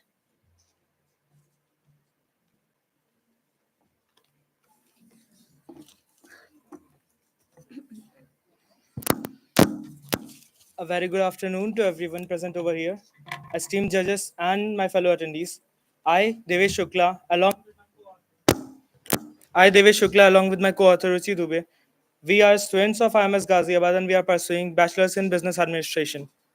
Today, we are here to present our research paper titled Navigating the Future Workforce, a Paradigm Shift to Skills-Based Human Resource Management. Before I start to delve further into this paper, I would like to express an anecdote which has happened. So there was this case when in SpaceX, Elon Musk basically hired a 14-year-old student who was just in his graduate years. Now, it sounds a bit airy how a 14-year-old student is in his college. His name was Kairan Kazi. So basically, when we talk about skills-based HR, it means that rather than focusing on the traditional hiring processes that are centered around academic qualifications and experience, they are dwindling now. And our focus is going more into the dynamic approach, placing specific focus on skills. Skills, they are the true currencies in today's professional arena, as they focus on holistic and efficient employment ecosystem. In a rapidly evolving business environment characterized by technological advancements and global interconnectedness, traditional HR models are proving inadequate. So, we here, delving into our research, will be focusing on the evolving HR landscape and the increasing significance of adopting a skill based approach to talent management. The market is witnessing a growth demand for a flexible workforce driven by automation, artificial intelligence, and evolving job requirements. As our previous author, Anurag Agrawal, just said, that EQ has become the new IQ. So, based on that, I can also say that there has been dynamic changes in the marketplace, not just in the thinking of people, but also how people approach to their jobs and other things. So, this necessitates a move away from role centric practices towards skill focused HR strategies. By implementing these, there will be a heightened operational efficiency, reduced talent acquisition cost, and improved workforce productivity. Next slide, please. So now what other authors think about it? So first comes the market trend. As identified, the demand for a flexible workforce driven by technological advancement necessity a shift from traditional role-centric practice, automation, artificial intelligence, and evolving job requirements emerge as a shaping the landscape for skills-focused HR strategies. Then comes the business impact for these how organization adopt a skill based approaches for their employees is important by reducing their talent acquisition cost and improving workforce productivity. Then comes the employees experience, which can be considered as an important factor for the productivity of the organization. Examine the employee's perspective into how a skill-based approach employee influence the perception and adaptation within the organization. Then comes the challenges and different consideration within the organizations. Acknowledging the positive aspects, the literature review addresses the challenges such as the need of robust skill assessment, effective communication during the transaction, and the pivot role of leadership in cultural change within the organization. Next slide. So, by synthesizing the findings from these studies, we have identified patterns, trends, and commonalities that contribute to a deeper understanding of the skill based HR landscape. Our research employed a systematic literature review methodology. We utilized secondary data from scholarly articles, reports, and case studies which were published between 2010 and 2022. We conducted researches using terms such as skill-based HR, market trends, business impact, employee experience, and HR technology to identify relevant literature. The systematic literature review approach allowed us to gather a comprehensive body of knowledge on skills-based HR and present a well-rounded analysis of the topic. Next slide. So now here comes the few problem which is faced by the employees and if it affects their experience and how we can cope up with this. So first comes the defining and mapping their skills. So first is how we can track and map the evolution of skills to keep the pace with rapid technology advancement and changing business needs. Then comes the subjective measurements, that how we can objectively assess and measure skill level within the organization and considering the multi-phased nature of many skills. Then comes the talent management and development, identifying the skill gap, personalizing your employees learning and transferable skills. Then comes the organizational change.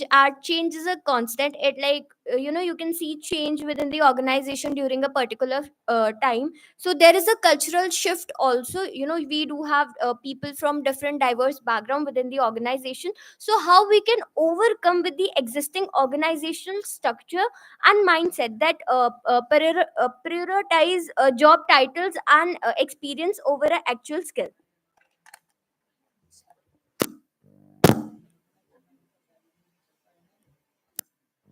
For the practical application, the first one is business impact beyond recruitment. Organizations can strategically integrate skills assessment, development, and utilization into HR practices. This aims for the improvement in key performance indicators beyond recruitment metrics. Then, the strategic mitigation of challenges. Proactive measures including robust change management strategies, continuous communication, and targeted training programs are vital for addressing challenges during the transition. Leadership and culture transformation tells us how emphasis on leadership dedication to promoting a culture of continuous learning is crucial. By highlighting the role of enhancing organizational agility through a skills-based approach, then the integration of technology, as we can see that in the modern workplace, AI and a lot of other technologies have come and resurfaced. This study advocates for the integration of data analytics, artificial intelligence, and virtual reality into skills assessment. This will provide insights into technology integration trends, offering a glimpse into the future of HR technology. Slide. Now here comes the future scope where we can focus more. So first comes the longitudinal studies, where the future research could benefit from longitudinal studies tracking organization over an extended period of more dynamic understanding within the organization for long-term effects. And then comes the in-depth cultural analysis, where an HR can explore the organizational factors which are influencing the success of the skill-based HR practices with a different organization context and values. And then we do have different technology integration trends which change time to time with the organization. So exploring emerging trends in HR technology and their impact on the skill based approaches, including advanced analytics and virtual reality, could be instrumental.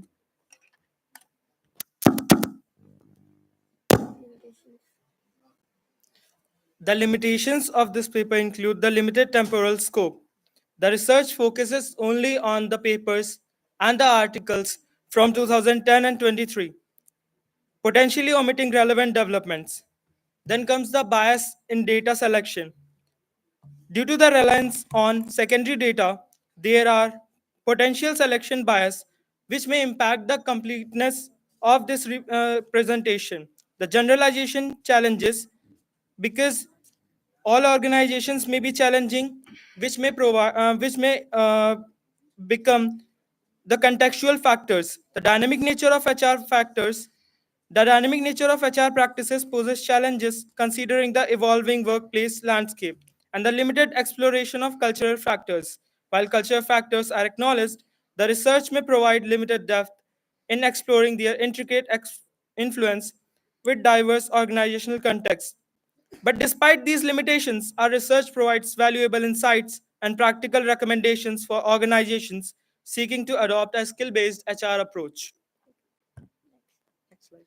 So, in conclusion, the research established a foundation for understanding the complexity of adopting a skill based HR approach. Recommendation for future research underscore the importance of flexibility, cultural understanding, and a proactive approach in optimizing the transition to meet the exploring demand and and the practical applications of finding position skill based HR as a strategic imperative for organization aiming to thrive in dynamic business environments. Towards a skill-based HR approach is not just a trend, but it is a strategic imperative for organizations seeking to thrive in the modern workplace.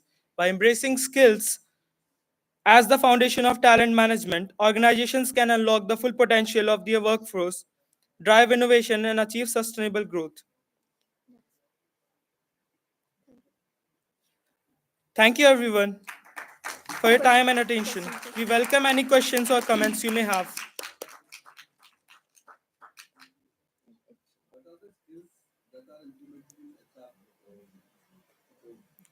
Uh,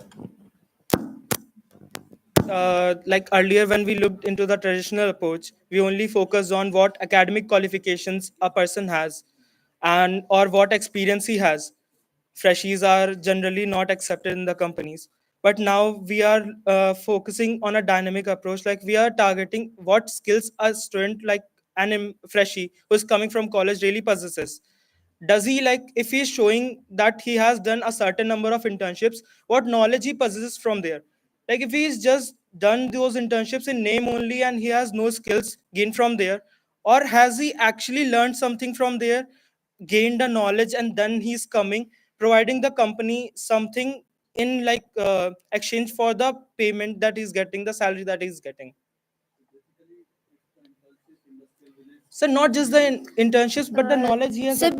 basically, there are different, traditional HR practices. Like we are recruiting the people, we are just finding them. But here we can see the practical knowledge they carry within themselves. So the organization, they don't have to so much, training and development. The cost of the talent acquisition will be automatically reduced by the company.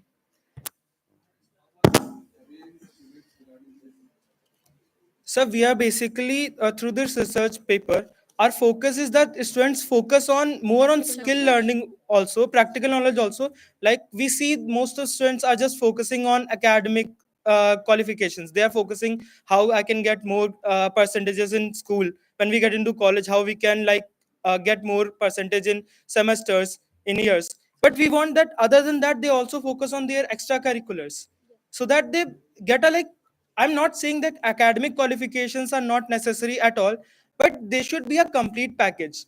Rather than just being all theoretical, they should also have the real world knowledge, so that when they step in the real world, they can show that they are somebody, they have some knowledge, and they can prove to be a asset to the company, not a liability. Any more questions? Thank you.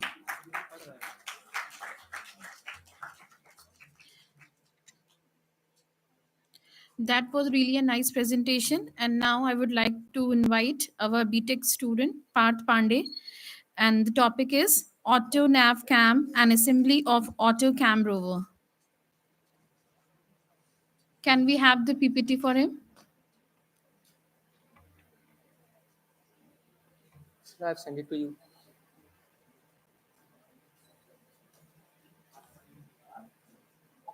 I sent it, sir.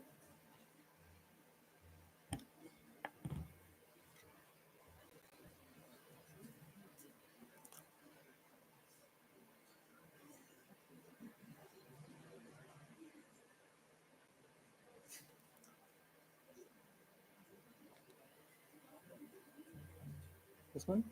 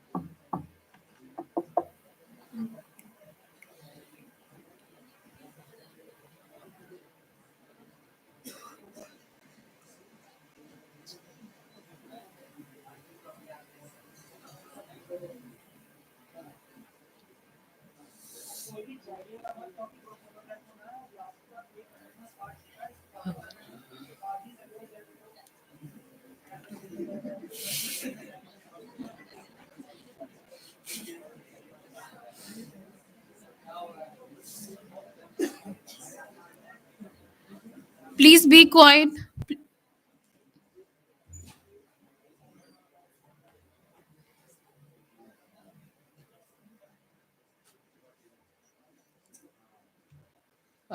Thank you so much. Due to some technical fault, thank you for your patience. A wonderful good evening to one and all present here. My name is Parth Pandey, and I'm a student of BTech pursuing a Bachelor of Technology in specialization of Artificial Intelligence. So this is the research paper which is written by me and one of my friend, Siddharth Singh. He's not present here due to some prior personal engagements, but in absentia of his, I will presenting this because we both have contributed to this under the guidance of Mr. Sanjay Pachauri sir, HOD BTech. So can we move on the next slide, please? So we'll be covering the introduction part, the objective, the hypothesis, the research methodology, conclusion, result, and the applications. Okay, so can we move on to the next slide? So our topic is auto nav cam. We have named this the autonomous camera as auto nav cam. See, I was sitting the same place you are sitting here. In my first semester, I have thought one idea that there can be lightings on the ceiling, on the roof. There can be the speakers on the walls. Then why there always we require a photographer to record or capture the the recordings? Why do we also always need the photographer to take the camera and move here and there? Why we are living in the present generation of 4.0 technology, and we are turning to 5.0. So why don't we convert our the offline part to the autonomous system, because everything is running autonomously? So why don't we have the autonomous camera? So my idea is to build a autonomous camera which will having on the chassis part, like car runs on the chassis. So we'll have the chassis full on the auditorium, and autonomous cameras fixation on that. So what it'll be doing is it will be covering the whole recording, the 5 to 6 hour whole recording, autonomously, because it is having the integration of the AI algorithms, the machine learning, the machine learning the part, the PyTorch, the skitlearn, and the TensorFlow integration to this autonomous camera. It will be having the social media integration. See, what is the idea that it will be recording the whole the session, the 5 to 6 hour session. It will be converting that whole session into 10 minutes, okay, 10 or 12 minutes, and where the person, the speaker is moving here and there. So there is the requirement of the machine learning algorithms. So we have fixation, we have fixed that on our autonomous camera, and it will have the capturing and summarization events, the real-time decision. Like if the speaker is moving, it will be focusing on the speaker. It will not fix at one place. And at the starting of our the idea of autocam, will have the 2 autocam on the chassis part. Why 2 auto nav cam? See, I'm speaking here, and the auto nav cam is, focusing on me. I have raised some question from the audience, and see, there will be the latency assessment test. क्योंकि अगर वो camera मेरे को देख रहा है, अगर मैंने कुछ आस्क रेज किया क्वेश्चन ऑडियंस से, और ऑडियंस ने, कोई ऑडियंस में से खड़ा होता है और उसने हैंड रेज किया, तो क्या वो जो ऑटो कैम है वो अचानक से घूम जाएगा? नहीं, क्योंकि उसमें बहुत सारी स्टेबिलिटी की इश्यूज आएंगे, इसलिए जो इनिशियल पार्ट है वो जो चेसिस में 2 ऑटोनेफ कैम रहेंगे. Can we have the next slide please?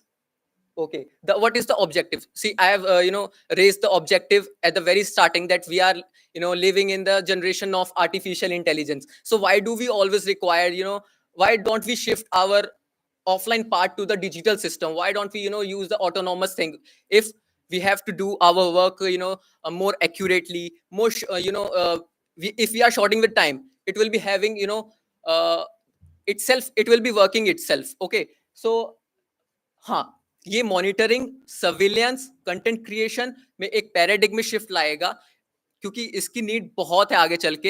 And see, it will be cost cutting also. Okay, techno economical है ये. अगर कोई भी इवेंट हो रहा है और हमने the organization have announced for the photographer, so photographer may ask for 2,000 rupees for one session, and there are so many sessions which takes place in the colleges, the different companies, there are happening the recording session, the events. So it will be techno economical, but at the beginning, at the initial level, it will be costly.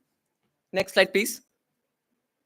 So what are the hypotheses that we have worked on? The latency assessment. Latency assessment, I have मैंने आपको पहले ही बताया कि इसको एक delay चाहिए. जो auto cam है उसको एक डिले चाहिए होगा, ताकि वो दूसरे जो ऑडियंस में से खड़ा हो रहा है उसको कैप्चर कर पाए और स्टेबिलिटी उसकी वैसी की वैसी रहे. अच्छा, दूसरा सेंसिटिविटी टू डायनेमिक एनवायरनमेंट. अगर थोड़ा जो अपना ऑडिटोरियम है, इसका जो एनवायरनमेंट है वो कैसा है, मॉइस्चर है कि नहीं, वार्म है, कोल्ड है थोड़ा, तो उसके लिए वो बहुत ही फिक्सेशन होगा उसका, क्योंकि हमने इस पे रिसर्च किया है और we have find the way. Event recognition accuracy. Okay, data compression. We have worked on the data compression because AI works on the data compression part so leniently. But see, storage, अगर कोई भी 5 to 6 hour session है, वो store कर रहा है, वो cloud पे जा रहा है, तो ऐसे कितने सेशन होंगे एक हफ्ते में, एक महीने में, तो उसका जो डेटा कंप्रेशन और स्टोरेज एफिशिएंसी है वो बहुत ही क्लीन और क्लियर होनी चाहिए. Varied lighting condition. Lighting condition, जैसे हमारे ऑडिटोरियम की कैसी लाइटिंग कंडीशन है और हमारे जो ऑटोनेव कैम है वो कैसे रिकॉर्ड कर रहा है, किस लाइटिंग कंडीशन में, that is also find, that is also found. Next slide please. Research methodology. We have worked upon something, like the requirement part. We will require the auto nav cam. We will require the machine learning algorithms. We will require the chassis part, the wiring conditions, also the hardware and the system design, algorithm development. वो कैसी algorithm है, like अगर उसमें 2 auto nav cam है, see, अगर वो आपस में एक पास आ रहे हैं, आपस में एक दूसरे से अगर वो कोलाइड ना करें, उसके लिए भी एक मशीन लर्निंग एल्गोरिथम्स हमने अप्लाई करी है, जो लाइब्रेरीज है डिफरेंट, और जैसे पाइटॉर्च हो गई, स्किटलन हो गई, और टेंसरफ्लो, इसका भी यूज किया गया ताकि वो कोलाइड ना करें. उसके लिए एक बहुत ही और उसके बाद जो उसकी सिस्टम इंटीग्रेशन है और टेस्टिंग हुई है वो कैसी हुई है, डेप्लॉयमेंट, उसके बाद जब ये ऑटोनेव कैम लग फिक्स हो जाएगा, उसके बाद ये कैसे रिकॉर्ड कर रहा है और इसमें क्या क्या मिस्टेक्स आ रही हैं, उसके लिए भी वो डिप्लॉय और मेंटेन करेगा फिर अगर कोई भी रिक्वायरमेंट्स आती हैं तो. Next slide please.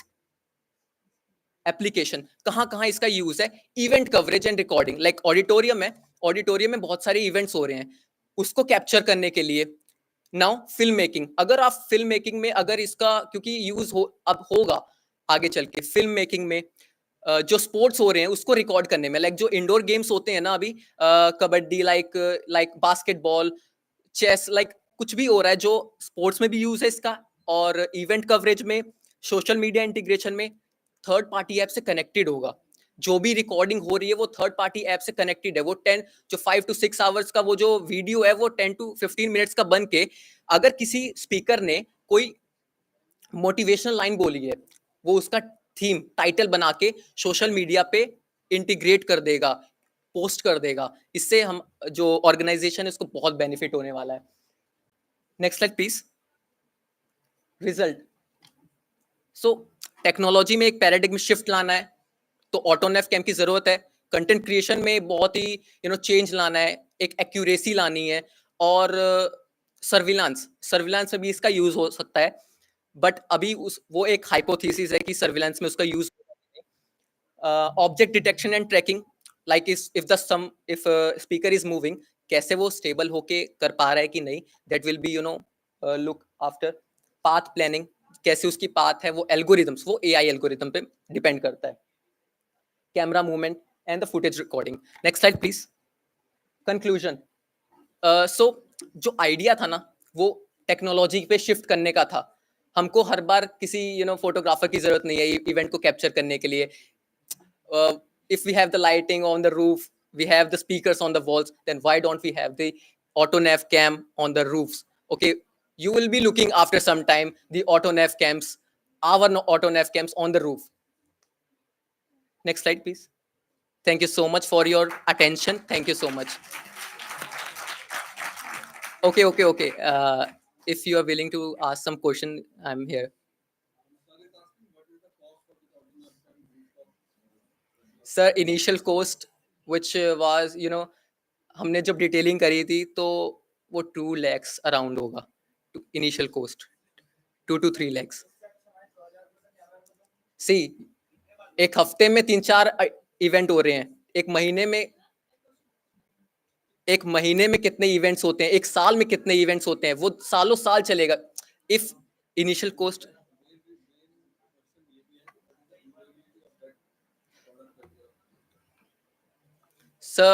Durability 7 to 8 years, वो बहुत ही अच्छे से काम करेगा इफ मेंटेन प्रॉपरली। वो डिपेंड करता है कि वो कैसे किस कंडीशंस में यूज हो पा रहा है। सर वो यस सर, मैं आपकी बात समझ रहा हूँ। सर इंटीग्रेशन कभी भी खत्म नहीं होगा। लाइक हमारे पास उसका थर्ड पार्टी ऐप भी होगा जिससे वो कंट्रोल हो रहा है सब कुछ, उसमें किसी ह्यूमन की जरूरत नहीं है, बट आफ्टर कंट्रोलिंग हम उसमें शिफ्ट करते रहेंगे चेंजेस अगर जो आते हैं। यस सर, हाँ या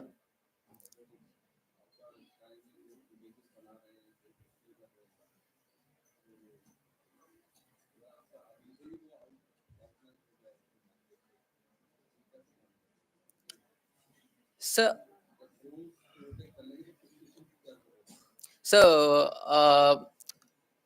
विल यू एग्री कि ड्रोन इस ऑडिटोरियम में फिजिबल होगा? There will be issues of like if person is some roaming here and there. हाँ जी, नहीं होगा। हाँ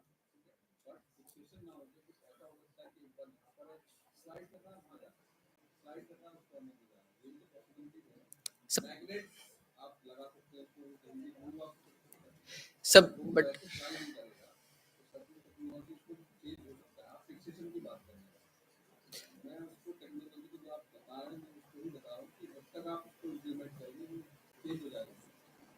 सर जो इनिशियल जो आइडिया था, जो हमारा जो मेन एम था, वो अभी तो एक ऑडिटोरियम या ऑफिस प्लेस या किसी भी कॉलेजेस स्कूल्स, उसके लिए अभी तो वो अभी फिल्म मेकिंग में भी आएगा, और इवेंट कवरेज रिकॉर्डिंग जो सेशंस होते हैं उसमें बहुत ही फिजिबल है। अगर मतलब देखा जाए तो ड्रोन्स की कंपैटिबिलिटी में, क्योंकि ड्रोन्स ना ओपन प्लेसेस के लिए बहुत ही कंपैटिबल हैं, वहां पे तो वो कभी प्लेस नहीं ले पाएगा। जैसे स्पोर्ट्स हो गए, जैसे क्रिकेट लाइक स्पोर्ट हो गया, वहां पे ड्रोन कैपेबल है, बट अगर एक बास्केटबॉल एरिया है, बास्केटबॉल जोन है, वहां पे ड्रोन कैपेबल नहीं है, बिकॉज लाइक जब बास्केटबॉल खेला जा रहा है और अगर वो दूर से भी कैप्चर कर रहा है, तो देयर इज द चांस कि वो उससे कोलाइड कर जाए। Sir, the response time will be so quick. See, my idea is also the same.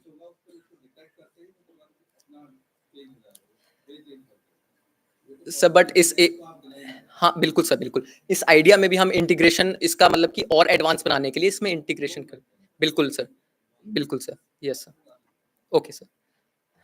Thank you so much for your attention. Thank you so much.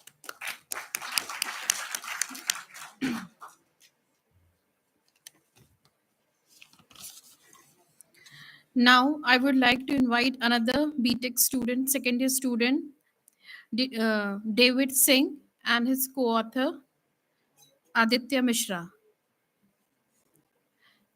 And the topic of their paper is Detecting Counterfeit Currency Using Logistic Regression.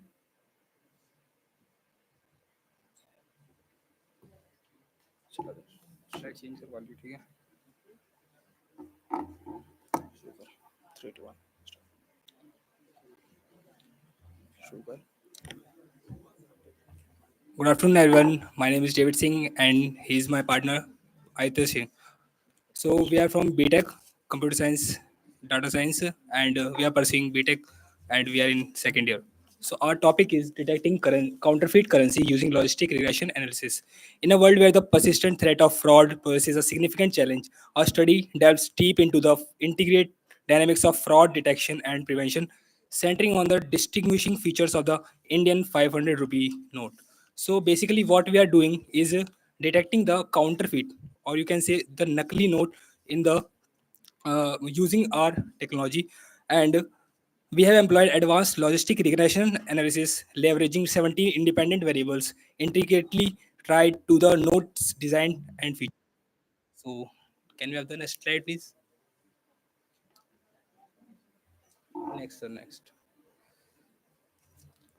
So, our study basically examines the issue of counterfeit notes of rupees 500 in detail. So it uses an advanced statistical technique called logistic regression, which I will lately explain.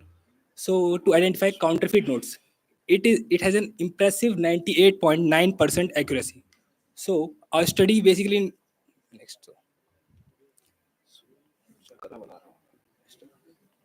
So so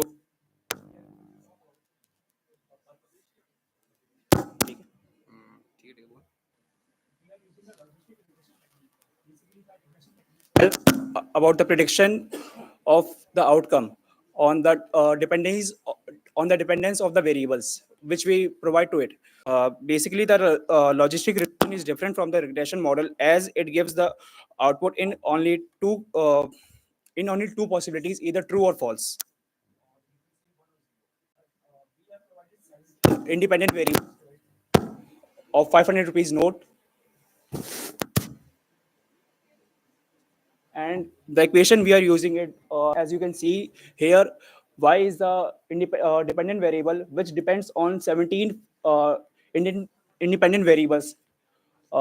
These next slide, please.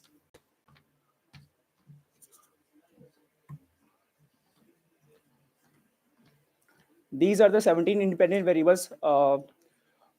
First one is the transparent register, which is mentioned on 500 rupees new note, and second one is the latent image of numeral 500, the 500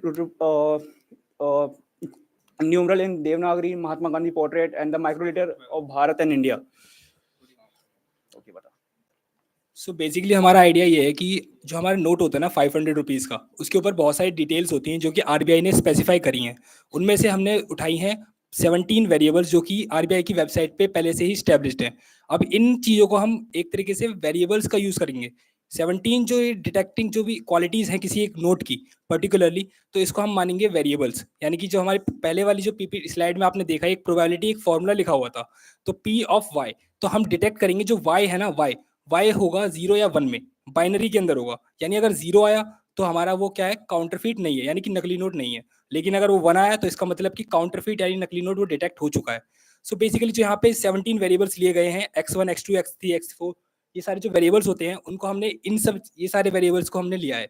जो कि first है हमारा see through register with denomination numeral, latent image with denomination numeral, और ये सारे के सारे जैसे पोर्ट्रेट्स ऑफ महात्मा गांधी, बहुत सारे होते हैं उसमें टेक्निक्स. तो सर नेक्स्ट स्लाइड.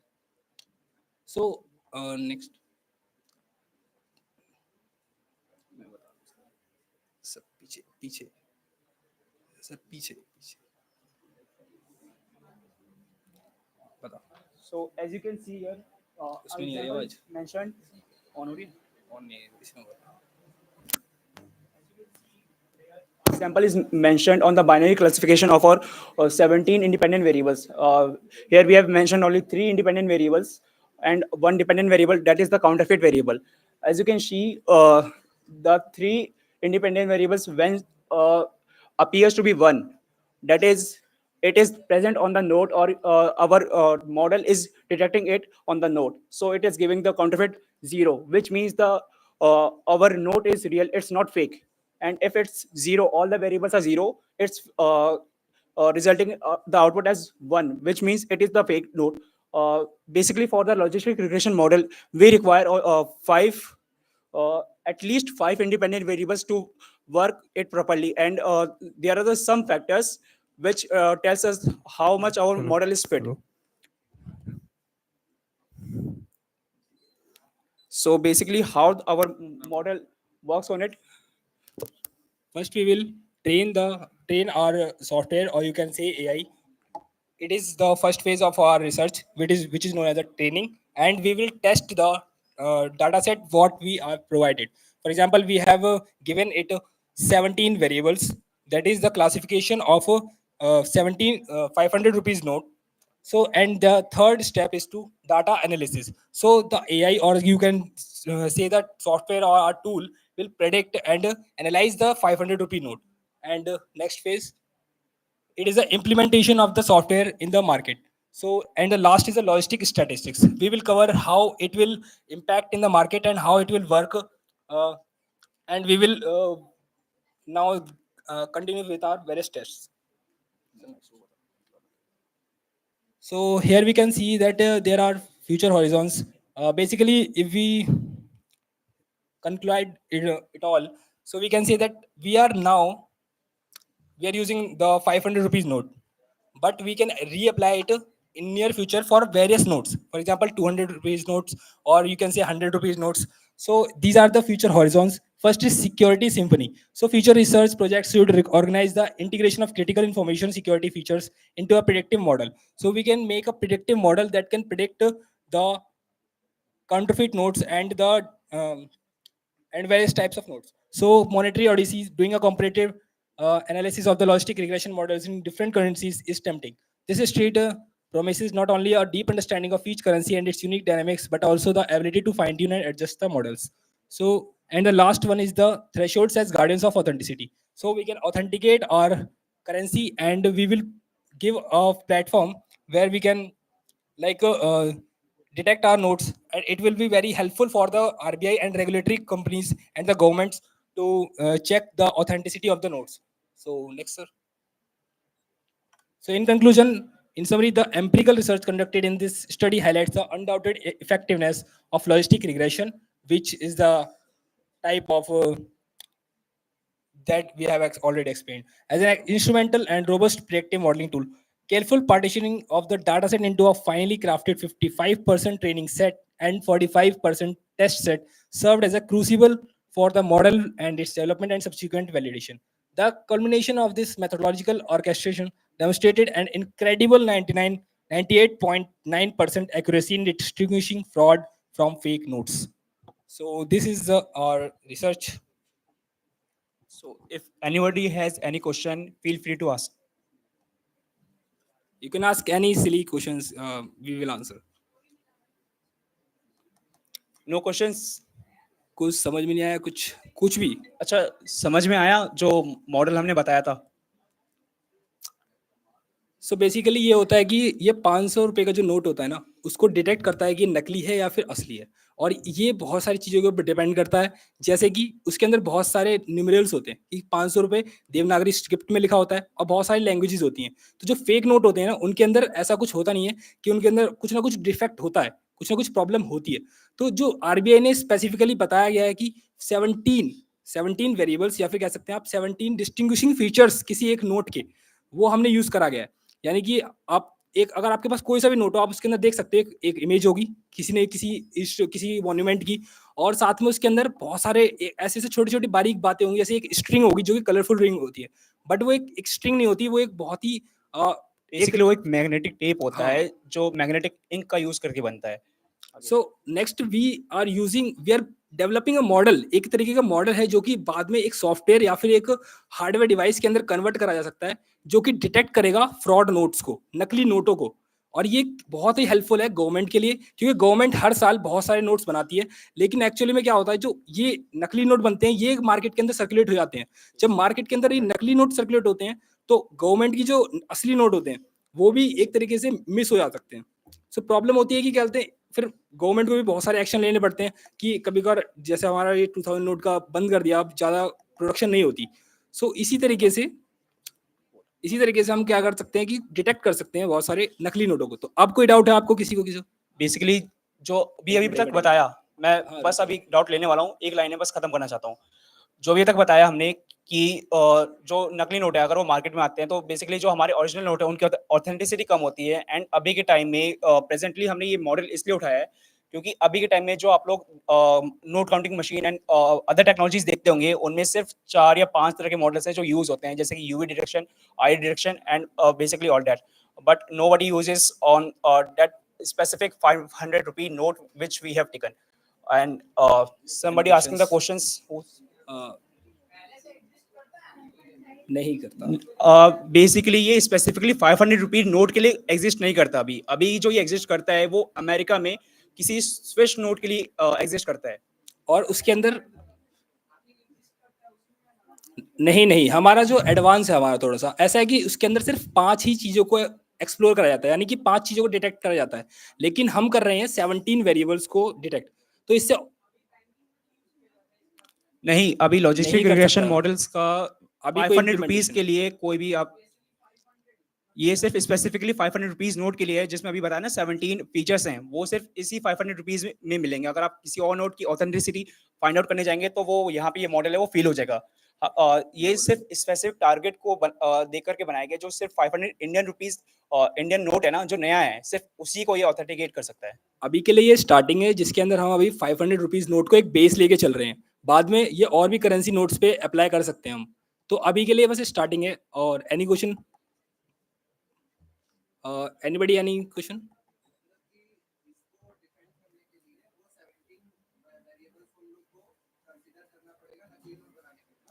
नहीं, नकली नोट नहीं बनाना। अगर तुम उन 17 वेरिएबल्स नहीं, देखिए, अगर कोई 17 वेरिएबल्स यूज करके नकली नोट बना लेता है, नहीं। सो एक्चुअली आपका क्वेश्चन ये है कि अगर किसी ने उन 17 वेरिएबल्स को कॉपी कर लिया और एक नया नोट बना दिया, तो अब ये कोई मूवी और वेब सीरीज तो चल नहीं रही जैसे फर्जी जैसी कि आप एकदम ही सेम बना दोगे। बहुत ही एफर्ट लगता है और बहुत ही हैवी मशीनरी यूज होती है, जिसके अंदर 17 वेरिएबल्स को डिक्लेयर करा जाता है।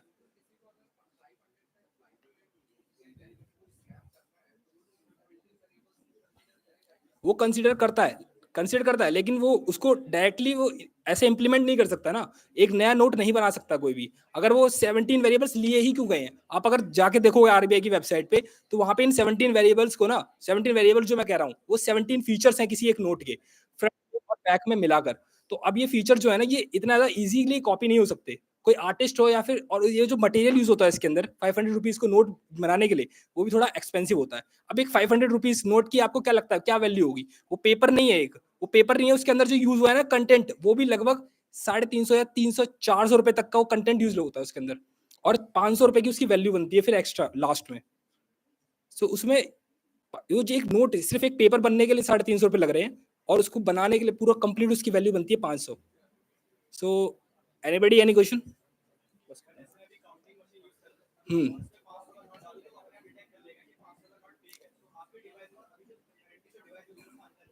अभी के जो डिवाइसेस हैं उसमें 4 तरह के अलग अलग पैरामीटर्स यूज किए जाते हैं, यूवी, आईआर और मैग्नेटिक इंक्स। अगर आप इनमें से किसी को भी फेक करके अभी के डिवाइसेस में डालेंगे तो वो पास आउट हो जाएगा। बट अगर आपको हमारे मॉडल को पास आउट करना है तो उसमें ये 17 फीचर्स का ध्यान रखना पड़ेगा, और जिनमें से कुछ फीचर्स तो इतने नेक्स्ट टू इम्पॉसिबल है, जो अगर एक ऑथेंटिक क्या कहते हैं ऑथेंटिक ऑर्गेनाइजेशन नहीं कर रही तो वो प्रिंट करना किसी भी इंडिविजुअल के लिए पॉसिबल नहीं है। और कोई भी अगर ऐसा कुछ ब्लैक मार्केट का काम करता है तो वो इतना ज्यादा डिटेल में नहीं गया कि नहीं करता वो प्रिंट को। मतलब नया एक ऐसा डिवाइस बनाना पड़ेगा उसको एकदम ही, जो कि बिल्कुल ही एकदम मतलब करना पाए, तो इतना ज्यादा नहीं हो पाएगा किसी से। Any questions? एनी क्वेश्चन, कुछ भी पूछ सकते हो आप, कोई दिक्कत नहीं। ठीक है, ठीक है। So thank you all for listening us. So thank you everyone.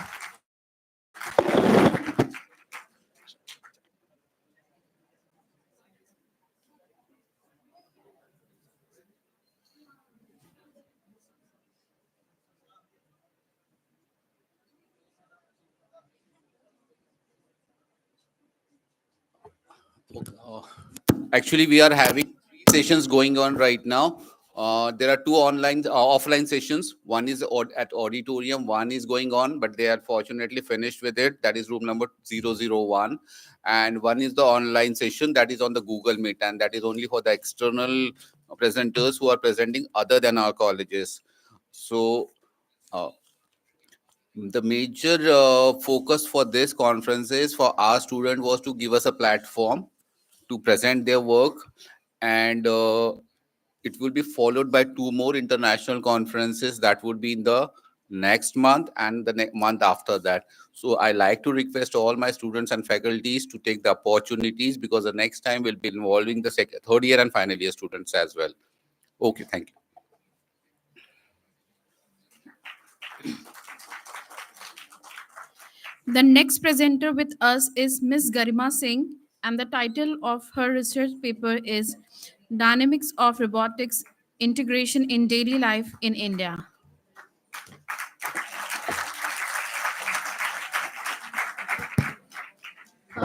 Good evening to all. Can we have PPT, please? As ma'am has already introduced, my name is Garima Singh, and my topic of presentation is dynamic integration of robotics in India. Can we have the PPT, please? Actually, what I'm going to talk about today is role of robotics that is currently going on in our country. Like, most of us are not generally aware of like how much we are really in the like robotics or technical ahead era. We all are living in our country in a certain areas, and the dynamic of our country is really wide, and its application is really going on. As you all know, you are familiar about your gadgets and the several tools that are used at your home, and I'm just going to introduce and aware you more about these recent trends that are going on in our country and our livelihood. Next slide, please. Okay, the motivation for my presentation and the research was to make people aware about the current trends, as well as to talk about the challenges that everyone is facing right now in our country, as we are a developing country and we are not that technically ahead. We are highly populated, and the major problem that I consider is unawareness in general. And later on, I'll talk about the future implications and the development that we can do, and what are the steps that we can take to face the challenges that they are coming in our way. Next, please. Okay. So first, let me tell you what is a robot. A robot is any machine or any device that you can control, that works as your slave. The term robot came from a Czech word that meant as a slave. Any machine that works as a slave for humans are called robot. And how does this work? All the robots work on the simple principle of sensor, microcontroller, and actuators. These three are the devices that are used to replicate human efforts. Like how?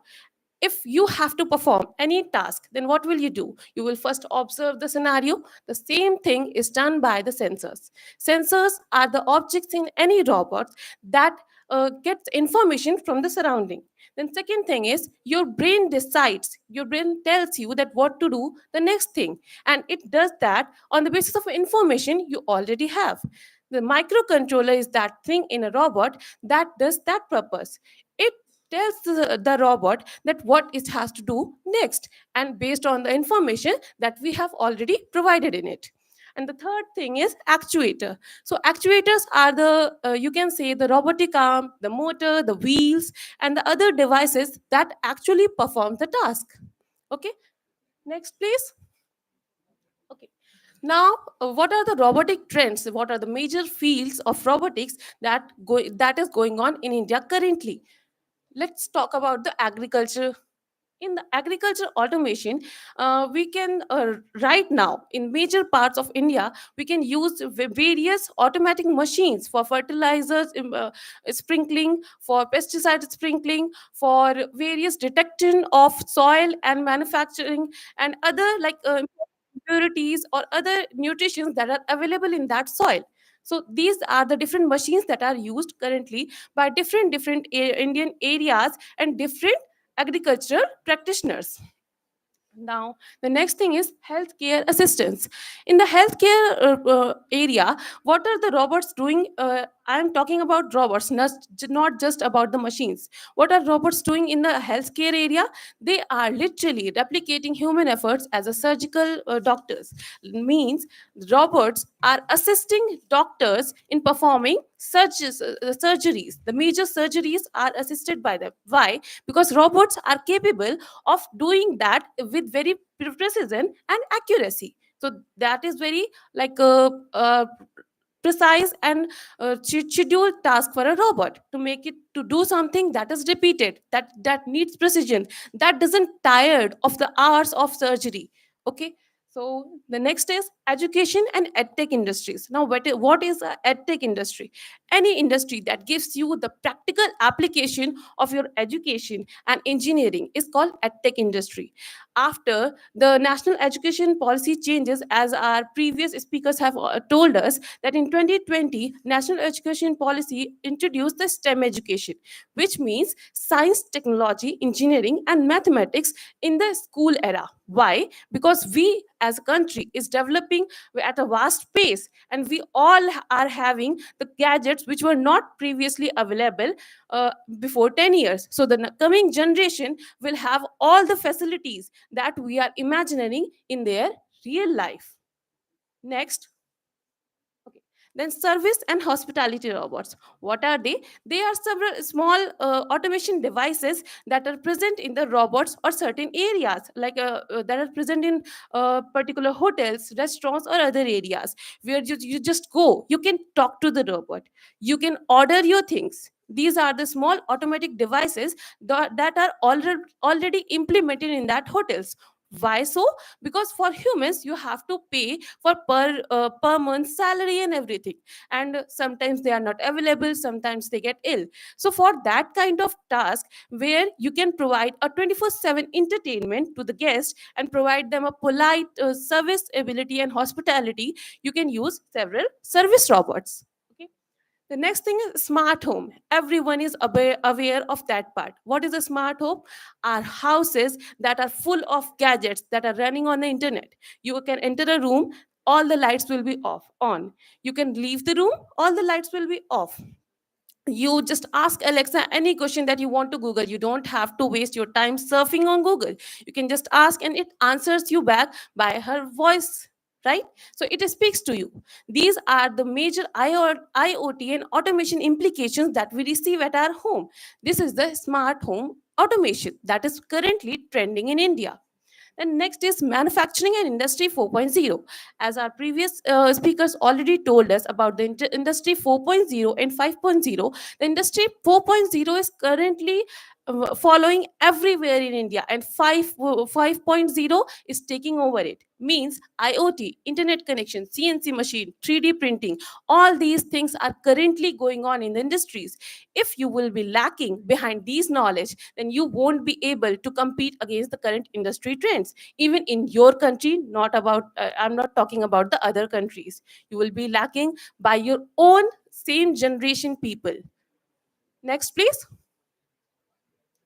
So these are the major fields in which we have to work.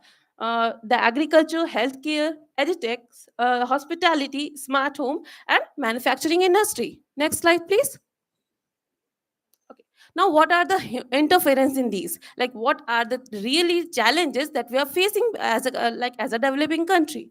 The first is job market dynamics. Job market means people are generally they're scared that their jobs will be replaced. Humans won't more be needed. But just make clear this thing in your mind that robots are slaves of human. If to control a slave, there will be always a need of a human. Suppose you are thinking that there won't be any need of a labor if you are implementing robots in every place. Yes, there won't be any need of a labor, but there will be a need of an operator which will operate those robots. So you will have to get skilled to get that job. And obviously, everyone wants to get their life easy. So why not so for the laborers? Even if a person is not illiterate, let him get some skill and he can operate a robot and perform the same laborious task. That like a laborer's life will also be easy by the implication of robots. So that's the implication of automation. That's why everyone is running about automation. The next thing is skill gap. Now, what is a skill gap? Because the transition in the recent trends is having at a very fast pace. So everyone is not aware of what kind of skill set that person should have. So this thing is getting covered by the edutech industries. Whatever skill set you want to work on, whatever the thing you want to learn about, you'll have to just take part in that edutech industry and you will have that knowledge. So it is our personal responsibility to fill that skill gap. Being skillful is actually the right and fundamental duty of all the engineers. The next is ethical and social considerations. Now, what is ethical and social consideration has to do about the robots? Because as we all are having the most recent technologies in our hand, we all are facing most of the security threats and different kinds of social issues also.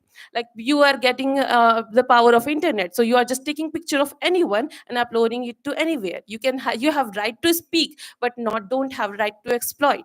You have to take in mind about that also. So ethical and social considerations are also a major part when you are talking about the automation. If you are working on it, then you have to have some guidelines, some social rules to follow that. Then after that, affordability and accessibility. Now, this is something that our policymakers and our country leaders have to do something about. The affordability, because whenever we talk about the advanced technology and robots, the first thing comes in our mind that as a country that is not very rich in its economic and monetary level, how can we afford robots? So that's the part where our country can role play. So our leaders and policymakers should have to make some incentives, should have to make some policy changes to get these things affordable and accessible to even common people. Like we all have mobile phones apart from our economic backgrounds. So if that is possible, then all kind of robot and everything that is even helpful for our society should be affordable and accessible. Next is cultural acceptance. Now, what is a cultural acceptance? Because as a society that is developing at a vast pace, we young generation can actually get modified and transition ourselves with the trending technology. But there are some people who want to get in the comfortable zone. So this is the topic that they have to understand. But as a cultural rich heritage, we are taking from a very long previous era. We also have to take in mind that because we have to be developed, we have to be advanced, we have to be one of the bravest and powerful country. So for that, we all have to be socially and culturally acceptable for these kind of changes. We have to get out of our comfort zones and get into the challenges of accepting these kind of challenges and making the steps ahead in this particular scenario. Next, please. Okay. Now, these are the further future implications that we can do. In agriculture, we can implement certain machines that will automatically do the irrigation and agricultural tasks. In the healthcare, we are about to make some automatic and remote doctor guided machines where a particular doctor can be available at the rural areas for providing medicines and remote medications to the rural people. So that will be also beneficial. Then for education and edtech industries, it is already widely available. It is just not that affordable. So it is a responsibility for our policymakers to make it more affordable, but it is already accessible in our country. Then service and hospitality. This is one of the very according to me, this has a very vast application. And what kind of application this hospitality thing can have? Like people think, what does a robot need? What is the need of robot, and what is the importance of a robot in a particular kind of hotel? Suppose, just think about a person who is not able to walk. Think about the person who is a disabled. A physically disabled person living at his home can control a robot by on his fingertips, or just by his voice, or just by some minute movements that he can do. And he can control a robot that is already present in a particular restaurant, that will provide him a particular job, that will be his independence, that will be his engaging. So that is a very vital kind of role that a particular disabled person can do. And this is a very major thing that our country can do for our disabled people also. So it is not just about hospitality, it's about humanity also. Then the last thing is about smart homes. We all are aware of it, and we are just going to make it more applicable, and as the people we are going to implement it right now.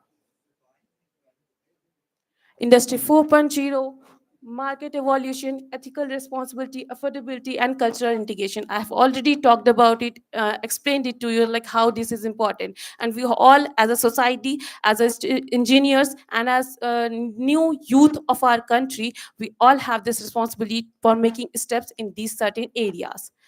Next, please.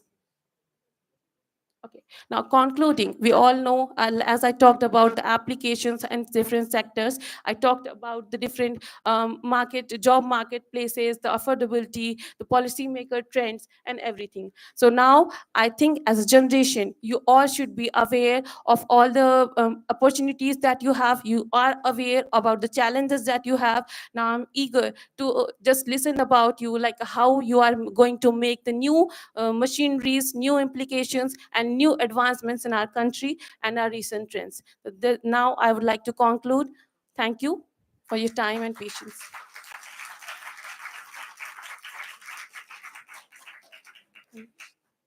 Any questions? Thank you.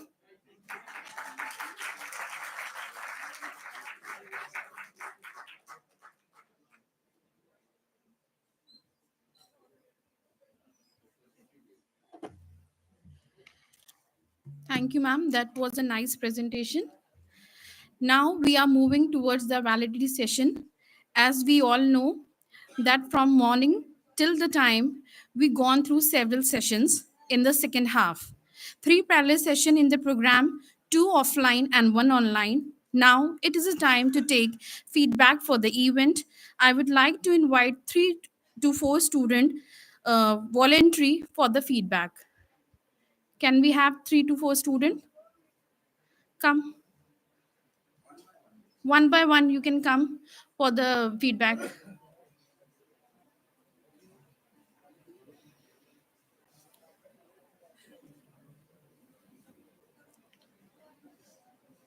Please maintain the decorum of the auditorium, please. Thank you so much, ma'am.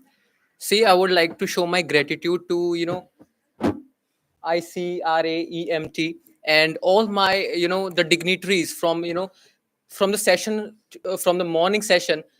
There are so many key learnings we have got today. This session is, this is very important session for us as student, who get a chance to present our paper. Rather than more than presenting our paper, we find so many learnings from different other research papers. So this I would like to thank to all the dignitaries, to the organization like MIET, MIMT, that they perform such they took some part also for us students to make stand here and present something that is for our sake and for our comfortability. So I would like to give the thanks of token to all the attendees here. Thank you so much. Thank you. Yeah. So I am Parth Pandey. I am a LinkedIn certified marketing insider. I've got the best paper award at IIMT National Conference at NHSCMH, and I have gathered so many certification from Google, Microsoft, Upgrade, LinkedIn, and I am the upcoming LinkedIn top voice. So wait for that.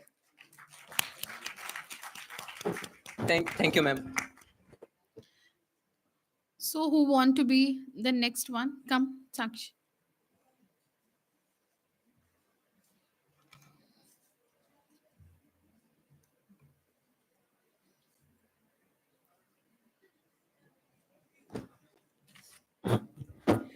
Everyone, I'm Payal Tiwari and I would like to thank whole MIT family to organizing this international conference on recent advancement in engineering, management and technology.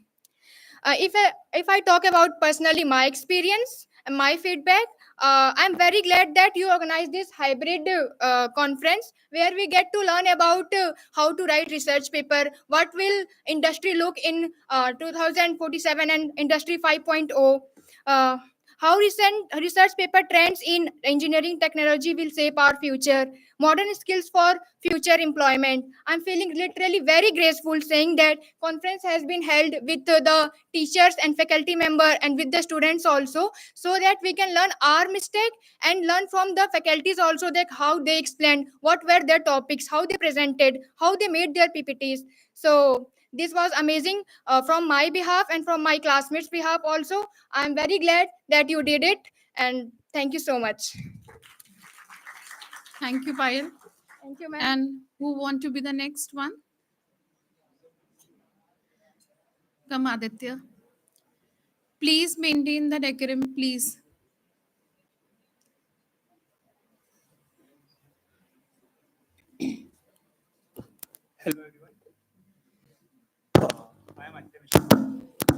The student of MIT BTech second year, and as ma'am has said, feedback on the conference which we held on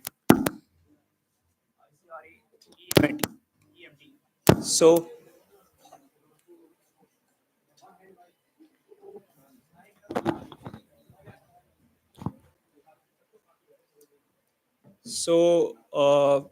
from morning we have attended many sessions, and uh, basically I would like to talk about the ideas which we have gained today and learned about the different things which professors and research persons have told us, or uh, given the keynotes about their paper, what they are doing, and how they are making an impact on the world and trying to change in the best possible way what they can do. Basically, about we have talked since morning on the AIs and different technologies, key technologies, and I would say that whatever we have discussed, it's had meaning and has gained us something which we haven't came across since the day which we are experiencing today.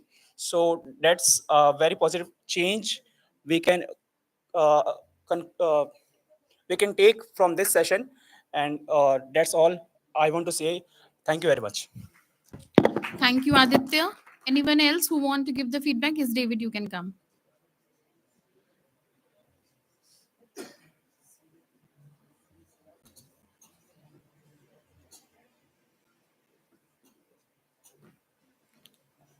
Good afternoon, everyone. My name is David Singh. I am from BTech second year.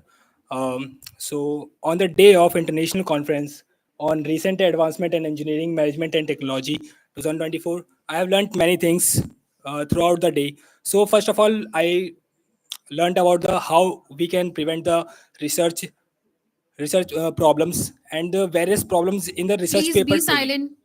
So how can we detect the fake, or you can say predatory, or you can say the unoriginal research papers, and using Bard and various tools like Skyspace and Cloud. So these the things that I learned, and I have also learned from various research paper and the way they present on the stage, and it's a very important session for me today. I would like to thank all the HOD sir and director for and also director sir for organizing this and helping us in growth and learning in future. Thank you, sir. Sorry, sir. So moving forward, now we'd like to invite a faculty member for the feedback.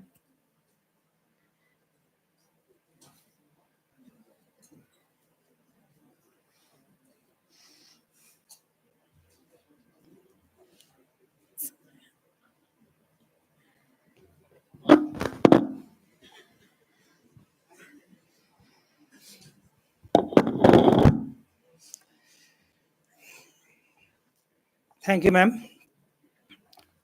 As it's a time to call few faculty members for the feedback. So very first, I would like to call Rachna ma'am, please.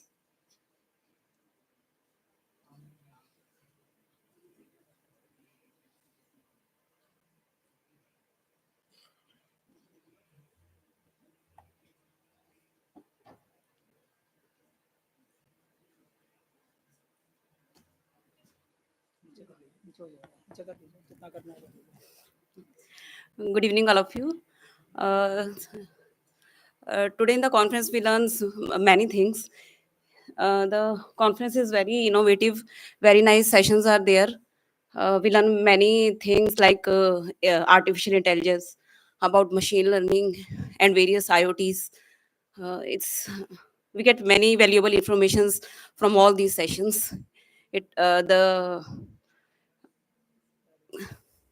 Thank you. Thank you, Rachna ma'am. And now I would like to call Ikra ma'am, please.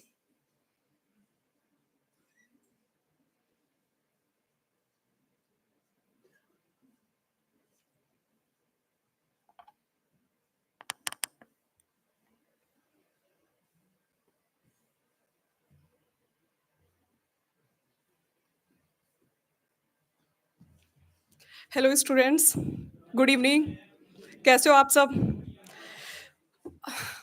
Basically conference का मतलब ही ये होता है कि students, researchers, academicians या हमारे technical part के लोग एक रूफ के अंडर आके अपनी इनोवेशन और रिसर्च को डिस्कस कर सके और उससे हमें और ज़्यादा बेहतर आइडियाज़ मिल सके। इस कॉन्फ्रेंस में भी यही हुआ कि हमें और बेहतर आइडियाज़ मिल सकते हैं। जैसे कि हमने अगर किसी का रिसर्च पेपर किसी की प्रेजेंटेशन से फाइंड आउट किया है कि अच्छा हम ये कर सकते हैं, उसकी शॉर्ट कमिंग आप पता लगा सकते हो। रिसर्च का मतलब यही है कि रिसर्च गैप पता करना। रिसर्च गैप की नॉलेज किस किस को है यहाँ पे? What is research gap? बताइए आप। किसी को पता है रिसर्च गैप क्या होता है? बेसिकली जो ऑलरेडी सर्च हो चुकी है उसमें कोई फाइंडिंग्स हमको मिलनी है, शॉर्ट कमिंग कुछ है, उसको हम रिसर्च गैप बोलते हैं। उस पे ही हमारा नेक्स्ट पेपर आना चाहिए। तो मैं चाहती हूँ कि अगली बार सभी पार्टिसिपेट करें और ये बहुत इंफॉर्मेटिव कॉन्फ्रेंस रही है। पार्टिसिपेट करें, शॉर्ट कमिंग को देखें और एक्सपेरिमेंटल पेपर्स को प्रमोट करें। ठीक है, thank you so much.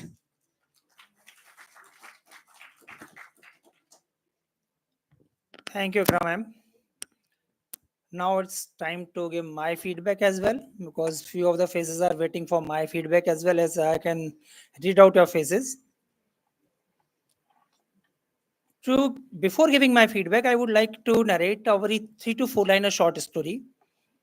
When we were child and when we were kids, age 7-8 years,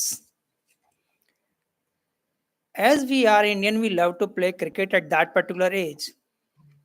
Then our parents, they taught us, they play with us. They defined us, grip out your bat like this, or grip out your badminton racket like this. You have to pull this shot like this, or if you are going to throw a ball, throw like this, take your run up like this. Why they were giving us that particular training?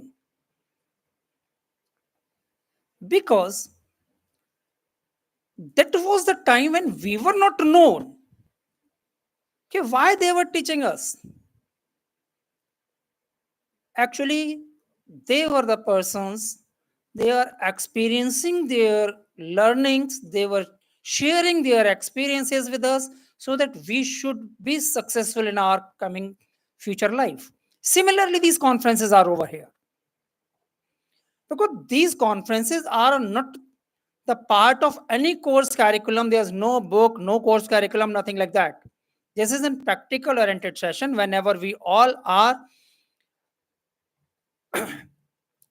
below a particular roof, when we all are sitting in the particular place, then only we can share all of these things.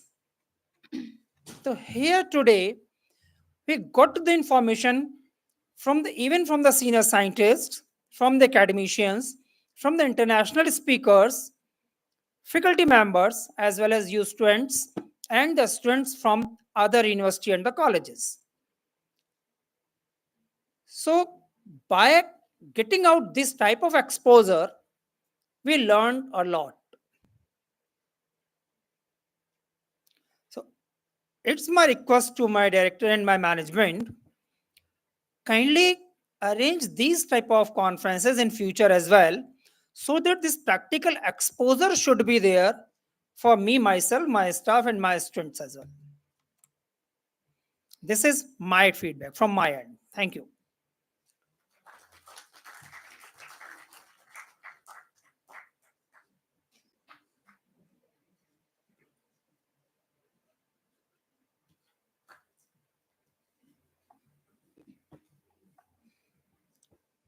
Now again, I would request Sir Dr. Sanjay Pachori, HOD MIT, for vote of thanks.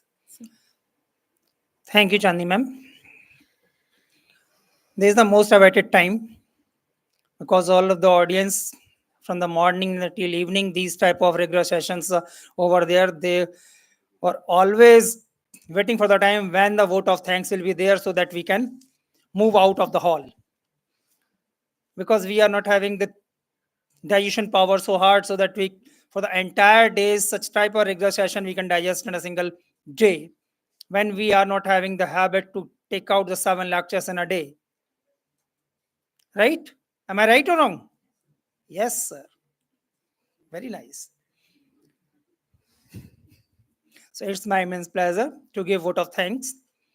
First of all, I would like to give my thanks to our chairman, sir, Shri Atul Mangalji, to give us the opportunity to organize such type of event, so that our students should learn a lot of practical exposure. My vice chairman, Shri Ayush Mangal sir, executive director ma'am, Prerna ma'am, they were the force behind us, who forced us and provided all of the opportunities, all of the facilities to conduct this type of event. Result is in front of you. The event is most successful. Then I would like to give my thanks to our team leader, director sir, Professor Khemraj sir, director IQAC, Yuvraj Bhatnagar sir, DSW and HR head, Harish Bhatia sir, management representative over here, well sir. Other than that, few of the faces, as I always talk, Bara sir, admin head, our IT support team, whole the time they were there in a room, they were locked in a room. And where is my most hard worker? I'm not getting out the face. Dhananjay sir, where is Dhananjay sir? I would like to give a great thanks to Dhananjay sir. He is there over from morning till evening. Even we called him to take a cup of tea. He denied because he is not having the time. And the 3 parallel things were online. The entire session was online. And the credit goes to Dhananjay sir and the team. Other than Dhananjay sir,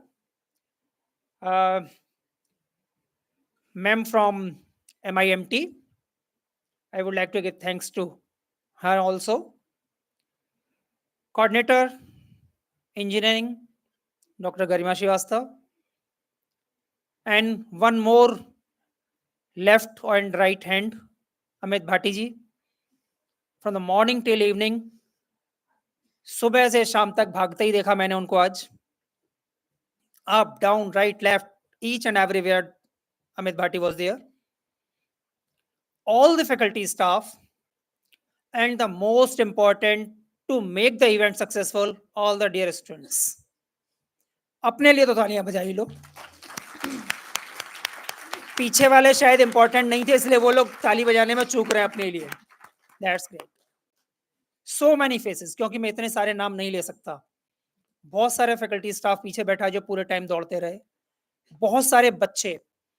तो coordinator students, I would like to thank the students as well. आज शायद पहली बार मैंने ये देखा कि the students जो स्टूडेंट कोऑर्डिनेटर के रूप में काम कर रहे थे, आज they done a marvellous job. Marvellous job. I would like to clap for the students as well. आज जो जिम्मेदारी दी गई, मैंने पहली बार देखा है यहाँ आके कि उन्होंने वो जिम्मेदारी पूरी निभाई ईमानदारी से, अपनी ईमानदारी से. बेईमानी हुई है मुझे मालूम है, लेकिन उन्होंने अपनी ईमानदारी की, इसलिए मैंने वर्ड यूज किया, अपनी ईमानदारी से. So by these words, thanks to all these faces, all of the students, all my co-workers, all my colleagues, management, director, and the hidden faces always over there. Even that staff who served you lunch, they staff who served you water glasses, they staff who cleaned this particular hall for you, I would like to thank them also. By these words, thanks all. Thank you all.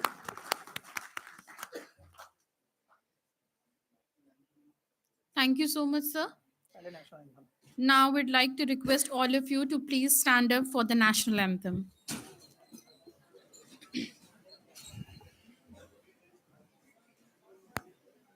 जनगण मन अधिनायक जय हे भारत भाग्य विधाता. पंजाब सिंध गुजरात मराठा द्राविड उत्कल बंगा. विंध्य हिमाचल यमुना गंगा उच्चल जलधि तरंगा. तव शुभ नामे जागे, तव शुभ आशीष मांगे. गाहे तव जय गाथा. जन गण मंगलदायक जय हे भारत भाग्य विधाता. जय हे जय हे जय हे जय जय जय जय हे.